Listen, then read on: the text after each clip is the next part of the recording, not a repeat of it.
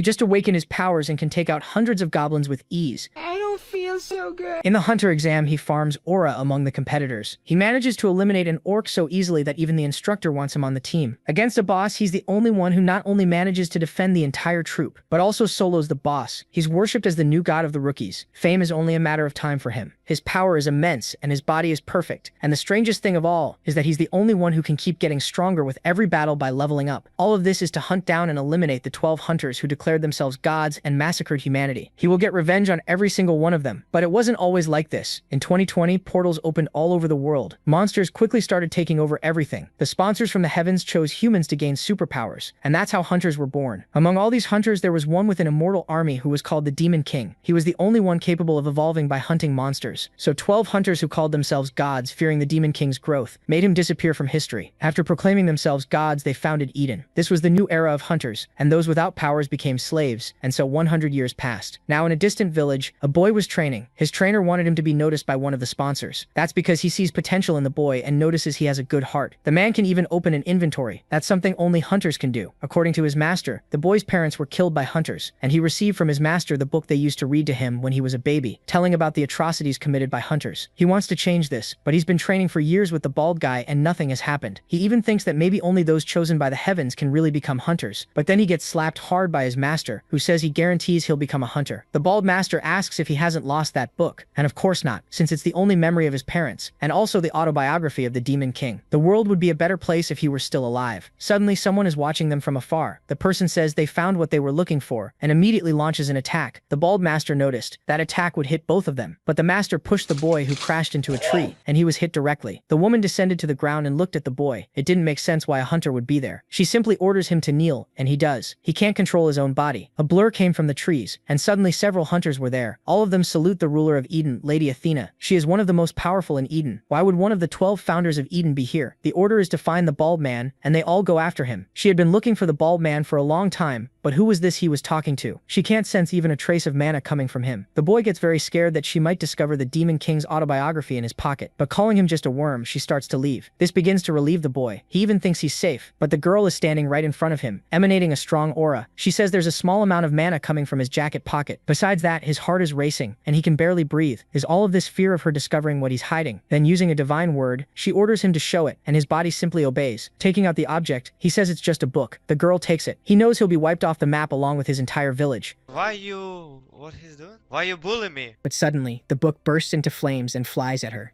Even so, Athena's barrier blocks it, but the impact exposes what the book really is. Seeing that, she realizes it's the Demon King's autobiography. Though she doesn't get why a slave has it, she still tries to seize it. Just as she reaches for it, someone yells her name and slams into her. It's Seong-gu, almost completely unharmed. With that hit, he sends Athena flying and grabs the book. The moment the boy sees him, he breaks into tears, and Seong-gu asks why a grown man is crying. Even now, he tells the boy he did well holding out that long. But the boy can only ask who he really is, and how Seong-gu managed to strike Athena, one of the 12 so-called gods. But Seong-gu says there's no time to explain. He never expected Athena to track him down so fast, then hands the book back. He asks if the boy truly wants to change the world. Then he reveals that hunters are killing gods and ruling over humans. People without power, like the boy, live like livestock. With that, he asks him directly, if you had the power to change the world, power equal to the 12 sovereigns, would you really use it? Suddenly, Athena attacks again. Furious from being humiliated, she charges in at full strength, screaming for handle. Seong-gu tells the boy he has to choose now. He can't hold Athena off much longer.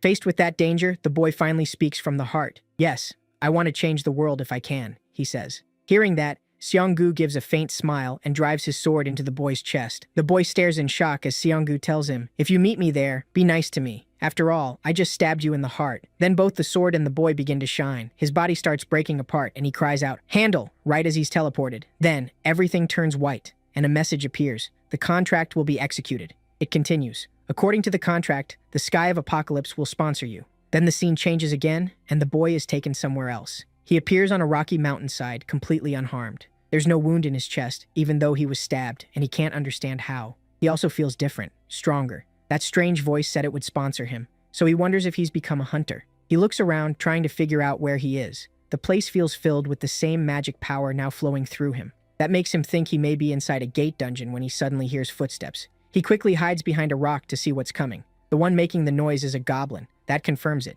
He really is inside a gate dungeon. Goblins may be the weakest monsters, but they're still deadly. People even call them beginner hunter killers because they have sharp smell and hearing, and they hunt in packs. Knowing he can't beat one easily, the boy stays hidden and hopes it passes by. But luck isn't on his side. The goblin catches his scent and starts tracking him. Now he has only two choices, fight or die. He remembers what Cyan-gu taught him and wonders if those moves will really work. Still, he has to try, so he grabs a stone and throws it at the goblin. The hit distracts it for a moment. He rushes in, grabs the hand holding the weapon, and uses a quick chop to cut off the goblin's head. As the head flies away, the boy just stares in shock. He only meant to hit it and steal its weapon. That makes him question his new power. Did he really become a hunter? Then another message appears. The Sky of Apocalypse pays attention to you. That startles him because the Sky of Apocalypse was the same being that sponsored the Demon King. Suddenly, a whole horde of goblins appears. Armed and armored, they charge at him with bloodthirsty eyes. The sight alone leaves him shaken. And at the back stands a goblin chieftain, the dungeon boss. Seeing that, he blurts out that it's over. He just awakened, and there's no way he can beat all this. But before he gives in, he remembers something. He thinks back to the town where Athena attacked him, and the promise he made with Xiongyu, along with the future his mentor trusted him with. That pushes him to survive.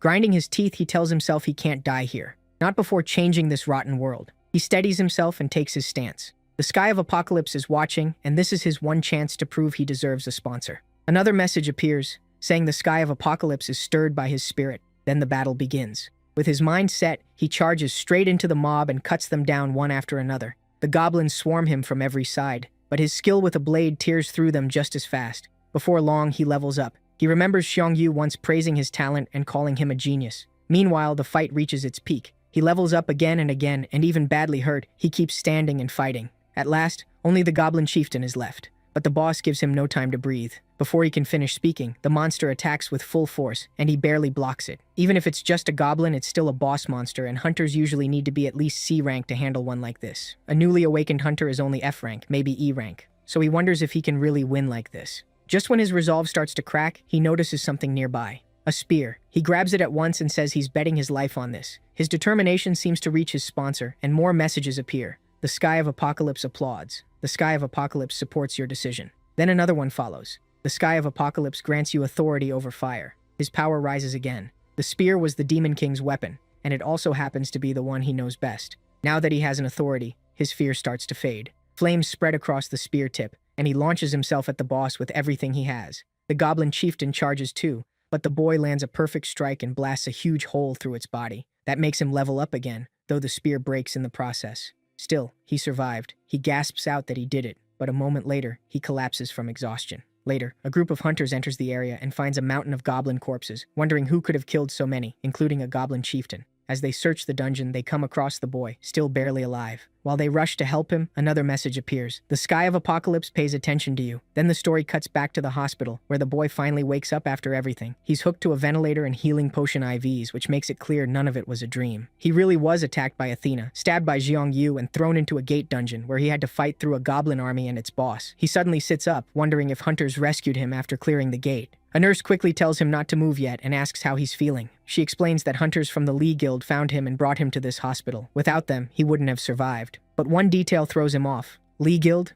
The nurse confirms it and says his injuries were serious. She tells him to rest more since someone from the association will come see him soon. Then she heads for the door. Still uneasy, he stops her before she leaves. He asks one more thing. What year is it now? The nurse assumes his memory is still confused and answers plainly. It's 2022. That answer leaves him stunned. 2022, 100 years before he was even born. To him, 2020 was when the gates first appeared, and 2022 was when special hunters were just beginning to rise, the age of heroes. He remembers his last talk with Si Donggu, who said hunters would call themselves gods and treat normal humans like cattle. To him, this is a chance. So suddenly, he rips off the machines attached to him and gets out of bed. This era is different. Back then, people still needed Eden's selection to become hunters. Now sponsors are most active, creating new players. Even when the nurse tells him not to move, he says he feels fine and asks where the bathroom is. Caught off guard, she points the way, and he goes in. There, he realizes he's in a different body. He's much taller now, with a more muscular build. Some of his old features remain, but he still thinks he looks like a completely different person. Then someone calls out to him from behind. It's Kim Soo-young from the association, here to question him. They sit down, and Kim says he needs to sort out what happened. He also asks about the boy's condition. After he was brought in, the association searched for information on him, but since he isn't from this timeline, there are no records of him at all. So he says his memory is hazy, which is easy to believe since the nurse already mentioned it. He only gives 2 details. He's 23 years old and his name is Lee Jong-young. It isn't his real name, but it's the one that came to mind. The Demon King's name seems to have mixed with his own, and he says he doesn't know why.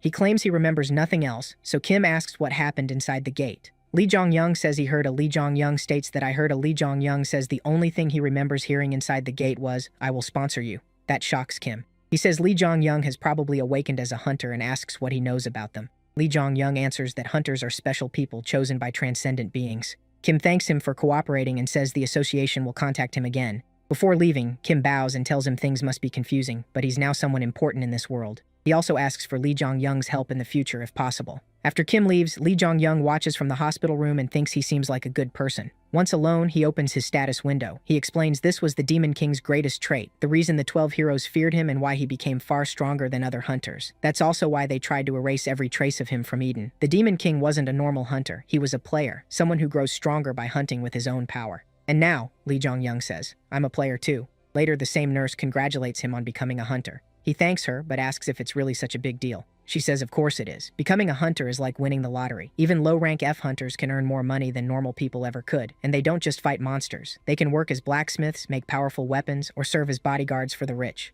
Lee Jong-young already knows that, and knows people who weren't chosen lost even the little rights they had. Still, he puts on a sad face and asks if there's really that much to celebrate. The nurse then gives him a bag Kim left behind since his old clothes were ruined. She congratulates him on being discharged, and he heads out. Once outside, he looks over the city. So this is the age of heroes. In his old time, a powerless person like him wouldn't even be allowed here. Now the city feels peaceful and full of life. Then Kim Soo-young walks up behind him and calls out. He asks Lee Jong-young to come to the association. Since he has no memories, he needs to be registered properly, and they can arrange a place for him to stay. Kim says cases like his are extremely rare. He also congratulates him. Lee Jong-young has been ranked C. Only a few people in Korea ever start their hunter life at C rank. Kim tells him to get in the car and says he'll explain the rest after registration. Lee Jong-young agrees and goes with him. They arrive at the Hunter Association. Most awakened hunters get ranked E or F, but people scored higher are treated as promising and managed more closely. That includes Lee Jong-young, and after the paperwork, they take him to his assigned lodging. Kim brings him to the place and opens the door. Lee Jong-young is stunned. He tears up, overwhelmed. Kim asks if he likes it, and Lee Jong-young quickly thanks him, saying he loves it. To him, this is a huge day. His only chance finally led him to becoming a hunter. It feels like owning a home for the first time. Then Kim says someone wants to meet him. That instantly sends a chill through Lee Jong-young. He has no connections here, so he grabs Kim and asks who it is. Startled by the reaction, Kim says it's the man who saved him, the guildmaster of the Lee Guild. Kim adds that the guildmaster is interested in meeting him, but he can refuse if he wants. Lee Jong-young agrees right away. Not long after, he meets the guildmaster, and it turns out to be Seong-gu himself. Without meaning to, Lee Jong-young stares at his bald head. But the real shock is seeing him so early in this new life. He never expected to meet the person who truly valued him. Seong-gu asks if they've met before, saying Lee Jong-young's face seems oddly familiar. To keep up the act, Lee Jong-young says he can't remember because he lost his memories when he awakened. Then he bows deeply and thanks Seong-gu for saving his life. Seong-gu isn't just any man. He's the hero destined to close countless gates and save people. The hero believed to be dead in Lee Jong-young's original timeline. That night, Lee Jong-young lies in bed getting used to his new body. So this is real. Still, something feels strange. Even though the body changed a lot, it still has the same marks in the same places as before. He opens his status window and reads it again. Forgotten hero. The strongest and most unique hunter. The Demon King. A player. How did I get this ability? He wonders. A player is a power sponsored by the Sky of Apocalypse. Now that he has become the chosen one, what happens to the real Demon King? Lee Jong-young has no answer. He still knows too little about what's going on. All he knows is that he returned to the past and gained a powerful trait. I gained power, he says. The power to change the world. A few days later, the Hunter Association holds a tutorial class for newly awakened hunters. Lee Jong-young is there too, sleeping in the corner. Then a man in a black suit walks in and introduces himself as Bae Sang-soo. He says he'll be leading the tutorial. The class immediately goes wild. Bae Sang-soo is a B-rank hunter, so everyone wonders why someone that important is handling a beginner class. Some start thinking the association must be watching one special rookie, and that person is obviously Lee Jong-young, but the others convince themselves it might be them. They figure this could be their chance to show off and get picked by a major guild or even the association. Bae Sang-soo explains the schedule. First a seminar on hunters, then a combat test where each beginner picks a weapon. He starts by asking how hunters are created. One rookie answers that hunters are made when they receive sponsorship from a transcendent being. Bae Sang-soo praises him and adds that a hunter's special trait is decided at awakening and can't be changed. Still, hunters can keep getting stronger. So he asks how that happens. A female hunter stands and says they can gain strong items or skills from their sponsor, either by closing gates or by earning the sponsor's favor through their actions. Bei Sang-soo praises her too, saying this class seems well-informed. Then his tone turns serious as he asks the real question, what do the sponsors actually want? This time no one answers. The room goes silent, and Bei Sang-soo isn't surprised. Every hunter wonders about that, but no one knows the truth. Then he notices one person in the corner who clearly doesn't care. It's Lee Jong-young, casually staring out the window. So Bei Sang-soo calls on him and asks him to guess. He says there's no confirmed answer. He just wants Lee Jong-young's honest thoughts. Lee Jong-young answers, entertainment. That shocks the whole class, including Bei Sang-soo, who asks him to explain. Lee Jong-young says sponsors pick their character, make them hunt monsters, and watch them grow stronger, just like a video game. Bei Sang-soo is thrown off by the idea. But to Lee Jong-young, this isn't just a guess. It's the Demon King's own theory. It might even be the sponsor's biggest secret, considering the Demon King was killed despite gaining overwhelming power. The seminar continues, and eventually they move on to the combat test. A female hunter steps up first with a sword. The fight starts, and the monster is released. It instantly goes wild and charges her. The girl rushes in too and swings hard, but the goblin dodges with crazy speed and counters, landing a hit. She drops to one knee, still hurt, and the goblin jumps down for another blow. Even Bei Sang-soo starts to worry, but she refuses to quit. Even from there, she catches the goblin off guard and wins the match, though she's left worn out and injured. Seeing that, Bei Sang-soo praises her and says she passed, then sends her on to the next round. Now the final test taker steps up, Lee Jong-young. With a spear and shield, he enters confidently. Even Bei Sang-soo finds that weapon choice interesting. Meanwhile, Lee Jong-young reminds himself he needs to pass to join tomorrow's graduation exam, and if he performs well, his benefits will go up too. So he gets ready, but Bei Sang-soo has bad news. All the goblins are already dead. Of course they are. So the exam has to use a different monster. Bei Sang-soo repeats that Lee Jong-young doesn't need to kill it, he'll judge the result himself. He also says the monster has been brainwashed and won't deal fatal damage, and since he's a B-rank hunter, things will stay under control. Then he asks if Lee Jong-young is ready, and though a little unsure, he agrees, thinking it'll probably just be a kobold around goblin level. He is very wrong. As the duel begins, Bei Sang-soo tells Lee Jong-young that his idea about the sponsors was interesting and says he hopes he won't disappoint. Then Lee Jong-young's opponent appears, an orc. A huge green monster walks out. Normally, hunters need to be at least C-rank to face one, since it has far more strength than a grown man and insane endurance. As it enters the arena, the other trainees watching from the back panic. An orc in a tutorial test is unheard of, but Bei Sang-soo says that's not entirely true. There was one similar case before, a hunter who awakened as B-rank and fought an orc during training. That person rose like a comet and is now one of the strongest hunters in the world. Lee Jong-young is also a C-rank who beat a goblin chieftain in a D-rank gate alone. For a new hunter to do that, the association can't ignore him, Bei Sang-soo says, clearly eager to see what happens. Then a message appears. The Sky of Apocalypse pays attention to you. At that, Lee Jong-young gets serious. As he powers up, the orc rushes him head-on. Instead, Lee attacks first, driving his spear forward fast and cleanly into the orc's shoulder. Seeing that hit land, Lee Jong-young gets a little overconfident. He figures the brainwashing made the orc dumb enough to charge straight in, making this easier than expected. But when he tries to pull the spear free, the monster won't let go. Instead, it grabs the weapon tight and starts punching with its free hand. Still, Lee Jong-young uses his shield to block, even though each hit sends a heavy shock through him. The other trainees start to panic and think the exam should be stopped. Bei Sang-soo thinks the same. Lee Jong-young's first strike was sharp and clean, but this is still a monster. He let his guard down, Bei Sang-soo realizes, and gets ready to step in. But just before he does, he notices something. In that critical moment, Lee Jong-young lets go of the spear and slips past the orc's punches. That gives him room to fire a fast hook kick into the orc's head, making it stagger back. Those few seconds are enough, and Lee Jong-young uses them to act. Calling on his authority over fire, he rushes in again. With his shield now burning, he smashes the orc in the head and crushes its skull in one hit. Everyone watching is stunned. Was that really a rookie hunter? They can barely process what they just saw. By beating an orc in training, Lee Jong-young instantly earns the other's respect. In the arena, Bei Sang-soo is just as shocked. Was that a skill? He wonders. A hunter learning one right after awakening is almost unheard of. On top of that, Lee Jong-young didn't even use a chant, making Bei Sang-soo suspect it might be a high-rank skill. He's never seen anything like this. Meanwhile, Lee's shield loses all its durability from the authority, just like his spear did against the goblin chieftain. As he picks up his spear, more messages appear. You have leveled up. Your skill rule over fire has increased to level 2.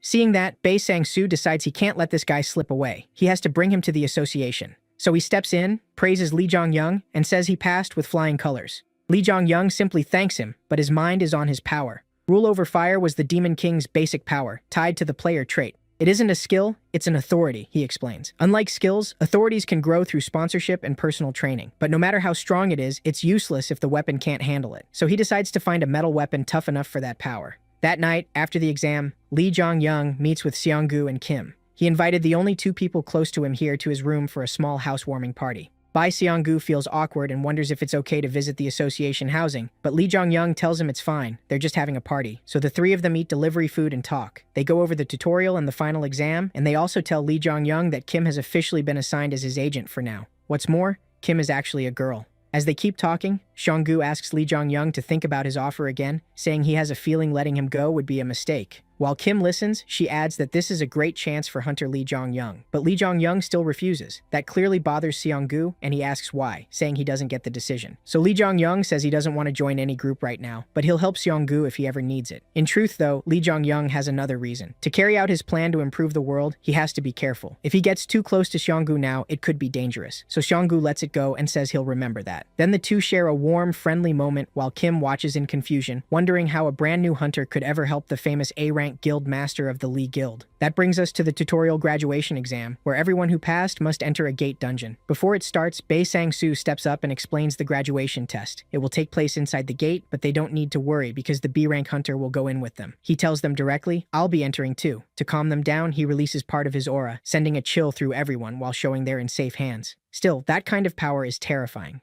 There, Li Zhongyang is startled by the pressure and notes that Bei Sang-soo's magic power overwhelms everyone present. Bei Sang-soo then says they'll begin once the soldiers finish getting supplies, and soon after the beginners step into their first dungeon. As they enter, Li Zhongyang immediately feels something off and says the air feels nasty. Bei Sang-soo explains that this is because the air inside dungeons is packed with dense magic particles. Once everyone is inside, he starts the test and tells the rookies to follow his orders if monsters appear. Then they move deeper in. Before long, they run into a group of goblins that quickly notice them. Bei Sang-soo orders a counterattack and sends two beginners in first. They show what they can do and kill the goblins. Then he calls on two more, and they also cut through their targets easily. After that, he calls for Li Zhongyang, who jumps forward at incredible speed. Even the others are shocked, blurting out that he's fast. Li Zhongyang instantly rushes forward and cuts down several goblins with quick, clean strikes. It looks just like the dungeon he cleared before. Bodies hit the ground one after another. In seconds, he wipes out the whole group, leaving everyone stunned. The other participants start asking if Li Zhongyang is really a newly awakened hunter, and why someone like him is even in the tutorial. Bei Sang-soo says Li Zhongyang's weapon skills are incredible, good enough to match a B-rank hunter like him.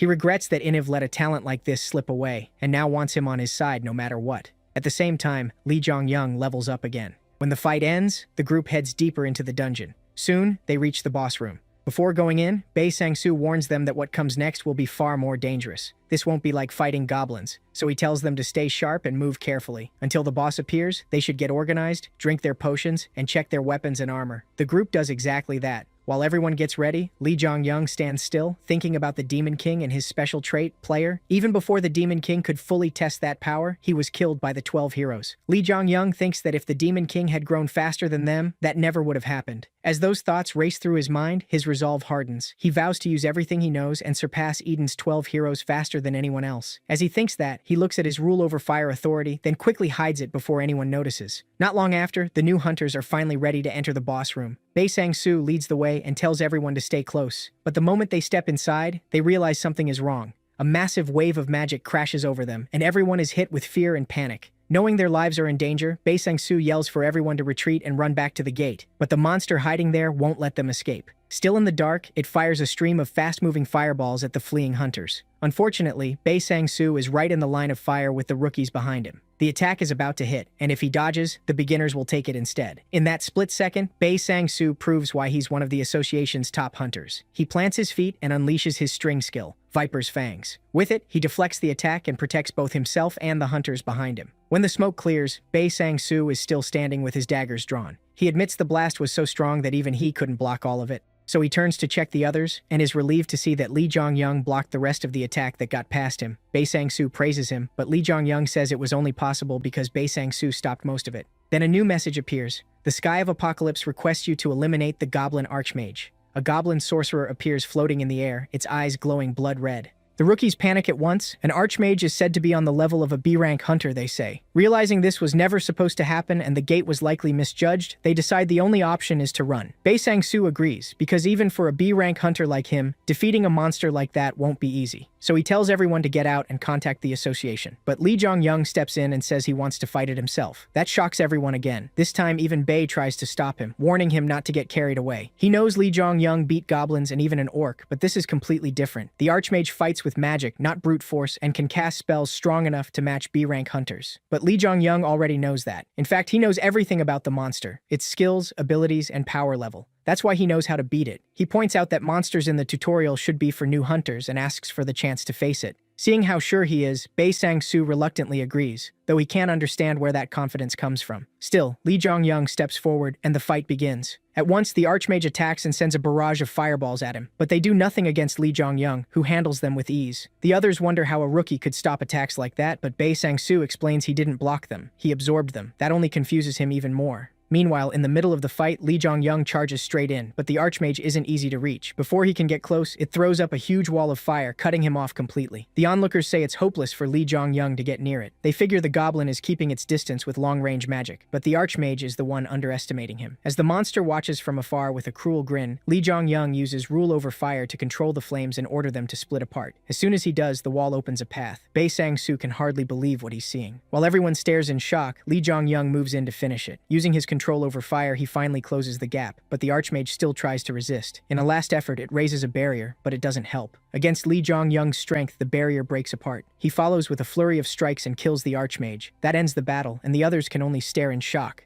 Did he really do it, they ask, before finally accepting it? They call him a super rookie as the fight comes to a close. A moment later, another message appears. The Sky of Apocalypse is impressed by your performance. For clearing the mission, the Sky of Apocalypse sponsors him. This catches Lee Jong-young off guard. Then the message says he has been given the chance to summon an avatar. So Lee Jong-young finally lets out a breath and says he got it at last, the other power that helped the Demon King become so strong. Later, at the Hunter Association, Bei Sang-soo meets the president, an old man with an eye patch. There, the president asks if this meeting is about the unusual incident Bei Sang-soo experienced. Bei Sang-soo confirms it. According to him, Lee Jong-young may be even more impressive than Chi-woo. Hearing him praise a rookie this much, the president realizes the boy must be special and asks how far Lee Jong-young's potential can go. Bei Sang-soo replies that maybe this boy can help the president achieve his goal, which clearly pleases him. Then he looks up at the moon and says he'd like to meet him soon. Earlier that day, as Lee Jong-young and the others leave the dungeon, he meets Seon-gu and Kim. Kim says she was worried when the gate jumped from E rank to B rank, but Lee Jong-young looks perfectly fine. Then Seon-gu asks if he got a recruitment offer from the association. Lee Jong-young just nods. In a flashback, while they were still inside the dungeon, Bei Sang-soo had asked him to join the association.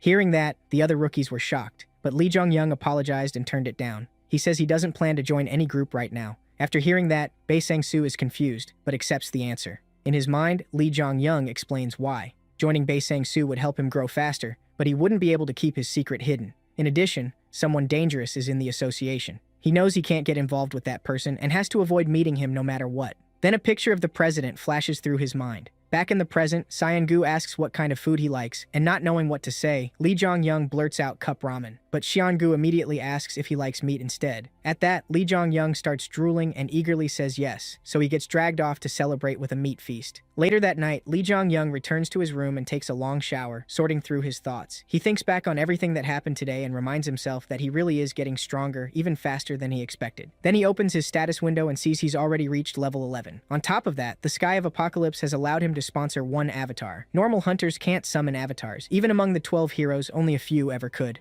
Because of the Demon King's power, Lee Jong-young can summon monsters like the Bone Dragon, Balrog, and Cerberus. He also wonders if he'll get the same summons as the old Demon King, since everything else has matched so far. Still, he decides to call his avatar right away, and the system asks for confirmation again. It says the Sky of Apocalypse has given him one chance and asks if he'll use it. But Lee Jong-young already decided. Summon, he says, and blue light covers his body while his eyes shine red. Early the next morning, someone comes to see Lee Jong-young. It's Kim, and she's there to congratulate him. She shows him a news article about a new super rookie, a C rank who entered a B rank gate and beat the boss alone. The article makes Lee Jong-young uneasy. Even if it hides his name, he's sure the guild and association higher-ups already know it's him. Kim suddenly asks why he never told her or Seon-gu about it. Hunters are bigger than celebrities now, but Lee Jong-young still doesn't care about that. So he brushes the question aside and says he needs a favor from his agent. He wants to start doing dungeon raids. Soon, Lee Jong-young is back inside a dungeon, cutting down goblins with ease. At this point, he's basically bullying them. Even the boss goblins that appear can't stop him. He wipes them out and gains a lot of levels. On top of that, he clears the dungeon, but Lee Jongyang still looks unhappy. Even after killing the boss and clearing the gate, nothing happens. He shouts, asking how he's supposed to use this. Then we finally see what he summoned, a soul-collecting skeleton. But for now, it can't be revived because it has no soul. Lee Jongyang explains that avatars can use strong and unique powers, but they don't have souls. He thought he just needed a monster soul, but it turns out it isn't that simple. After failing to finish his goal, he leaves the gate, where Chin greets him. Chin congratulates him on finishing his 4th dungeon raid and asks if he wants to sell any drops or items. If so, Chin can handle it. Lee Jongyang pulls out several swords from his inventory, and Chin says the money will be given to him once they sell. Then Lee Jongyang asks if Chin booked another dungeon, but Chin says there aren't any good ones available right now. He explains that one guild has been expanding fast and booked more than 20 low-ranked dungeons at once, causing the shortage. Hearing that, Lee Jongyang is shocked, and Chin goes on to say the association normally wouldn't allow that, but this time they made an exception because the gates had already been cleared.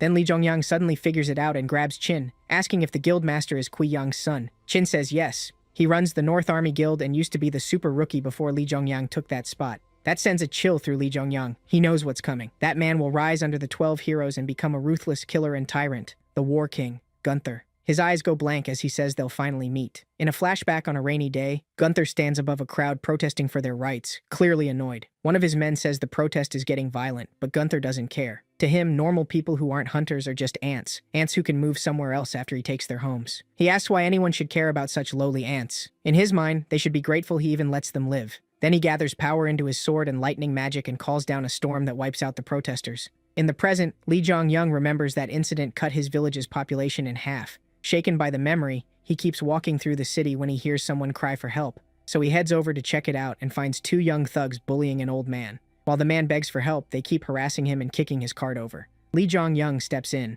Seeing that, the thugs tell him to get lost and release some aura to scare him off. But Lee Jongyang doesn't budge. He lets out his own aura and makes it clear he's a hunter too. Then he asks what happened, and they claim the old man hit them with the cart and they're only asking for compensation. But the old man says that's a lie. They were the ones who kicked his cart and started threatening him. Lee Jongyang asks why they do something like that, but the thugs still refuse to leave. One smugly says that as a hunter, he treats anyone who bothers him as an enemy, so he broke the old man's cart and warns Lee Jongyang that he might decide Lee attacked him too. Basically, they're looking for a fight, but Lee Jongyang isn't scared. He says this has gone far enough and tells them to leave. If they go now, he'll let it slide since they haven't hurt the old man directly yet, he says, trying to pressure them, but it only makes things worse. One thug rushes in, asking who Lee Jongyang thinks he is to give orders. Lee Jongyang drops him in one move. Then the other pulls a dagger and tries to stab him. He even claims he's above Lee Jongyang, but he's no match for the super rookie. A moment later, both thugs are down and the whole mess is over. Later, Lee Jongyang calls Kim and has them arrested. Kim praises him for doing the right thing and says he handled it well. But he answers that it's only natural. Hurting a civilian is a felony for a hunter. Even so, Lee Jongyang still worries about the old man, thinking those punks or their group might come back for revenge. Kim assures him the association will watch over the old man so that won't happen. Then Lee Jongyang asks what guild those men belong to and learns they're from the North Army Guild. Hearing that, he starts condemning the North Army again. He thinks the guild must be tied to the association somehow if it could reserve 20 dungeons at once.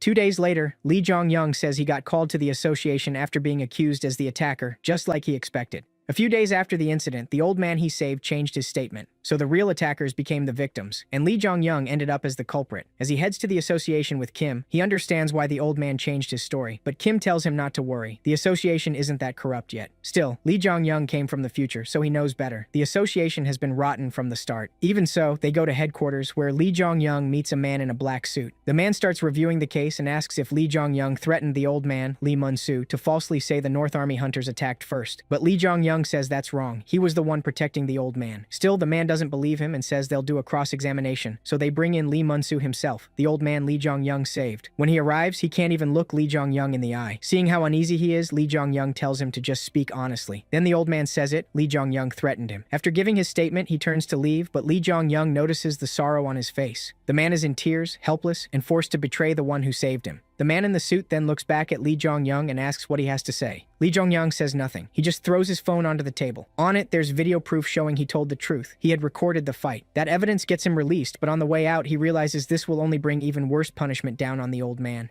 He curses himself, grinding his teeth and thinking he still isn't strong enough. As he leaves the office, angry at the people behind this, he sees Seong-gu and Kim waiting for him. Then the old man suddenly appears. The old man drops to his knees and apologizes to Lee Jongyang. He says those men threatened his granddaughter, and he had no way to fight back. Kim snaps, asking why he waited until now to tell the truth. But the old man says his granddaughter was in danger, so he had no choice. Still, the guilt kept eating at him, so he came to apologize. Xianggu tells him not to worry. He says to go home and promises, as guildmaster, to protect the granddaughter. Meanwhile, Li Zhongyang stands there burning with anger. Recording the fight was a habit he picked up after dealing with so much unfair treatment. Then he feels a strong wave of magic and turns. He checks to see who it is, and finds someone important. Choi Yongsung, leader of the North Army Guild. Walking over, Choi says he didn't know the Li Guild master was close with the super rookie. Kim is startled. She didn't expect that to be known, and wonders if the association leaked Li Zhongyang's personal info. Choi offers Xianggu a handshake and greets him. Xianggu smiles and takes it back. Then the mood turns sharp, and Xianggu gives a warning.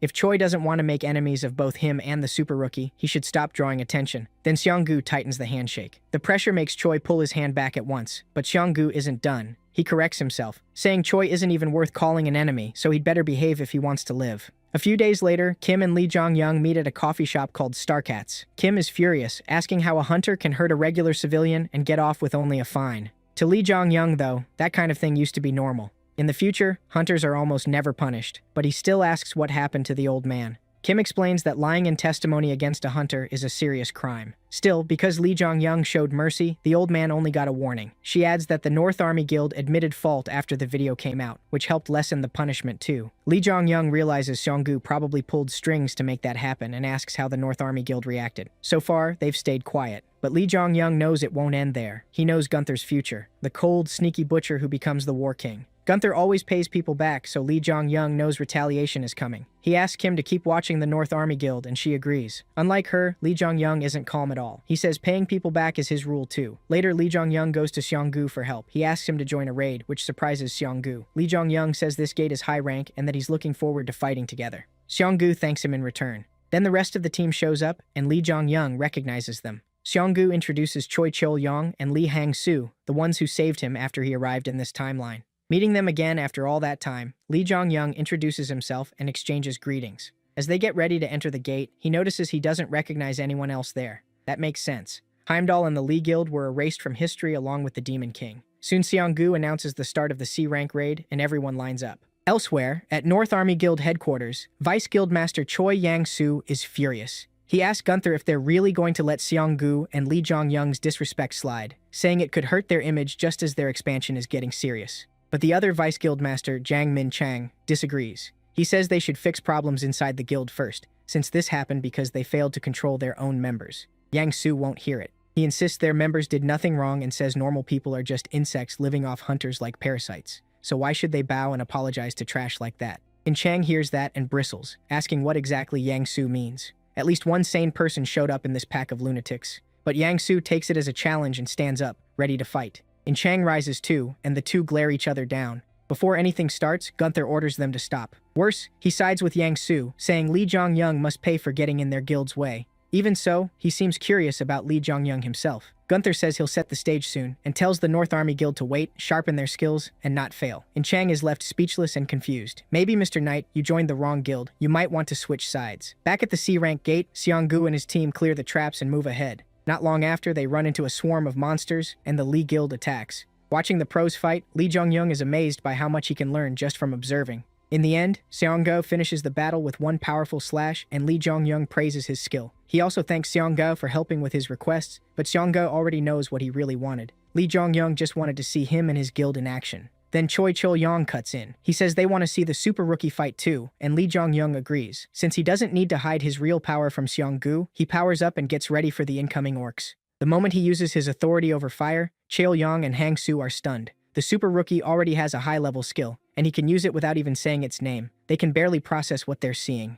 Meanwhile, Li Zhongyang tears through the enemy. Watching him, Xianggu quickly sees the truth. That burning shield and spear aren't skills, they're an authority. The boss falls, and a message appears. You have cleared the Goblin Mage Gate, but that's not all. Another message pops up. Sky of Apocalypse sponsors you. His stats rise a little, and with the raid over, the team leaves the gate. Outside, Chaoyong and Hang-soo praise the super rookie, even saying he may already be close to the guild leader's level. Then some members complain to Xianggu, asking why he still hasn't recruited someone this talented. Xianggu only smirks. He says his offer still stands and tells Li Zhongyang that his guild is strong and can help him grow even more. He also gives him a warning. The road ahead will be dangerous, and having a powerful guild at his side would help a lot. Li Zhongyang thinks Xianggu nailed it. For a second, he wonders if his savior somehow figured out his goals, but from what he knows of the future, Heimdall can't see the future. Seonggu goes on, saying the North Army Guild won't stay quiet. They'll come after Lee Jong-young, but if he joins the Lee Guild, they won't be able to touch him. Then Seonggu raises the stakes, offering his hand and telling Lee Jong-young to join the Lee Guild. He even offers him the Vice Guild Master spot. The other members are shocked by that, especially Lee Jong-young.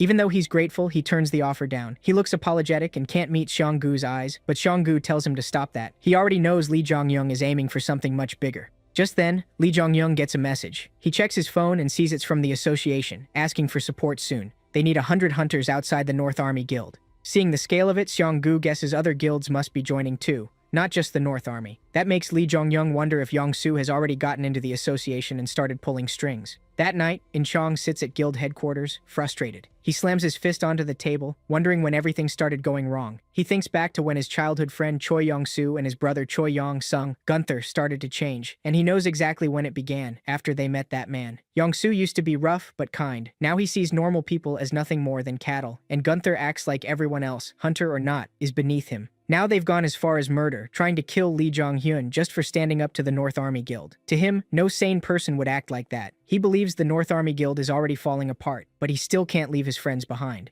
Then the mobilization alert arrives, forcing him to face one question: justice or friendship? He already knows his choice. So in an empty warehouse, he calls Lee Jong-hyun and asks to meet alone. Lee Jong-hyun agrees. When Lee Jong-hyun introduces himself, In-chong doesn't bother giving his own name. What stands out more is Lee Jong-hyun's nerve. He noticed no one else was around and still came alone. Lee Jong-hyun confirms it too. He's by himself and there are no traps. In-chang gets right to it and tells him not to answer the mobilization call. Lee Jong-hyun asks why. In-chang explains that his guild is part of the operation. As a new hunter, Lee Jong-hyun may not know this, but many hunters are violent and cruel. Gunther is one of the worst, so dangerous that running into him on the street is bad enough. Inside a gate would be even worse. If he knows all that, why stay in a guild like this? But Lee Jong-hyun doesn't take warnings like that lightly, so he's supposed to skip the raid because Gunther might make a move. Repeating In-chang's words, he asks if the North Army Guild is a chaos guild. Most sponsors are good gods, but some are vicious and evil. The missions they give can involve murder, or even mass killing. Guilds formed by hunters serving those beings are called chaos guilds. In-chang tries to deny it, but it doesn't work. Lee Jong-hyun says that if it weren't true, In-chang would have no reason to warn him. And with how unfairly the guild has treated him, he's sure In-chang can't honestly deny what they are. After hearing his guild insulted again and again, In-chang snaps and draws his weapon. He warns Lee Jong-hyun not to mock the guild anymore. But Lee Jong-hyun answers by readying his own weapon, saying, In-chang knows better than anyone that the North Army Guild has been rotten since Choi Yong-soo and Yong-sung changed. Then he asks the real question: who is that man? In-chang is stunned by that. Soon after, he leaves the warehouse, thinking about how fast Lee Jong-hyun has grown. The guy awakened only a month ago, yet he can already match an A-rank hunter. In-chang thought he knew all about Lee Jong-hyun, but somehow Lee Jong-hyun knew even more than he did. He even knows about that man. That leaves In-chang wondering, who exactly is Lee Jong-hyun? In the future, In-chang will be called the Dragon Slayer and Siegfried, but the name people remember most is Immortal Siegfried. According to Lee Jong-hyun, he killed the Demon King's avatar and the Bone Dragon. Because of that, the sponsors granted him an absurd power: immortality. But in the future war against the Demon King, while serving under Choi Yong-sung, he was betrayed by his childhood friend Yong-soo. Back in the present, Lee Jong-hyun is set on bringing In-chang to his side no matter what, partly because of his strength, but even more because of his heart.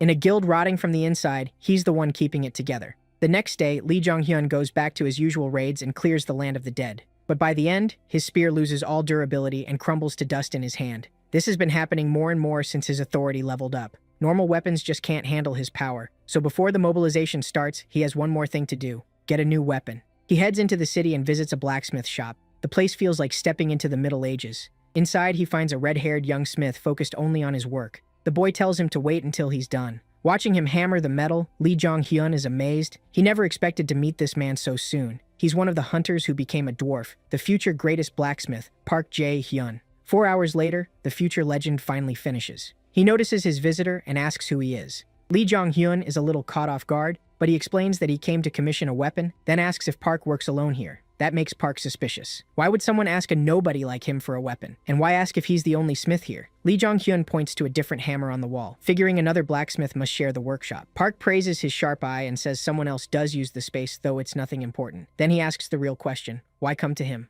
Lee Jong-hyun answers that his sponsor told him to. That shocks Park. A sponsor directly guided him here? He can hardly believe it. But Lee Jong-hyun knows Park will have to, because according to the Demon King's autobiography, Park is also receiving direct guidance from his sponsor. It also says Park Jae-hyun once forged weapons for the Demon King. Later, when the 12 heroes chose sides, Park split from him and started making weapons for them instead. The book even said that if Park had stayed with the Demon King until the end, history might have changed. So Park decides trusting Lee Jong-hyun isn't that strange. Sponsors are strange enough already. Even so, he refuses the job. Lee Jong-hyun asks why. Park says the reason is simple. He's unhappy with the fire in this workshop, and because of that, he hasn't accepted any clients. Hearing that, Lee Jong-hyun smirks. He expected this. Then he holds out his hand and tells Park he can create the kind of fire he needs, showing a bit of his authority, control over fire. Park isn't convinced. A tiny flame in his hand means nothing, and Park says he's seen tricks like that before. He even says he can make a flame that small himself. Then he freezes. Lee Jong-hyun pushes his power further, producing a blue flame hot enough to change everything.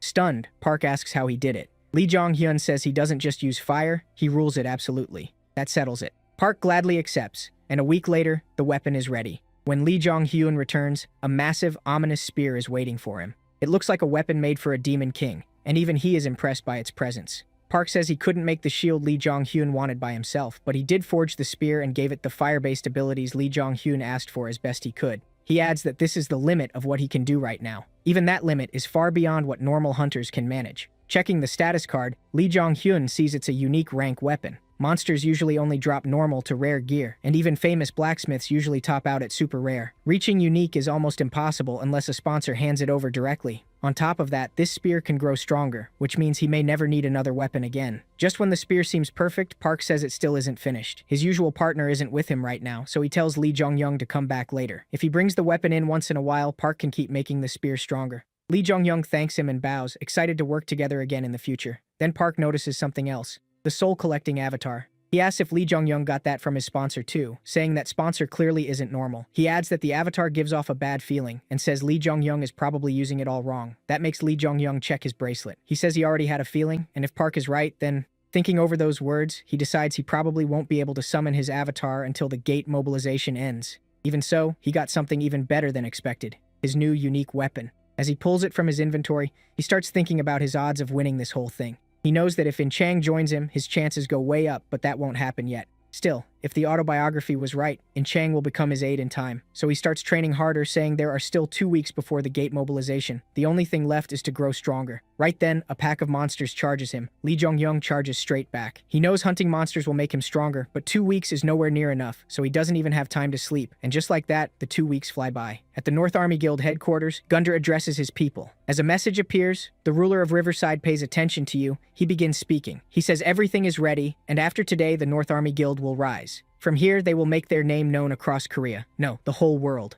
To fire everyone up, Gunder releases his aura. Sensing it, In Chang notes how powerful he is and says Gunder has finally reached peak A rank. On the other hand, Kui Yongsoo is impressed too. He says everything is going just as that person planned. On top of that, they seem to have met the conditions to become a hero. Meanwhile, after showing off his power, Gunder shouts that today the world will tremble before the name of the North Army Guild. Hearing this, the crowd goes wild. Though they're covered in a blue glow and look strangely empty. They cheer for their leader, but inside his head, Gunder reveals what he really wants, the title of king. I may not like him, but he really does make a great villain. Meanwhile, Kim drives Lee Jong-hyun to the meeting spot. On the way, she asks if he's really going. She reminds him he could die and says the North Army are worse than he thinks. She brings up a recent case where a guild that entered a gate with the North Army was wiped out. Of course, since everyone died inside, there's no proof, but it's obvious what happened. Hearing that, Lee Jong-hyun says he's sure they did it. Kim slams the brakes and stops the car. Then she starts yelling at him. Even knowing all this, he's still going. She says the association values Lee Jong-hyun too much to punish him if he backs out. Nothing matters more than his life, and she begs him not to go.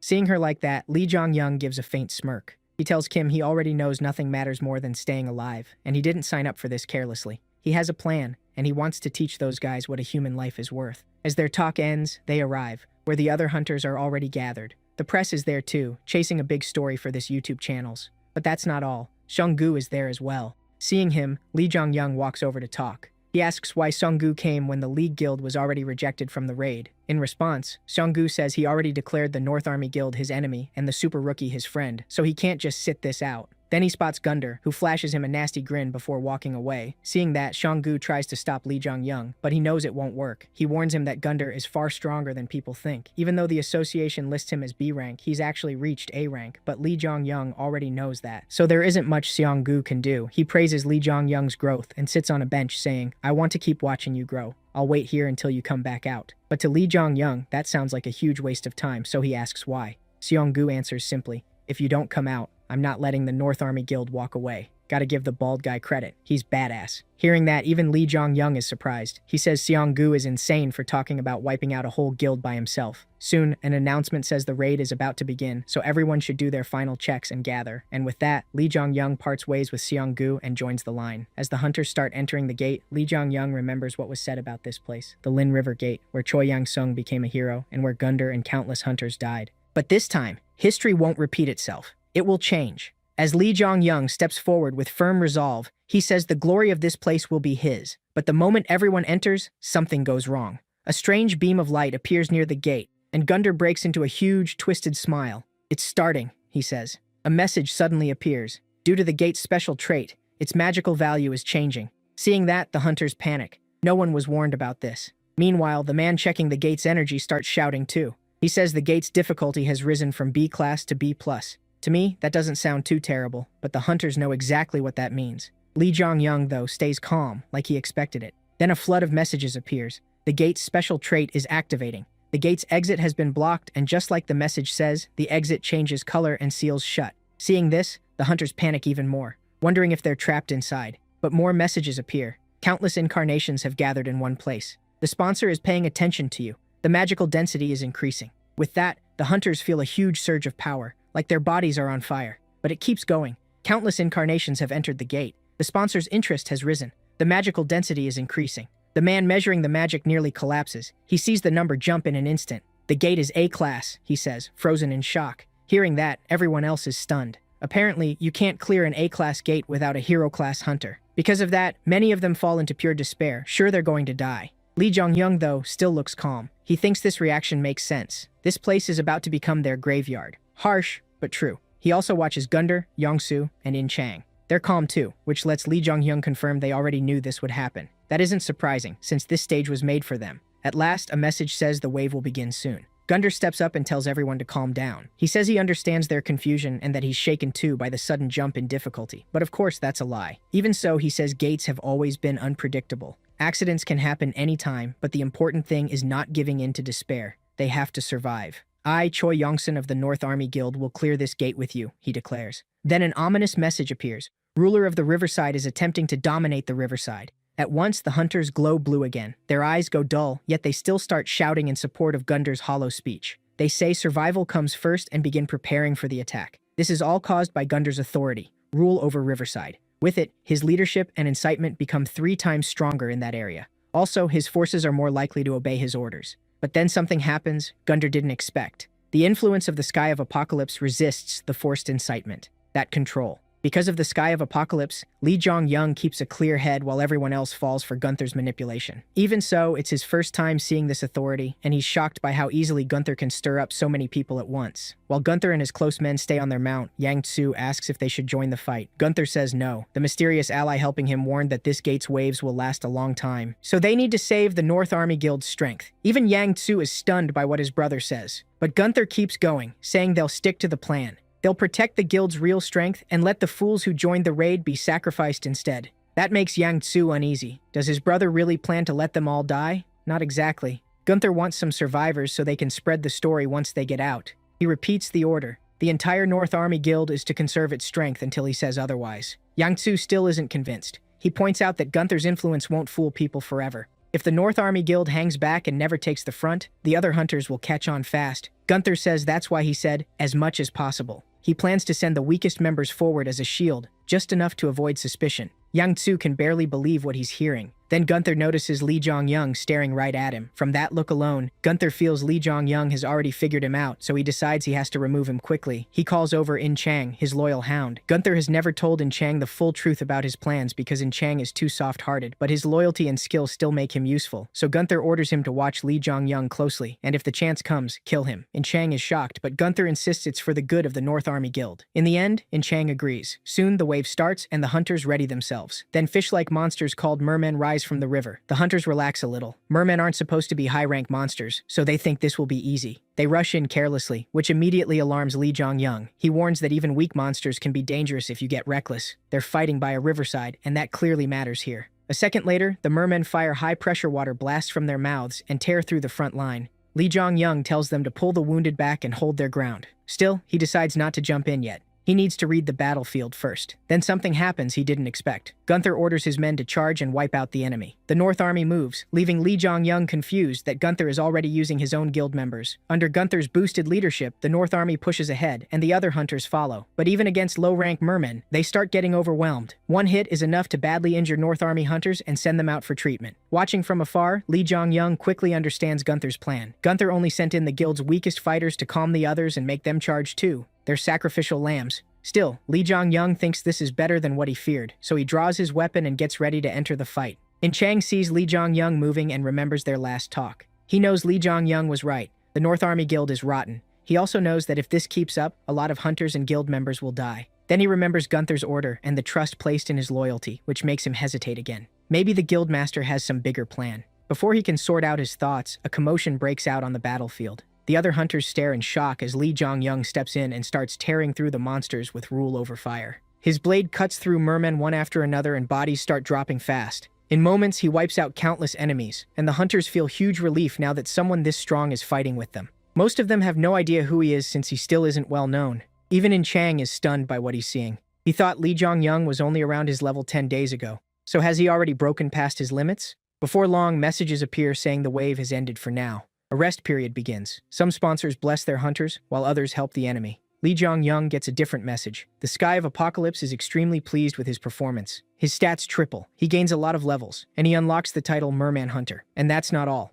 Even exhausted, he notices more sponsors taking interest in him. The Guardian of the Long Lance and the Symbol of the Spherical want to support him, while the King of the Drenched shows hostility. Li Zhongyang is surprised and wonders if he can gain multiple sponsors like the strongest heroes. But the Sky of Apocalypse hates that idea. It chases the others off at once, shattering Li Zhongyang's hopes. Then the other hunters run up and ask who he is, what guild he's from, and where he came from. He still keeps his identity hidden. Instead, he tells them this isn't over. There are still many waves left, and since this is an A-rank gate, they need to stay careful if they want to survive. The hunters accept that and use the break to recover as much as they can. As they head back to their groups, Li Zhongyang turns toward Gunther, who is glaring at him with pure rage. Li Zhongyang gives a small grin. He expected this. Gunther was trying to win the hunters over by stepping in at the perfect moment, but Li Zhongyang plans to ruin that. He'll wreck Gunther's scheme until the hunters choose him instead. Then he checks his status and sees he's already reached level 24. Even in this deadly gate, he's pleased, thinking it could push him to level 30 and become the base for his growth. And if he plays this right, the hunters may start following him too. Soon the waves start again, and by the fourth one, the hunters manage to clear it. But even Li Zhongyang looks worn out by then. The others are in rough shape too, and this time 4 people die. That makes everyone wonder if any of them will make it out alive. Li Zhongyang is upset. He wanted 0 deaths, but that was never realistic, so he turns his anger on Gunther and the North Army Guild. He demands to know why they still aren't fighting seriously. Their main force is just sitting in the back, saving energy, and the hunters aren't stupid.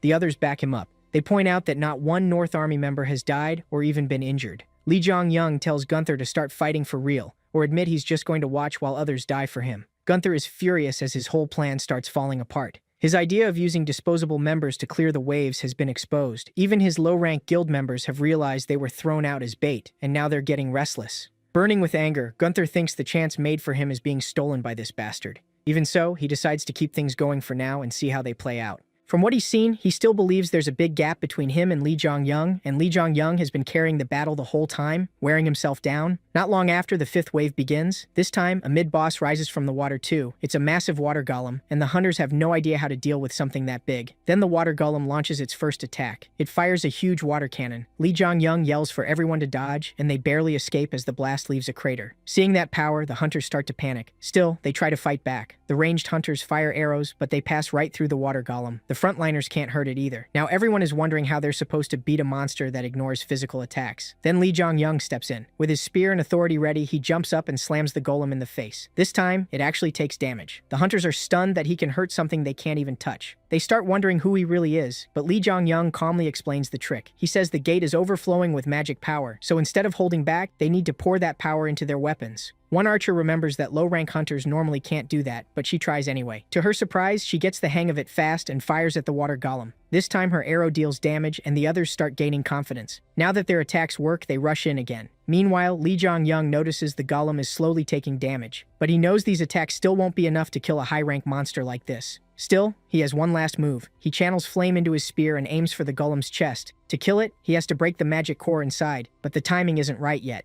So he waits for the perfect opening, and soon it comes. The water golem prepares another water cannon while everyone else scrambles to dodge. For Lee Jong-young, this is the perfect chance. Its core is exposed. This is his shot. He throws his spear with everything he has, and it reaches the golem in seconds. The monster is caught off guard as the spear pierces its chest and shatters the core. Lee Jong-young wins, and messages start flooding in. He defeated the mid-boss, and several sponsors take notice. A few are amazed, while others focus on one specific incarnation. Then Lee Jong-young calls back his spear, and it flies into his hand like a boomerang. He says it's a skill called Return, gained when his must-spell spear leveled up. He casually says it's useful, while the other hunters stare in shock. Then one of them remembers a rumor from the news. A strange hunter who fights with a long spear and shield. That hunter was the monstrous newbie called the Super Rookie, and he's standing right in front of them. The crowd erupts. Some say Lee Jong-young must be at least A rank, while others think he may already be hero class. For the first time, they feel relieved, convinced the Super Rookie can lead them to victory and get them all out alive. Meanwhile, Lee Jong-young keeps checking the messages. He leveled up again, earned rewards for killing the golem, including a water gem, and got the achievement One Who Defeated the Water Golem. On top of that, the Sky of Apocalypse smiles on him, boosting his stats even more. Other sponsors start showing interest in Lee Jong-young too, and he gets excited, thinking he might become multi-sponsored like other heroes. But just like before, the Sky of Apocalypse shows its displeasure, and the others back off. Looks like someone's jealous. That makes Lee Jong-young furious. He says he'd ditch his current sponsor if not for how strong the special player trait is.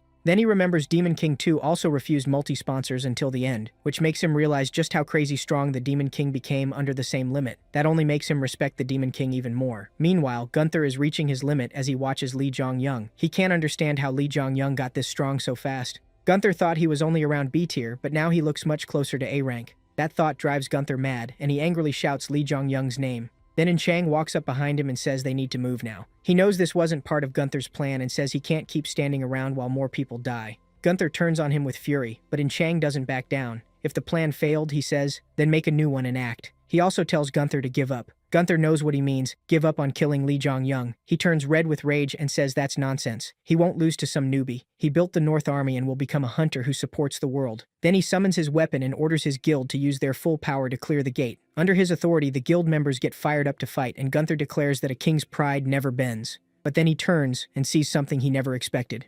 Chang has left his side and thrown away his helmet. In a flashback, we learn Gunther gave him that helmet himself. When Chang became vice guild leader, Gunther thought his soft face would be a problem with the rougher members, so he gave him the helmet. Since then, it had stood for Chang's loyalty to Gunther. Now Gunther thinks the dog is biting its owner and crushes the helmet under his foot. Then he looks back at the battlefield and sees his men marching toward death. On the battlefield, the North Army hunters finally try to show their strength. They charge in hard and quickly start cutting down the mermen, proudly showing off their power. But next to Lee Jong-young, they don't compare at all. Beside the Super Rookie, their attacks look tiny. Even they can tell Lee Jong-young is on a totally different level. The other hunters are just glad he's on their side, saying this wave should be easy with the Super Rookie here. Even so, the battle keeps going, and Lee Jong-young stays on a rampage. Then he gets another message saying he leveled up again. He smiles and explains that even if it looks like he's burning through stamina, he's actually recovering while growing stronger from each level up. Suddenly, a merman tries to ambush him from behind, but someone warns him in time. Lee Jong-young kills it right away, and then a white-haired girl walks up and tells him to watch his back. Lee Jong-young answers with sarcasm, and then reveals that this girl is actually the feared A-rank hunter Jang Hyojin himself, or rather, herself. After that, he quickly moves away from Chang and goes back to fighting.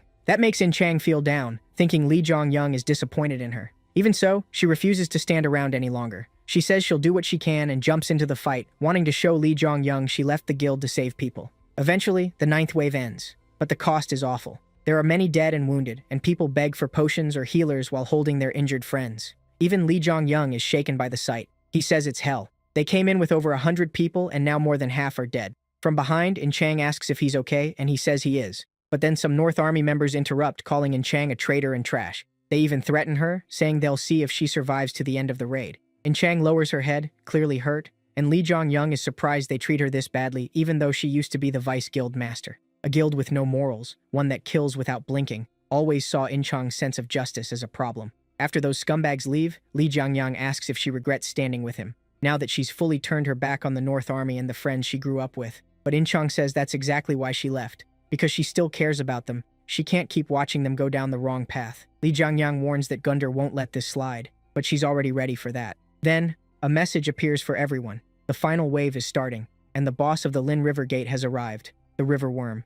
the ground suddenly shakes, and every hunter turns toward the river in fear. Then a massive shape rises from the water. It's so huge they almost think the river itself is standing up. But it's the river worm, a gigantic worm-like monster. Its size and pressure crush the hunters' nerves. Most of them freeze, unable to move or even speak. They can't imagine how anyone is supposed to kill something like that. Even Li Jiangyang is stunned by the boss's size. But In Chang, standing beside him, says the North Army, or more likely Guildmaster Choi Yong-sung, probably has a way to kill it. Li Jiangyang is surprised, and she explains that the mysterious person backing Gunther from the shadows likely gave him something for this mission. So Gunther must have a plan for dealing with the boss. But before they hunt the river worm, the North Army has another goal. They plan to wipe out the other hunters first, so no one interferes while Gunther clears the gate alone. They turn and see the North Army forces with Choi Yong-sung. In Chang tells Li Jiangyang to get ready. The other hunters are shocked. At a time like this, are hunters really about to fight each other? Hearing that, In Chang speaks up. The North Army Guild uses everyone here for its own gain.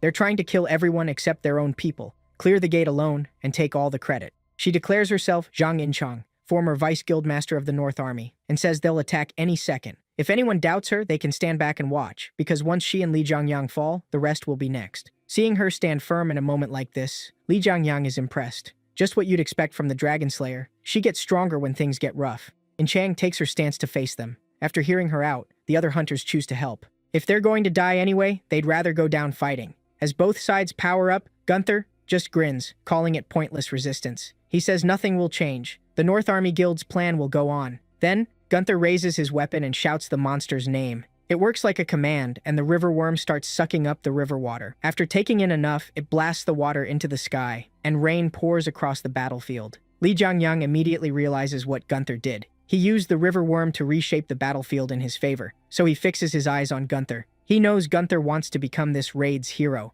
the War King Gunther. As Li Jiangyang gets ready to fight, he wonders if all the power he gained today without rest will be enough. Gunther stares back and comments on Li Jiangyang's strange fire. Even in this rain, it won't go out. Li Jiangyang finally decides to charge. There's no choice but to face him head-on. But Gunther is no weak opponent. He blocks the attack, yet something is off. Li Jiangyang's rule over fire is hurting Gunther even without a direct hit. The moment he notices that, Li Jiangyang smiles. He finally sees the weakness and launches a relentless series of attacks. Gunther can only defend, and Li Jiangyang takes advantage of that, smashing him away with a heavy swing. As Gunther is sent flying, his body starts trembling. He can't understand what kind of trick this is. They're fighting by the riverside, where his A-rank powers should be boosted a lot, and yet this rookie is beating him. Li Jiangyang tells him that when he first entered the gate, he really was weaker. Gunther loses it, asking if a sponsor gave him some huge power-up in that short time. Li Jiangyang says no. While Gunther hid in the back with his men, he stayed on the front line and grew stronger by hunting monsters. That only confuses Gunther more, and he asks what he means. Li Jiangyang says even if he explained it, Gunther wouldn't get it, and it doesn't matter anyway. He's going to die here. Li Jiangyang raises his stance again, but Gunther knows he can't win in a direct fight. So, he orders the river worm to protect him, and it quickly moves between them. Gunther laughs, and says Li Jiangyang is getting cocky just because he was sponsored. But he also received power from that mysterious person. Power far beyond what Li Jiangyang can imagine. He swears he'll teach him a lesson and show that person's greatness. But the worm attacks so suddenly that Li Jiangyang is caught off guard. He notices the monster is protecting Gunther the same way it protects its offspring.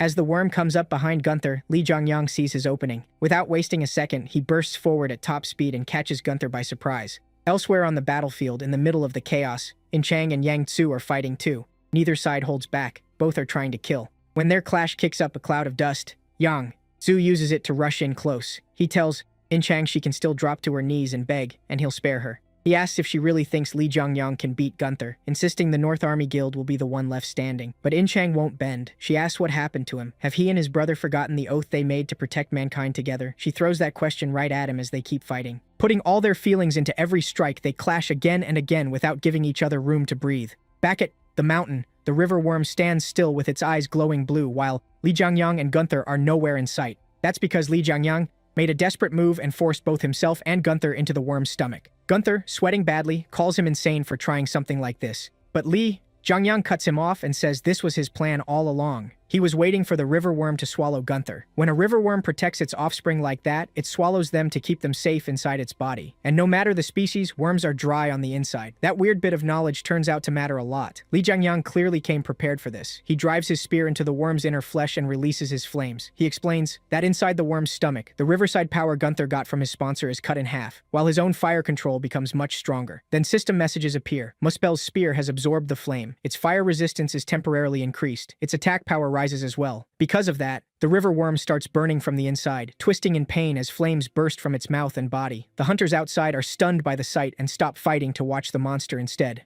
Back inside, Gunther is surrounded by fire. Cornered with nowhere to run, he falls into despair. In his mind, this can't be happening. He was meant to be king. Panic fills his face as he realizes all his plans, dreams, and hopes are falling apart. In a rage, he charges Li Jiangyang and demands to know who he really is. Li Jiangyang doesn't back down. He ends it there, driving his spear straight through Gunther's body, and burns him alive inside the worm. With the fight ending, Li Jiangyang finally thinks he can breathe again, but then his soul-collecting avatar suddenly activates. A message says it has taken in the soul of a hero, Gunther, and the bracelet starts to glow. That confirms what Li Jiangyang suspected. The avatar doesn't need monster souls. It needs human souls, and not just any humans. Only those who became strong again and again, the ones called heroes. Then more messages appear. The ruler of Riverside has fallen, and all support from that sponsor has been cut off. Li Jiangyang is stunned. Did Gunther's sponsor just die too? He wonders if killing the hunter also kills the sponsor, but the Demon King's book said sponsors never die. Then a black portal opens and a creepy crow with red eyes flies out. When Li Jiangyang notices it, the crow starts talking. The bird says he still hasn't answered Gunther's final question.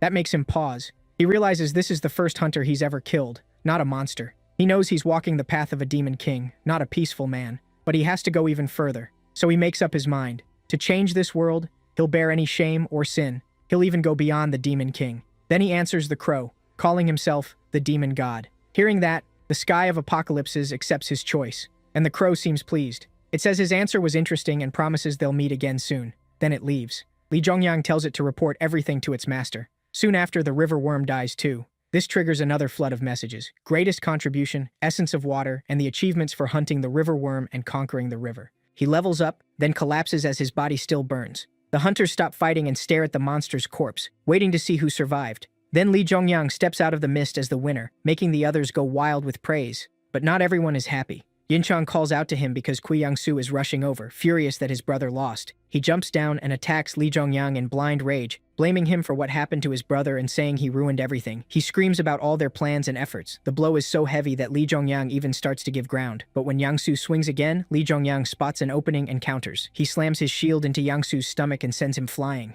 As a result, Yangsu crashes into a cliff wall, but he still tries to keep going. Once more, he forces himself back up to fight, but Li Jiangyang doesn't let him. In an instant, he closes in and aims his spear at Yangsu's head. Only then does Yangsu understand how close he is to death, and he finally goes still. As Li Jiangyang speaks, he says hunters were given power to protect humanity in this crisis. People like Yangsu and his brother who prey on weak civilians don't deserve to be called hunters at all. Yangsu burns with anger, but with the flaming spear at his neck, he can't move. Still, Li Jiangyang has seen enough killing today. He doesn't want more pointless bloodshed, so he turns away and tells Yangsu to live in regret. But Yangsu doesn't change. Seeing Li Jiangyang's back, he thinks this is his chance. The moment Li Jiangyang turns away, Yangsu looks up. With a cold look in his eyes, he pulls out a weapon from his inventory and tries to stab him in the back. Li Jiangyang is left wide open, but right before the strike lands, Yinchang appears. She steps between them and cuts Yangsu down with one slash. At last, the evil brothers get what they deserve. Cut down by someone he once called a friend, Yangsu asks how she could do it, but before he can finish, he falls to the ground and bleeds out. The soul-collecting avatar absorbs another hero's soul.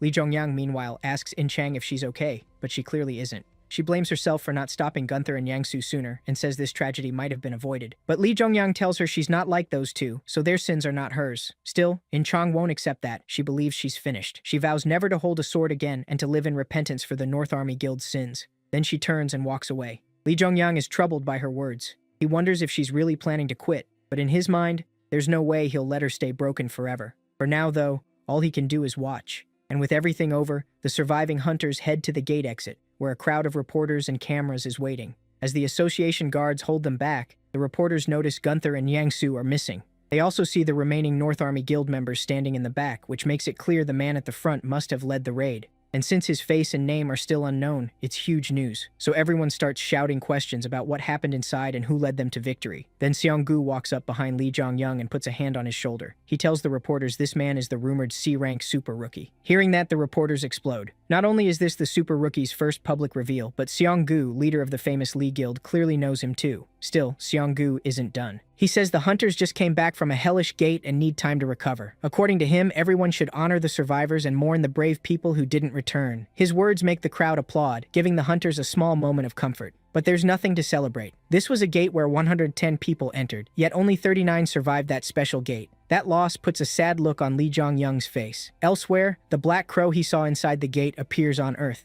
As a result, it returns to its master, an eye-patch-wearing man who's pleased to see his crow Hyo-jin return. Then the crow reports everything it learned about Lee Jong-young. It says he already knew the river worm was being controlled, and that he also knew about the plan to turn Gunther into a hero. It adds that Lee Jong-young grows stronger by hunting monsters and even called himself the demon god. After hearing that, the eye patch man decides to meet the Lin River Gate survivors himself to learn exactly what happened, and he tells his assistant to arrange it. But that's not all. He also says the North Army Guild is no longer useful and needs to be erased right away. The assistant agrees and says he'll handle it through the media. Later, In Chang visits the North Army Guild headquarters, or what used to be. As she walks in, old memories hit her. She remembers the place full of people and Gunther's voice, and the emptiness now makes her visibly sad. She admits she's tired of being a hunter. Then she is approached by some former guild members. They tell her she did nothing wrong. Yang-soo and Gunther simply paid for their sins. But they don't stop there. They bow to her and beg her not to give up. One member says that as a father he wants to live honestly, and he's ready to pay for the crimes their guild committed.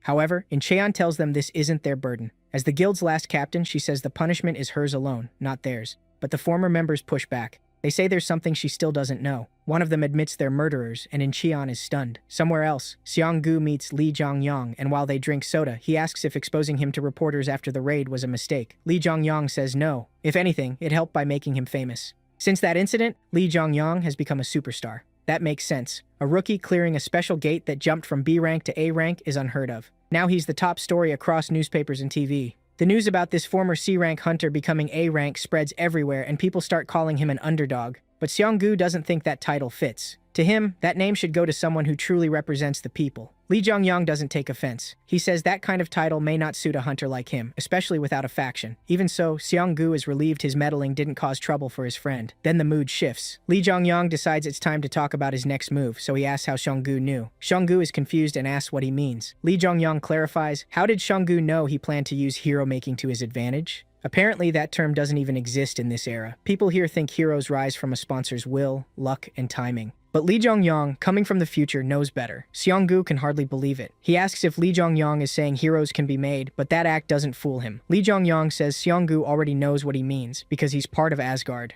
The moment he says that, Seong-gu erupts with anger. His eyes glow, and a golden aura wraps around him. The pressure pouring off him is so strong even the nearby swings start moving, and even Mr. Eyepatch feels it. He's caught off guard by the aura and realizes something interesting is happening. Back with Lee Jong-young, he's shocked too by the sudden pressure. Seong-gu tells him to calm down, then demands to know how he found out. Lee Jong-young explains that from the moment they met, he already believed Seong-gu was with Asgard. So he asks why Seong-gu kept acting like he understood the plan and even helped him anyway. Seong-gu says he had his suspicions. Lee Jong-young's growth is too fast, and the way he thinks makes it clear he knows things others don't. Still, Lee Jong-young is the one who let him see through the plan on purpose. He asks why he thinks he did that, but Seong-gu has no answer. So Lee Jong-young reveals the truth. He wants to join Asgard, the hidden group of powerful hunters. That leaves Seong-gu speechless, while Lee Jong-young smiles, thinking the real war starts now. Later that night, Lee Jong-young calls In-cheon out to talk. She comes and asks why he wanted to meet. He skips the small talk and asks her to join his side, but In-cheon hesitates.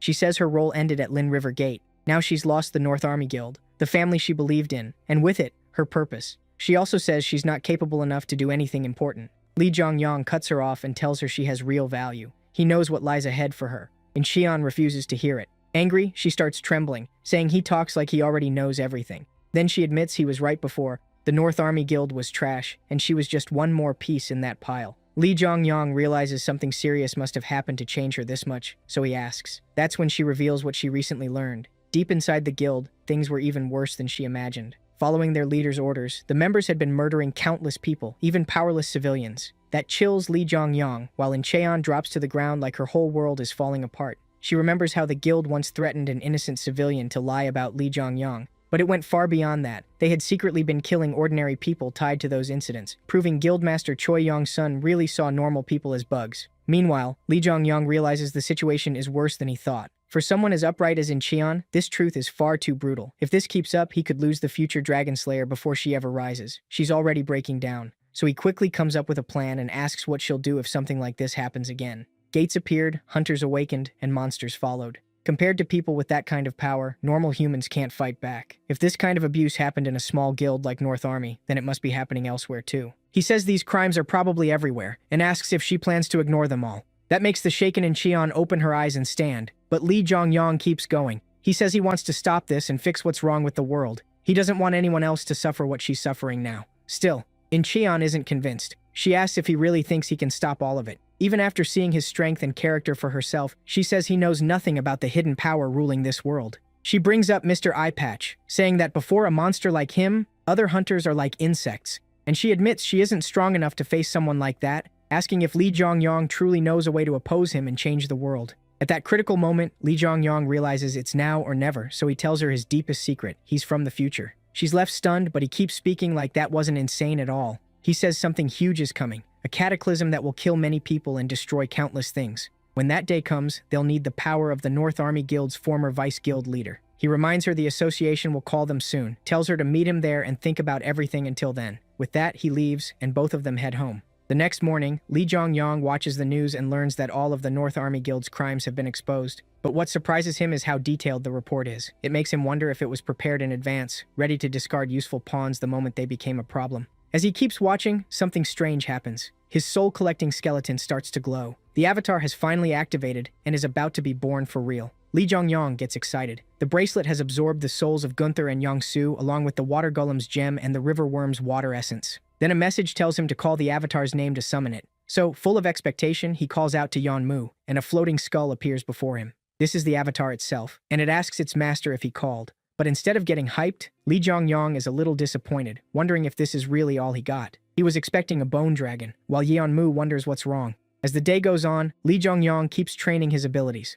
According to the autobiography of the Demon King, magic power is like the atmosphere. Many heroes have asked themselves whether they were truly using all of that power. They searched for ways to draw out the full force of magic, the mana stream, but Lee Jong-yong still can't do that yet. According to him, the method the Demon King's way to pull out the most power is hard to copy because the notes are too vague. Even so, a disaster he can't stop is coming. When it hits, today's A-rank hunters will drop to around C+. To survive it, Lee Jong-yong needs to get stronger, but that's been harder than he expected. Then he gets a text from Kim saying she's outside and will take him to the association. That makes Lee Jong-yong freeze up. They're finally going to meet. Stressed out, he heads down, and Kim drives him to association headquarters. On the way, she points out she's never seen him this nervous before, not even when he entered the Lin River Gate and might have died. She can't remember him ever looking like this, so for a second she thought he wasn't even human, but seeing him now changed her mind. Then again, meeting the head of Korea's association is enough to shake anyone. Kim tells him to relax. She thinks the president just wants to meet him and the other Lin River Gate survivors to talk about what they achieved, not because Lee Jong-yong did anything wrong. But he knows that's not it.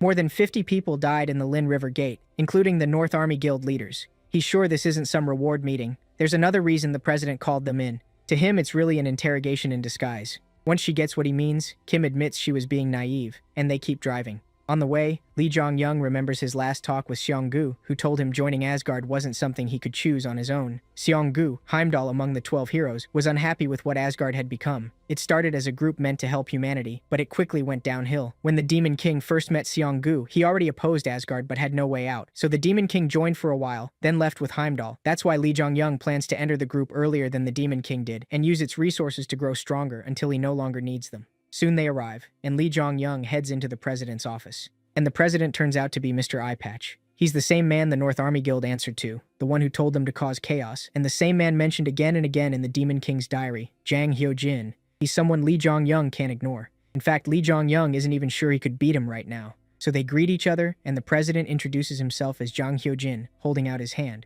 Lee Jong-yong shakes it and gives his name too, but the president quickly drops the act and asks who he really is. With a dark look, Jang Hyo-jin says Lee Jong-yong already knows everything, so there's no point pretending. He openly admits he was the one who gave the North Army Guild that power. Then Lee Jong-yong remembers a line from the book. Do not trust anything about Odin. Everything about him is a lie. Even so, he already knew Jang Hyo-jin was behind it, so he barely reacts. Seeing that, Jang Hyojin looks disappointed and reviews Lee Jong-young's file again. He says the man before him is unusual. Right after awakening, he killed dozens of goblins and even the goblin chieftain alone. After being rescued, he was rated C rank, but in only 2 months he rose to A rank, killed the river worm, and cleared the Lin River Gate by himself. That kind of growth is unheard of, which is why Jang Hyojin is so interested in him. But he still has one question. Why did Lee Jong-young kill Gunther? He says Gunther was a tool he'd been raising, and he's clearly angry that all that effort. Hearing that, Lee Jong-young realizes Jang Hyojin saw everything through his crow. He answers that he only killed a hunter who attacked him and asks if that's a problem. Of course it is. Lee Jong-young destroyed one of Jang Hyojin's pieces without permission, but to Lee Jong-young, that's no huge loss. Gunther was just a pawn, wasn't he? Then he stops circling around the issue and tells the association president he wants to join Asgard. That catches Jang Hyojin off guard, and he says Lee Jong-young really is interesting. Still, he wonders if Lee Jong-young knows what Asgard actually is. Lee Jong-young says Asgard is a group made by the first hunters to save humanity. He also states that Jang Hyojin is Odin, king of Asgard and leader of the secret group. After that, Lee Jong-young repeats his request. He wants in. He's not giving up, and that only makes Jang Hyojin more curious. According to the Demon King's autobiography, Odin, Jang Hyojin, had a terrible personality. His kind image was fake. Deep down, he was more petty and cruel than almost anyone.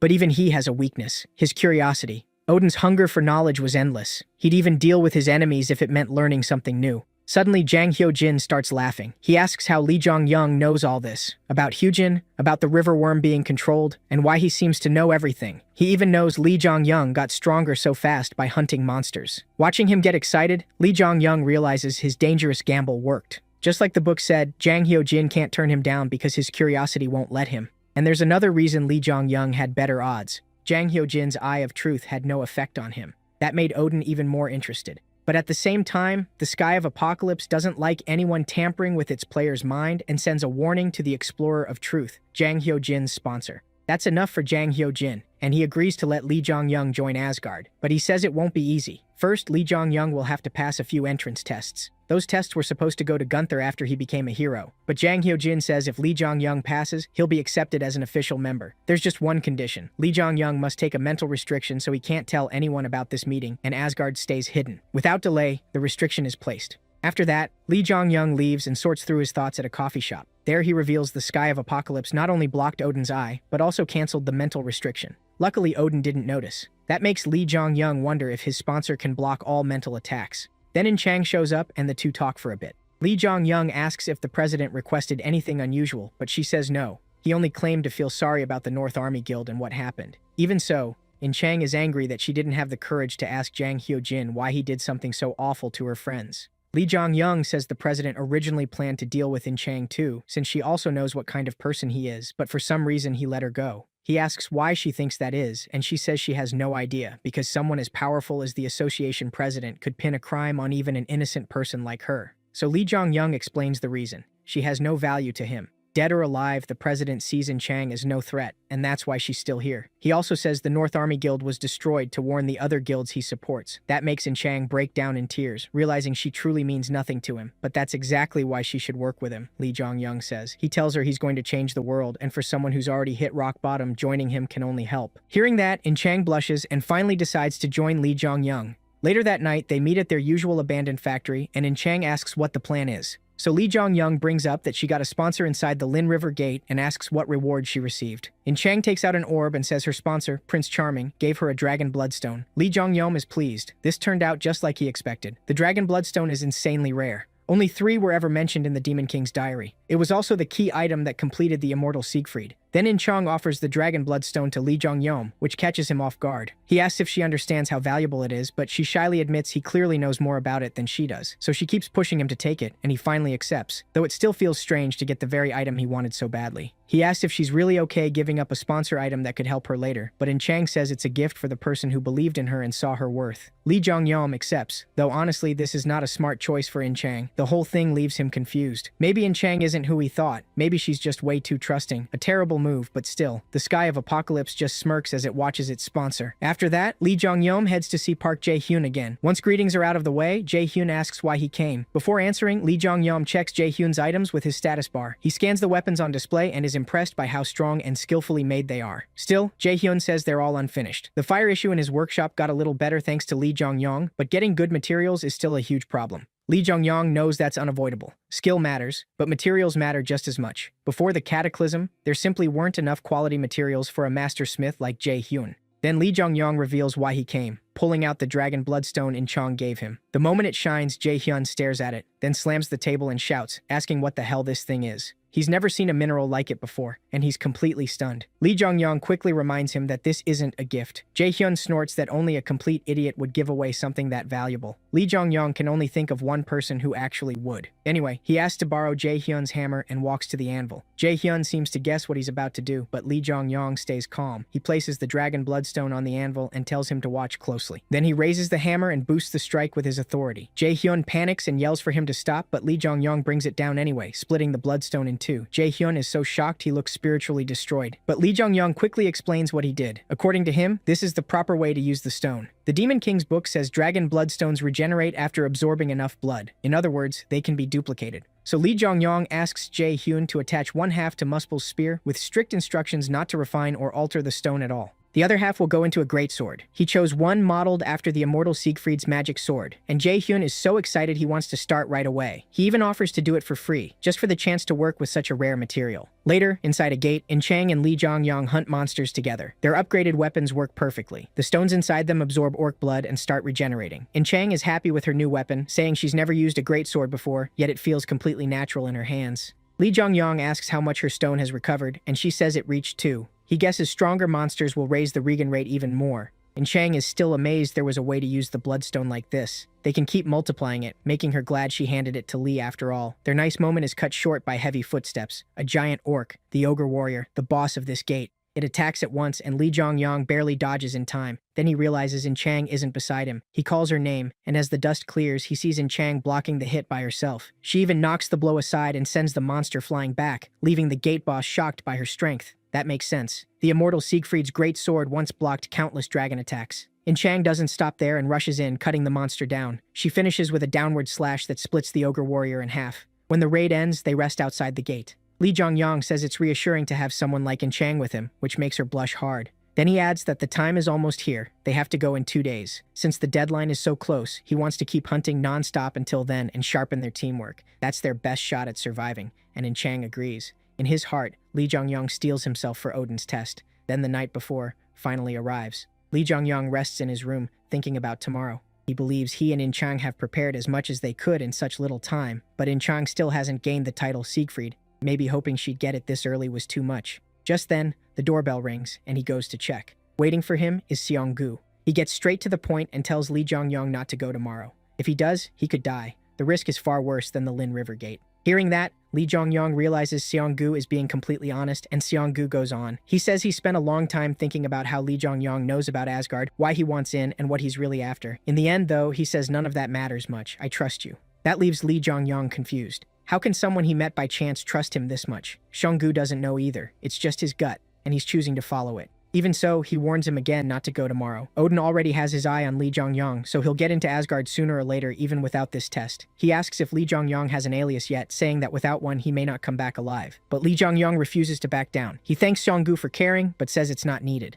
No matter what, he'll return alive. He still has too much left to do. And then the day finally comes. Li Zhongyang and In Chang arrive at what looks like an airport, both dressed in black suits. There, Kim greets them and leads them forward. Seeing her, Li Zhongyang congratulates her on her promotion, but she says it's thanks to him. Because he's doing so well, she was rewarded by being put in charge of him. She's also proud to manage a hunter chosen for an international expedition to represent their country. She bows, says the gate will open soon, and hopes they both return safely before leaving. Even In Chang is impressed by how cool Kim acts. Still, Li Zhongyang and In Chang soon reach the gate to London, where an association member tells them to enter. They arrive in London and are welcomed by the event's hosts. What's more, it turns out Li Zhongyang speaks English really well. That makes In Chang trust him even more. But the reason is dark. In the future, if you can't speak English, people barely treat you like a person. So he had to learn. The hosts show them to their rooms and tell them to rest. They also mention a party for the hunters gathered for the gate expedition and suggest the Korean team should attend. So that night, they go. In Chang grumbles that not knowing English is annoying. She wants to know what people are saying about them.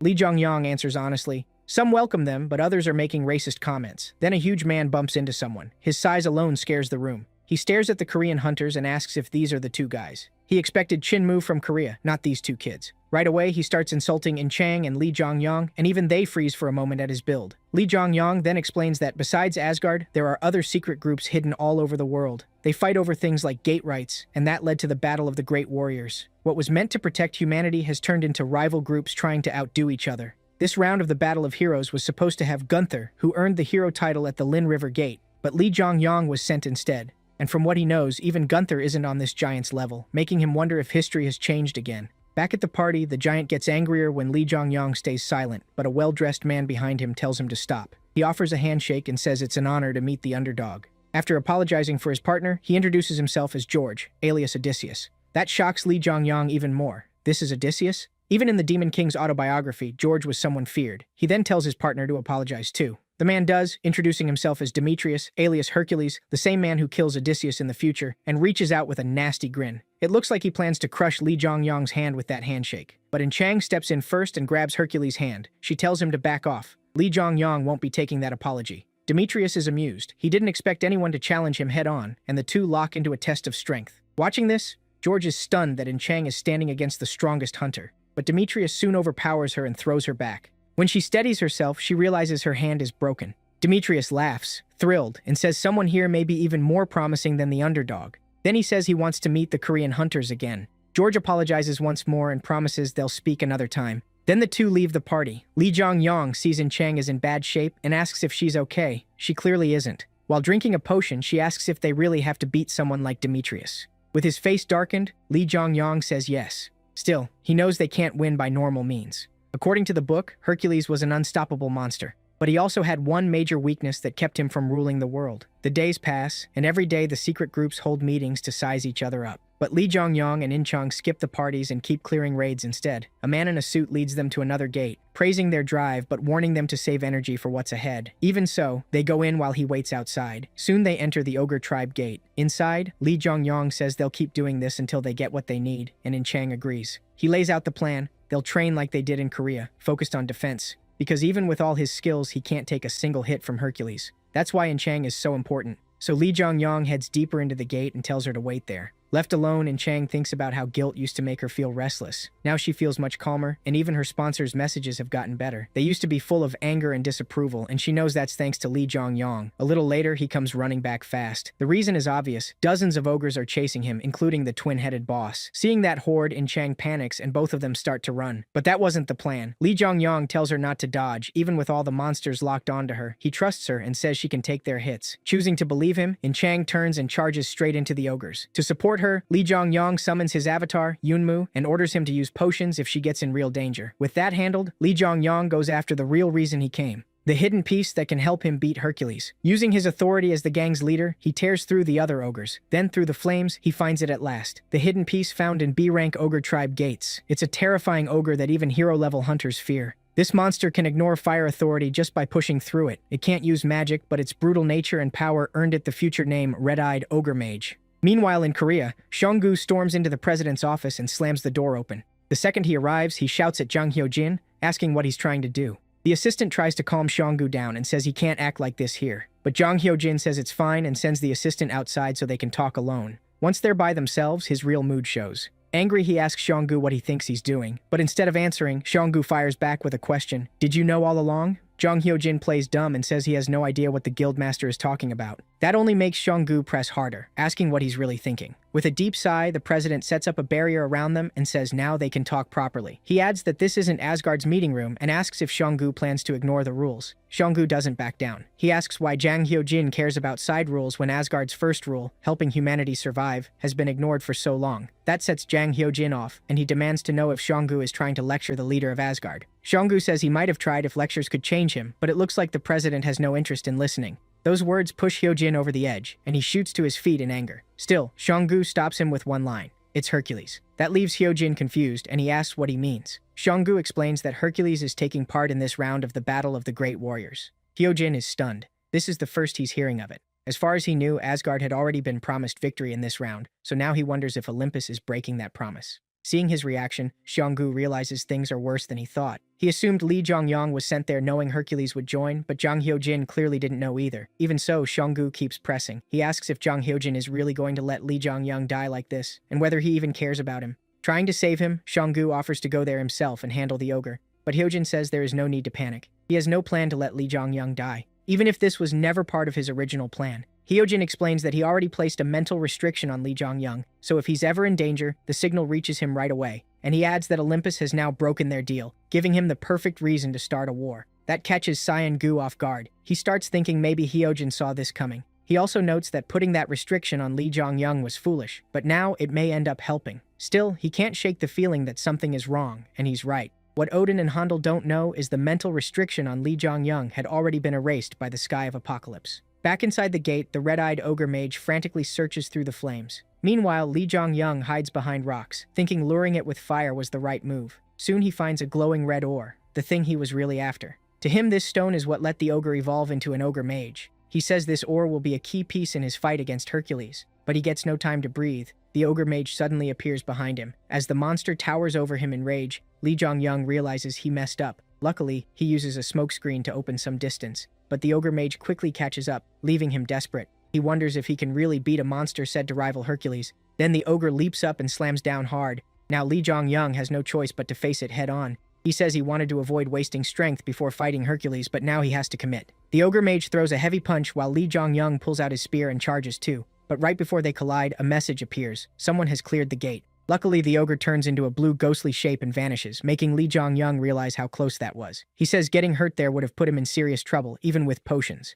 Thankfully, it seems Incheon defeated the boss just in time. Back in London, the waiting continues. There, Hercules and Odysseus stand together. Hercules points out that the Korean hunters haven't shown up since day one, and Odysseus says they're probably preparing on their own. But Hercules is getting restless. He wants to visit a gate and blow off steam, yet Odysseus shuts that down. He doesn't want another headache because of him. Then he reveals something important. Hercules came here against Olympus's orders. Still, Hercules says he had no choice. He was told to throw a fight he could have won, and as a warrior, he couldn't accept that. Because of what happened, Theseus, the one meant to come with Odysseus, ended up hospitalized. Odysseus has been hiding him, and so far they have managed because Hercules appeared on the first day. Soon someone from Olympus should arrive to punish both Hercules for disobeying and Odysseus for helping him. But Hercules says not to worry. He'll protect his friend no matter who comes. Then he brings up Incheon, saying she looks somewhat capable, but Hercules respects very few fighters. So the fact that he's excited to face the underdog and his partner makes Odysseus feel like something huge is coming. The next day at the hotel, Li Zhongyang and Incheon sit in their room. Incheon asks if he's going out hunting again and whether she should come too, but Li Zhongyang tells her no. She still hasn't fully recovered from yesterday's fight. Of course, she blames him for that. Because of Li Zhongyang's antics, she gained a rare trait that boosts her constitution growth and physical resistance. He even jokes about doing it one more time.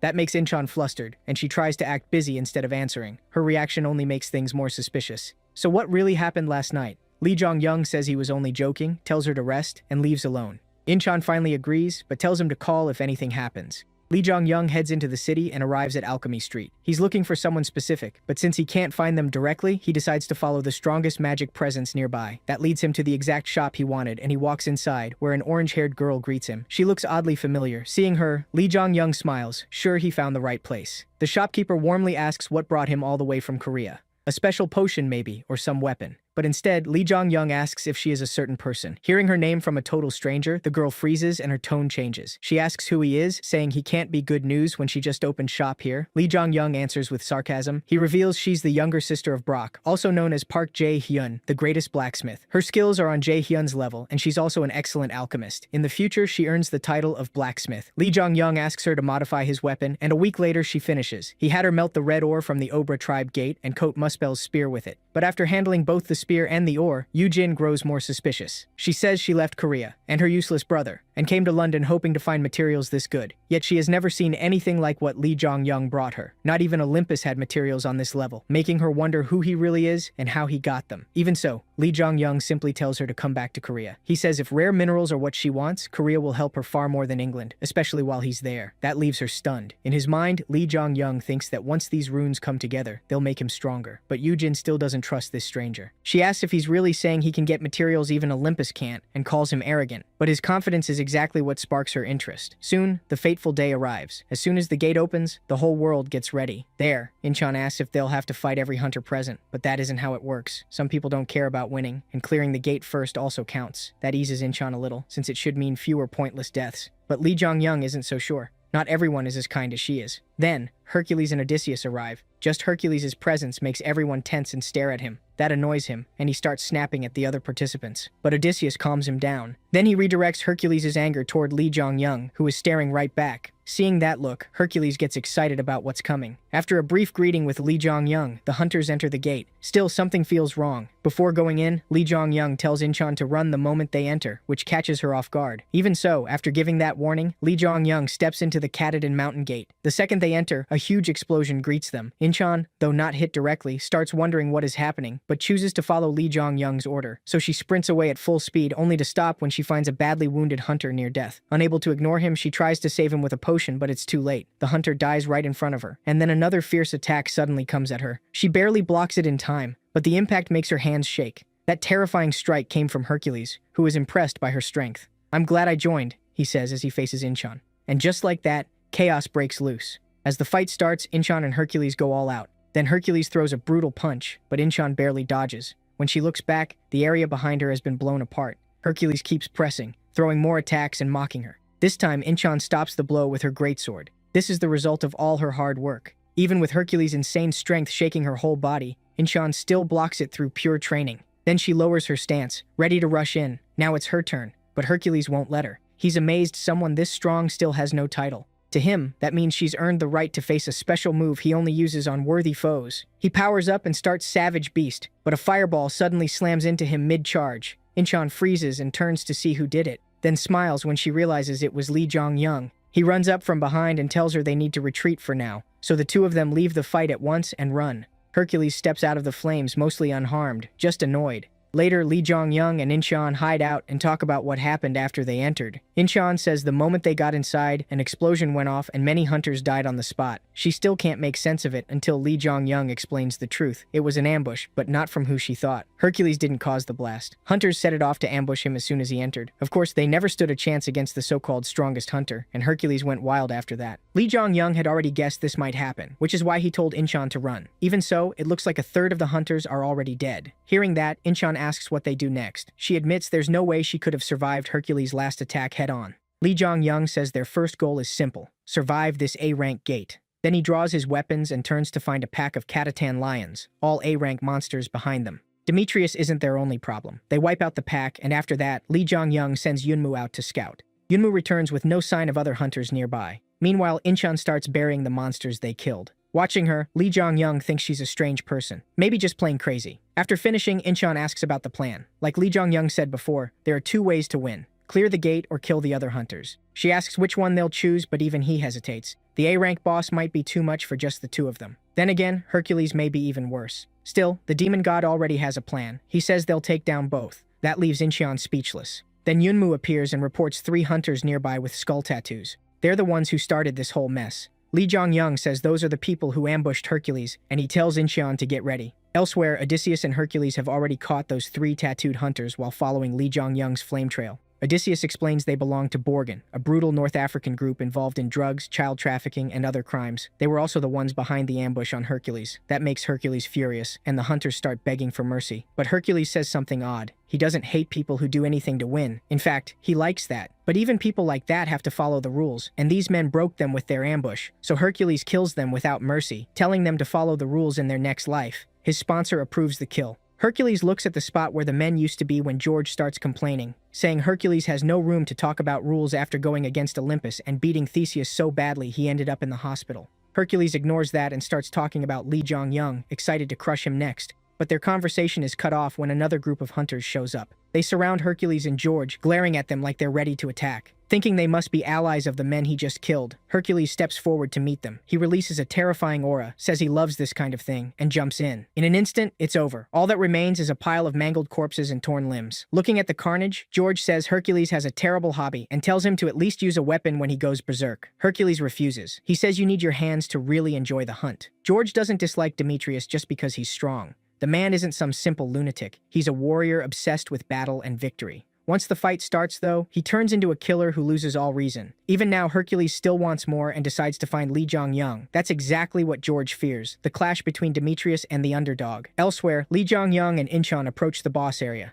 They sense huge magic power, and Yunmu rushes back to report hunters nearby. But there's no bloodlust, so they seem friendly. When Lee Jong-young and Incheon approach, the hunters say they've been waiting for the Korean team. Of course, Lee Jong-young has no idea what they mean. Confused, one of them asks if Asgard sent him here, and he says yes. The group talks it over, then Inev steps forward and introduces himself as a member of Nihil, a secret global group like Asgard and Olympus. He says they were assigned to help the underdog. Since Lee Jong-young knows nothing about the plan, Inev explains the Great War was already arranged for Asgard to win, but Olympus ran into problems, and Hercules showing up made things messy, so Nihil is here to make sure Lee Jong-young and Incheon still come out on top. Hearing that, Lee Jong-young finally understands part of the real setup. Then Inev offers to help them beat the boss, since 2 people won't be enough. But Lee Jong-young wants something else. He says he'll bring down Demetrius. That shocks everyone, but to him, only beating the boss would make him look like Odin's puppet. Incheon, still confused, asks him to explain, so he tells her the higher-ups already planned for Asgard to win, while his choice to fight Hercules goes against that. Even so, he wonders if she'll oppose him,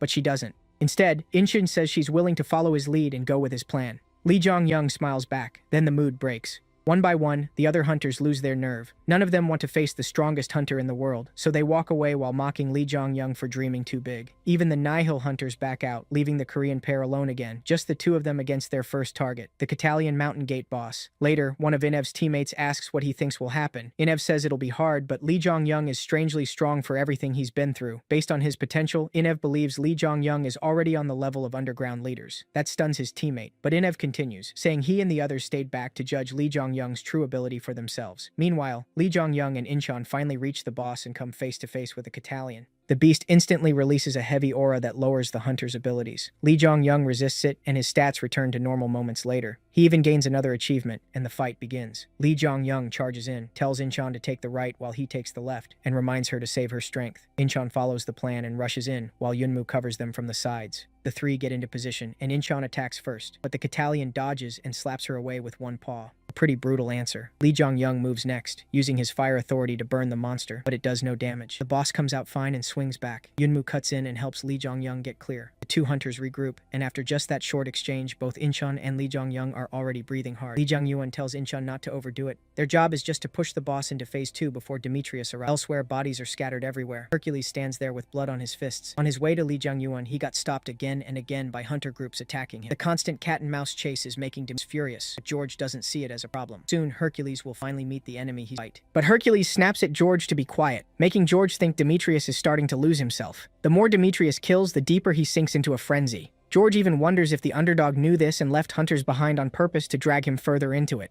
Still, that should be impossible. That secret is hidden even inside Olympus. Odin doesn't know it. Of course, George has no clue about our boy's book, so he calmly walks up to Demetrius. Hearing George's voice, the bloodlust in Hercules starts to fade, and he asks what he wants. George asks if he's really sure he can stay sane in this state. Demetrius tells him not to worry. He says his control is much better than before, and promises he won't lose himself again. Then the shockwave from the Korean hunters' battle reaches them. Feeling that pressure, Hercules grins and asks if the main event has started. George decides to trust Hercules, one of the few S-class hunters in the world, and says it's time to move. Back at the battlefield, the boss suddenly stops moving. That means the Korean hunters succeeded. They forced it into phase 2, but it doesn't end there. While transforming, the boss releases a huge demonic aura and shifts into its final form. It also summons its minions, and a pack of monster lions appears beside it. From a safe distance, the Nile hunters keep watching, amazed that only 2 people pushed the Catalan this far. Still, something feels off. Inev knows that when a gate boss freezes like this, hunters usually rush in and deal as much damage as they can. So why did the underdog stop? Back to Lee Jong-young. He tells Incheon they pulled it off, and right on cue, the protagonist arrives. Hercules crashes into the arena, with George right behind him. But the second they appear, one of the lion minions jumps at Hercules. He destroys it with one punch, then turns toward Lee Jong-young, without knowing Lee Jong-young has no plan to fight him yet. Instead, Lee Jong-young immediately runs, taking Incheon with him. That only makes Hercules even madder, so he charges after them, but the Catalan won't let him go. It starts chasing Hercules too. Actually, both Hercules and the boss are chasing the Korean hunters, making Incheon doubt Lee Jong-young's plan. He explains it's because they were the ones hurting the boss, so its aggro is locked on them, not Demetrius. Still, the beast will wear itself out soon because it's burning through demonic energy non-stop. If they stall long enough, it'll weaken and collapse. The real problem is how to keep that up. Confused, Incheon asks Lee Jong-young, but he already has another idea. While running, he leads Hercules and the boss straight toward a group of stunned hunters. Because of that, the boss dives into their ranks, dragging them into the fight and injuring them as collateral. Seeing the boss swallowed by demonic power and acting on pure instinct, the hunters realize they have no choice but to fight back if they want to live. Even Hercules joins the slaughter, laughing like a madman. In the end, Lee Jong-young's plan works. After starting the chaos, they slip away from the battlefield and hide near a cliff. But they can't avoid this forever, so Lee Jong-young uses his final backup plan. He saved his AC for this moment and summons a glass vial, then coats his spear with the liquid inside. Seeing that, Incheon asks what he's doing. Lee Jong-young says this is his secret weapon for Hercules.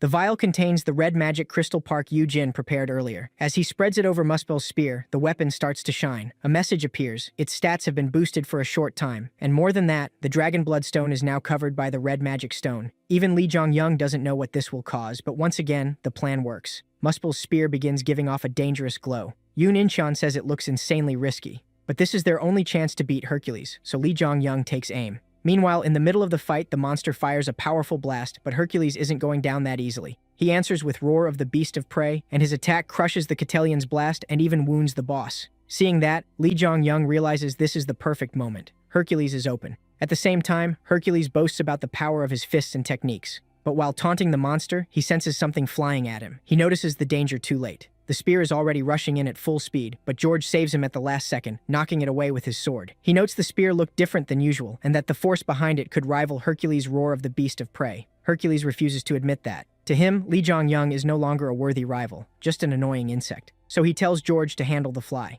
He says he'll hunt the real beast instead. Then he leaves George behind and goes after the boss. The second he does, George laughs, turns with a fierce aura around him, and says he's been underestimated. Waiting for him is In Chang, ready to fight. She swings first, but George dodges. He answers with a flurry of attacks, but In Chang blocks or avoids everyone while backing away. Then she gathers ki into her sword for a full power strike. George sees that and thinks she's still an amateur. Certain this is his chance to finish it, he declares it's over. But he's wrong. Out of nowhere, Yunmu appears and fires a blast at George. Caught off guard by the flying skull, George barely dodges, and that leaves him open for In Chang's attack. She finally brings her strike down, but when the dust clears, George steps out almost untouched and asks if it ran away. Staying calm, he wonders why the skull aimed at the ground instead of going for a killing blow. Then he notices the sticky, sweet-smelling stuff it fired out. As he checks the thick liquid, he realizes what In Chang and Yunmu did. They covered him in monster pheromone, a potion that attracts mobs. Seconds later, he's surrounded by monsters. The hunter Odysseus definitely didn't expect that. Who would have thought Yunmu would use a mobbing potion like this? Even George admits it got him. Meanwhile, Lee Jong-young has problems of his own. From the sidelines, he watches the brutal fight between Hercules and the Cattellion. To him, it looks like Hercules is taking on the high-rank boss alone on even terms. And this is the boss's second stage, with demonic energy at full power. Lee Jong-young can't help wondering if anyone can really fight a monster in that state. But Hercules is doing it right in front of him, leaving him to wonder just how insane Hercules' stats really are. Then In Chang appears behind him, showing up right on time. That means their plan worked, and Odysseus is tied down for now. In Chang confirms it and says Yeonmu helped a lot. Still, Lee Jong-young reminds her they need to end this before Odysseus gets back or their odds will drop. She agrees. Meanwhile, Hercules looks like he's enjoying himself against the high-rank boss. As his bloodlust grows, he gets deeper into the fight. Then his eyes suddenly change, and that is exactly what Lee Jong-young was waiting for. Taking it as his signal, he says Hercules may look fine now, but this will break his mind and finally bring down Berserker Hercules. He tells In Chang to face the Cattellion like they planned while he goes after Demetrius alone. He doesn't need to beat Hercules, just land one clean hit while escaping.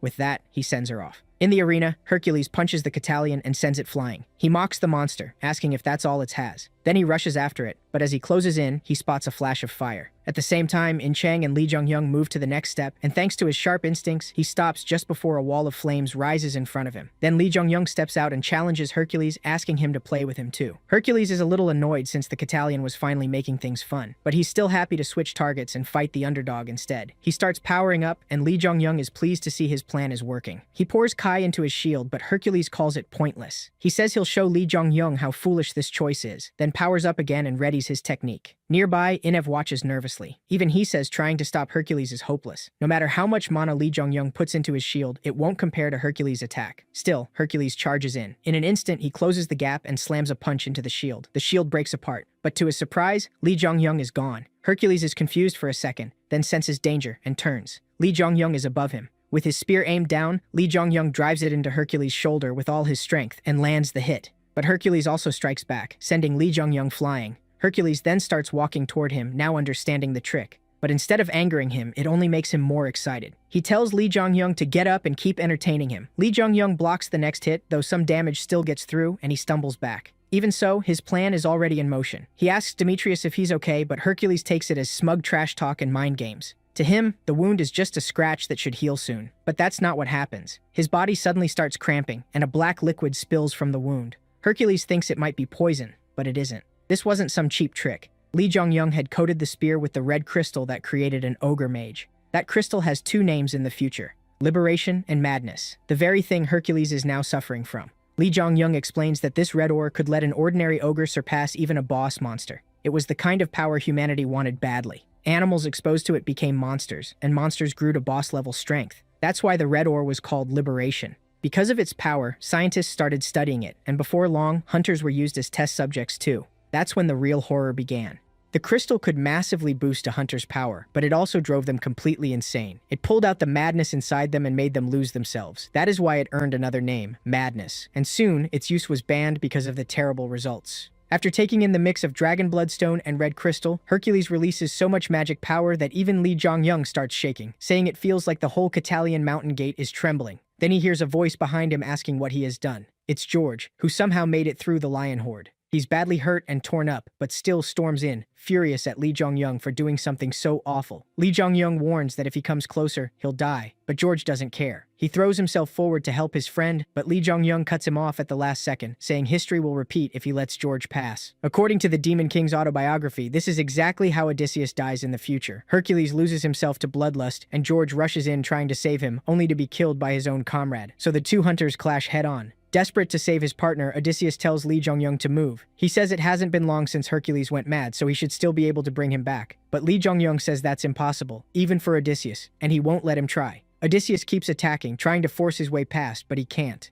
Then all of a sudden, Lee Jong-young says he has a plan. That catches Odysseus off guard, and he steps back to hear him out. He still doesn't trust Lee Jong-young, but he's desperate to save his friend, so he asks what the plan is. Lee Jong-young says he only needs 5 minutes. They just have to hold Demetrius off that long. To Odysseus, that sounds impossible. How could anyone stop a crazed Demetrius for 5 full minutes? But before he can argue more, Demetrius comes flying in to attack. Seeing that, Lee Jong-young calls out for Incheon and jumps aside, with Odysseus moving too. In their place, the Catalian charges in and clashes with Demetrius. Lee Jong-young is glad Incheon did her part perfectly. He tells Odysseus that even the Catalian is on their side now, so surviving 5 minutes should be possible. Odysseus still isn't fully convinced, but he has no better option, so he follows Lee Jong-young's lead. Now with another strong fighter on their side, Lee Jong-young gets fired up. He explains that future research showed the red crystal's effects last only about 5 minutes. If they can endure until then, Demetrius will return to normal. If that happens, the battle is over, and Lee Jong-young wins. Elsewhere, the hunters cleaning up the Catalian's minions finally finish off the weaker monsters when they suddenly feel a crushing demonic energy.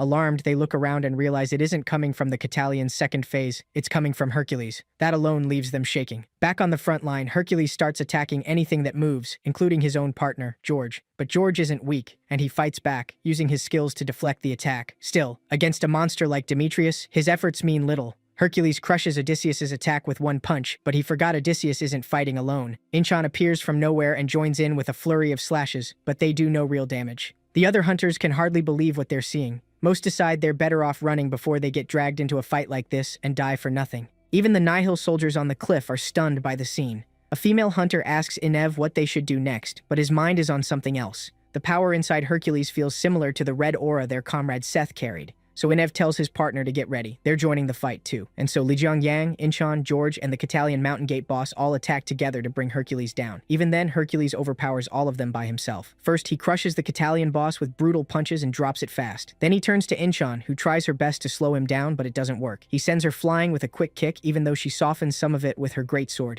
Next up is Odysseus, who dives in from above and charges at his friend, yelling for him to pull himself together. But Demetrius has gone mad and won't listen. Odysseus still charges in with his sword. Hercules doesn't try to dodge or block. Instead, he chooses the craziest option. He meets the blade with his bare fists. His fists slam right into the sword, and somehow he takes almost no damage. Instead, the impact sends a huge shockwave through the blade and into George, badly injuring him. Even the sword gets damaged, and Hercules still isn't done. He knocks George into the air, charges up, then fires off another deadly move, Savage Beast's Roar, before rushing in at insane speed with a flaming punch. At the last second, Lee Jong-yoon appears and pulls George out of the way. Even while hurt, George asks how much longer they need to hold on. When will the 5 minutes end? That makes Lee Jong-un think back. The future experiment showed that 5 minutes was the limit for an incomplete red core. So why isn't Hercules slowing down? He doesn't get time to figure it out. Hercules rushes him again and gets ready to strike, but a blast of water suddenly sends him flying. It came from Iniv. The Nile hunters arrive too, saying they'll support Lee Jong-un and the others from the rear. That gives Lee Jong-un enough time to check on his fallen teammate.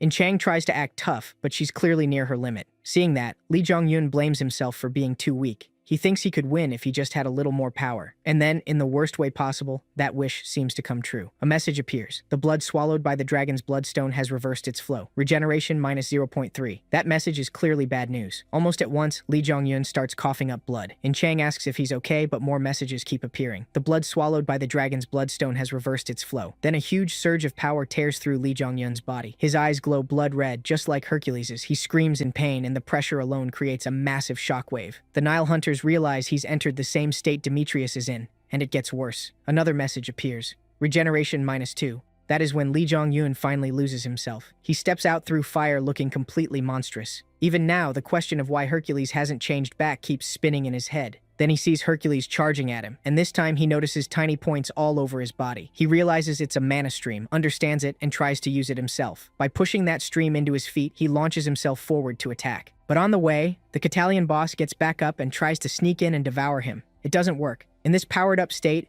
Lee Jong-un handles the weakened boss with ease and cuts it in half, only getting a pure water of the forest. He also levels up, and his stats rise a little. But this power comes with a cost. The Dragon Bloodstone has blocked the messages from Lee Jong-un's sponsor. Worse, the demonic energy inside him is wrecking his body. He's close to breaking down, and if he wants to live, he needs to release that demonic energy. But Lee Jong-un isn't in any state to make smart choices. He screams again, and flames burst around him. Those flames keep spreading like they're about to swallow the entire Catalian mountain gate. On the other side, the hunters trying to escape freeze when Lee Jong-un's flames reach them. One hunter says the fire feels like it's draining the magic power from his body. As they grow weaker by the second, panic spreads. They have no idea what is happening inside this gate. Back at the front, the crazed Hercules and insane Lee Jong-un keep fighting. For some reason, both of them are shirtless. Even with their bodies falling apart, neither stops. Lee Jong-un rushes in hard, Hercules answers with a counter, and the two keep smashing into each other. Then they both decide to finish it here and unleash their strongest attacks at the same time. Their clash triggers a massive explosion that destroys the whole area. When the dust settles, both silhouettes appear, and somehow Lee Jong-un has stabbed Hercules and gained the upper hand. Then he blasts himself off Hercules with his flames and tears off his arm in the process. George loses it and screams, begging Hercules to come back to his senses and stop this fight. But Hercules doesn't even react to losing an arm. He simply grows it back almost right away. George explains that Demetrius pulled that off by burning through a huge amount of mana. If Demetrius can do that, then what can Lee Jong-un do? He looks over at the underdog and sees him healing too, even though his wounds are far worse than Demetrius's. Everyone watching is stunned. George realizes it must be because of the blue flames spread across the gate. There has to be no other reason. But the fight still isn't over. Even half-dead Hercules is ready for more, and he starts charging one of his strongest techniques, the roar of the beast of prey. George panics, noticing Hercules' arm still hasn't fully healed. Lee Jong-un decides the best move is to intercept, so he throws himself forward using the mana stream skill. Hercules fires, and just like George feared, his arm is completely destroyed. But Lee Jong-un easily knocks the attack aside with his spear. Everyone watching falls silent. No way, the underdog actually won. Hercules drops to his knees looking lifeless, but Lee Jong-un doesn't care. He moves in to cut off Hercules' head. George rushes to stop him, but it's too late. Lee Jong-un's will is already gone. Because of the Dragon Bloodstone and the Red Crystal, all he has left are the instincts to survive and to kill. But fate interrupts. A bolt of blue lightning suddenly drops from the sky. Right as Lee Jong-un swings to finish it, a human figure appears in front of Hercules and blocks the strike with a barrier. Then the stranger orders the crazed Lee Jong-un to kneel. The moment she speaks, his body moves on its own, and he drops to his knees before her. Seeing this, In Chang and the Nile hunters freeze, while George steps forward, bows, and greets her, Athena. Athena, though, is clearly not pleased. She says this whole situation is a mess, and because of her subordinates, she now owes Zeus. Before anything else, she asks who the man kneeling before her is. A hunter who beat Hercules, the strongest hunter, has caught her interest. George answers that this man is the underdog. Athena studies Lee Jong-un closely. She starts wondering if he's the one who caused all the changes in this gate. After all, Catalian Mountain was covered in the blue flames he made, flames that drain magic from living beings. Even her barriers couldn't fully stop his attack. Until now, Athena thought Lee Jong-un only got sent to Asgard as a rookie because he was lucky, but this battle proves otherwise. This rookie overpowered Hercules alone. That leaves her with one conclusion: he's dangerous,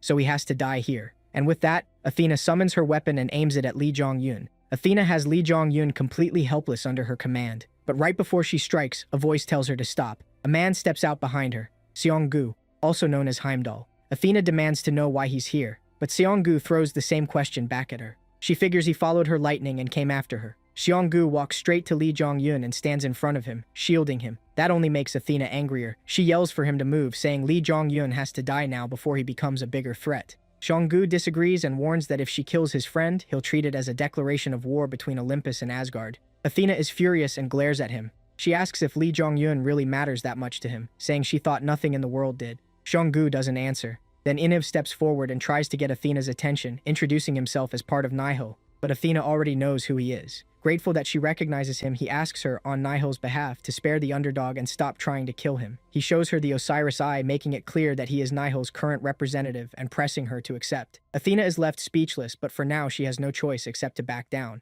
And with that, the clash ends, for the moment. Soon the gate collapses and the hunters escape. While Lee Jong-yun is still unconscious, his sponsor starts sending messages again. A sky of the apocalypse grants him magic resistance and purification. He also gets the skill Mana Stream, along with the shocking achievement, one who exploits the way on his own. After some time passes in a huge manner, Incheon sits in a chair looking down when suddenly she notices movement beside her. Lee Jong-yun is finally opening his eyes after being unconscious for days. Seeing him awake, Incheon bursts into tears. Lee Jong-yun tries to speak, but no sound comes out. His body is clearly wrecked, so Incheon runs to get someone. After she leaves for the doctor, Lee Jong-yun notices a shield and two swords above the door. He recognizes it as the symbol of the Round Table. Not every strong hunter built an underground group. Some joined together in a secret guild with noble goals. The Round Table was one of them. Still, he says they never truly helped. They stayed hidden, protecting themselves even when England was close to collapse. For all their power and influence, they did nothing to change things. Still, his first concern is his own condition.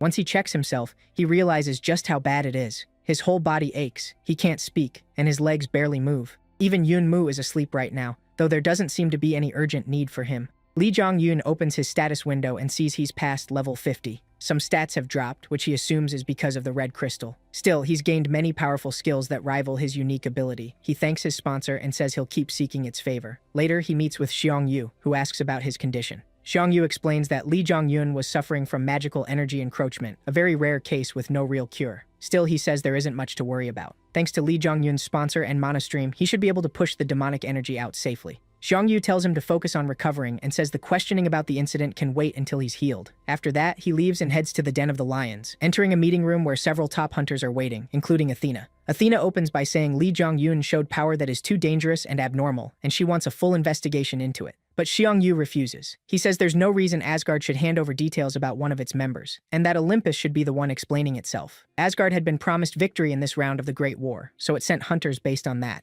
But Olympus broke the agreement. If Hercules had been joining, Lee Jong-yun would never have been sent. In that situation, Asgard's hunter was only doing his duty. So Xiong-yu demands an explanation from Olympus. Athena refuses to back down. She says Lee Jong-yun's power is far too dangerous. His blue flames covered the whole gate and even drained energy from living beings. Because of that, she demands Asgard hand him over without resistance. She adds that if they refuse, Olympus is ready to go to war with Asgard. Xiong-yu barely reacts to the threat. He says Asgard already knows all this. It knows Lee Jong-yun's flames can steal magical energy and are terrifying. And yes, it's a skill no one has ever seen before. But hasn't that always been true? Aren't hunters themselves dangerous beings? His words hit everyone in the room. That gives him room to press on, saying all of them are unknown existences that only appeared recently. Their powers are frightening to ordinary people too. So if Olympus talks about war over dangerous powers, then it must answer for showing contempt toward other hunters. That pushes Athena over the edge. She snaps that everything is his fault, blaming Xiong-yu for interfering. She says dealing with the legend Heimdall always irritates her and ruins her focus. Xiong-yu tries to smooth things over between them, but Athena is too angry to listen and says she hopes they never meet again after this. That stings Xiong-yu, but it also ends the dispute. Later that day, back in his room, Lee Jong-yun uses Mana Stream to read the flow of mana and turn it to his advantage. As he meditates, he tries to copy the mana flow Demetrius used in their fight inside the Catalian Gate. Demetrius had shown him how to boost strength by pulling magic through the body, and the same idea can be used for defense.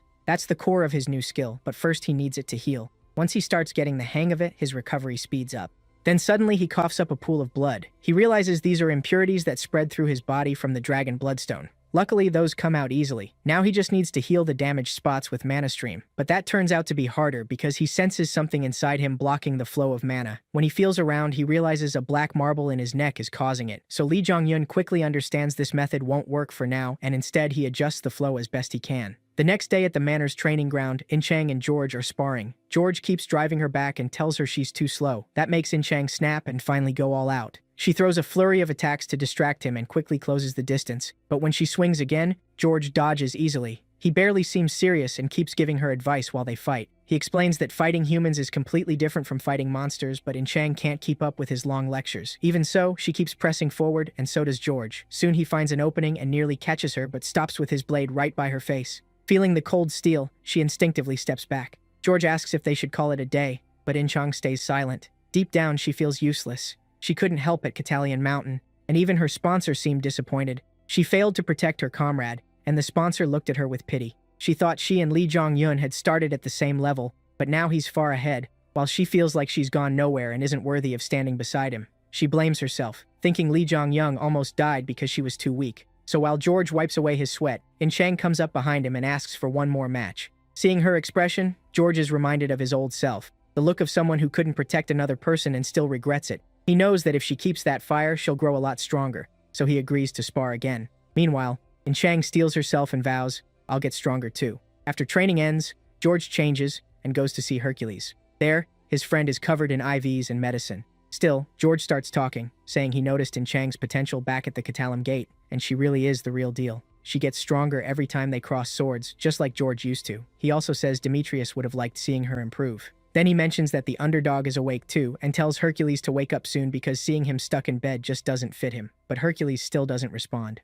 Elsewhere, after the meeting, Seong-gu goes to see Lee Jong-yeon, who is recovering much faster than expected. He is already stretching and asks if Seong-gu came for something. The bald man is glad to see him moving again and says he's full of surprises. Then Seong-gu asks what he knows about lightning, and Lee Jong-yeon answers that it is Olympus's divine item and Zeus's authority. Seong-gu says that's right. He adds that very few powers in this world can match Zeus's lightning. These abilities are rare and heavily studied. So Lee Jong-yeon points out that Bifrost, Seong-gu's divine item, is on that same level. That shocks Seong-gu, and he demands to know how he knows that. Before he can finish, Lee Jong-yeon cuts in, saying he has something important to discuss. Seong-gu agrees, but not here. So he tells Lee Jong-yeon to follow him and brings him somewhere special. They use a portal gate and arrive at a huge mansion. Even Lee Jong-yeon is impressed, and Seong-gu reveals this is his domain, Bifrost. The mood shifts the moment they arrive. Still confused by what he heard, Seong-gu asks, "Are you a prophet?" Then he starts to understand, and Lee Jong-yeon says it's something like that. He says he needs to tell Seong-gu about a book he once read, a book about Handel and his friend, and about the Demon King. Hearing that, Seong-gu gets chills. Then Lee Jong-yeon starts explaining his story and how he was sent here from the past, but Seong-gu can't accept it. "You're saying I killed you?" he asks. Lee Jong-yeon says that's not quite it. In the future, Seong-gu already knew this would happen. Then a message appears, telling Seong-gu it isn't a lie. On top of that, Lee Jong-yeon even knows he and Athena were once together. Seong-gu had already felt something strange, so he has no choice but to believe this crazy story. Still, there are problems. The book wasn't complete, and it only covered the start. Everything after that is what Lee Jong-yeon figured out himself. What he knows is only part of the full truth, and much of Seong-gu's story was missing too. Another message from his sponsor says it's true. So after hearing him out, Seong-gu asks what Lee Jong-yeon wants, and learns that his friend wants to change the hellish future he lived through, swearing many things will be different this time. But now no message appears to confirm whether that is true. It turns out Bifrost doesn't judge simple truth or lies. Instead, it only reacts when someone means to harm its hunter, Seong-gu.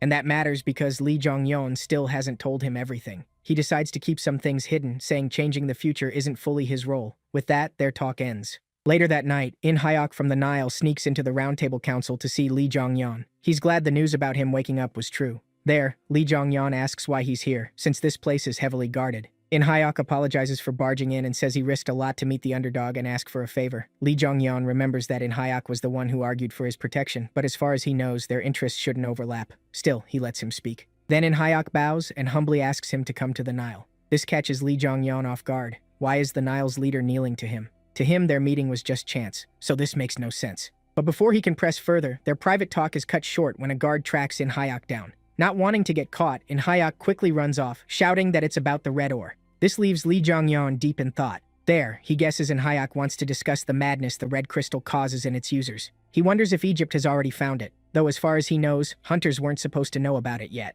Then, after thinking more, he realizes Nile hunters joined the fight against Hercules right after they saw him transform. Suddenly, Inchin rushes into Lee Jongyan's room and asks if he's alright. She thought the intruder came to kill him, but Lee Jongyan says it's nothing to worry about, for now. That throws Inchan off, but he goes on, saying he's just climbed one cliff and feels an even bigger one is coming.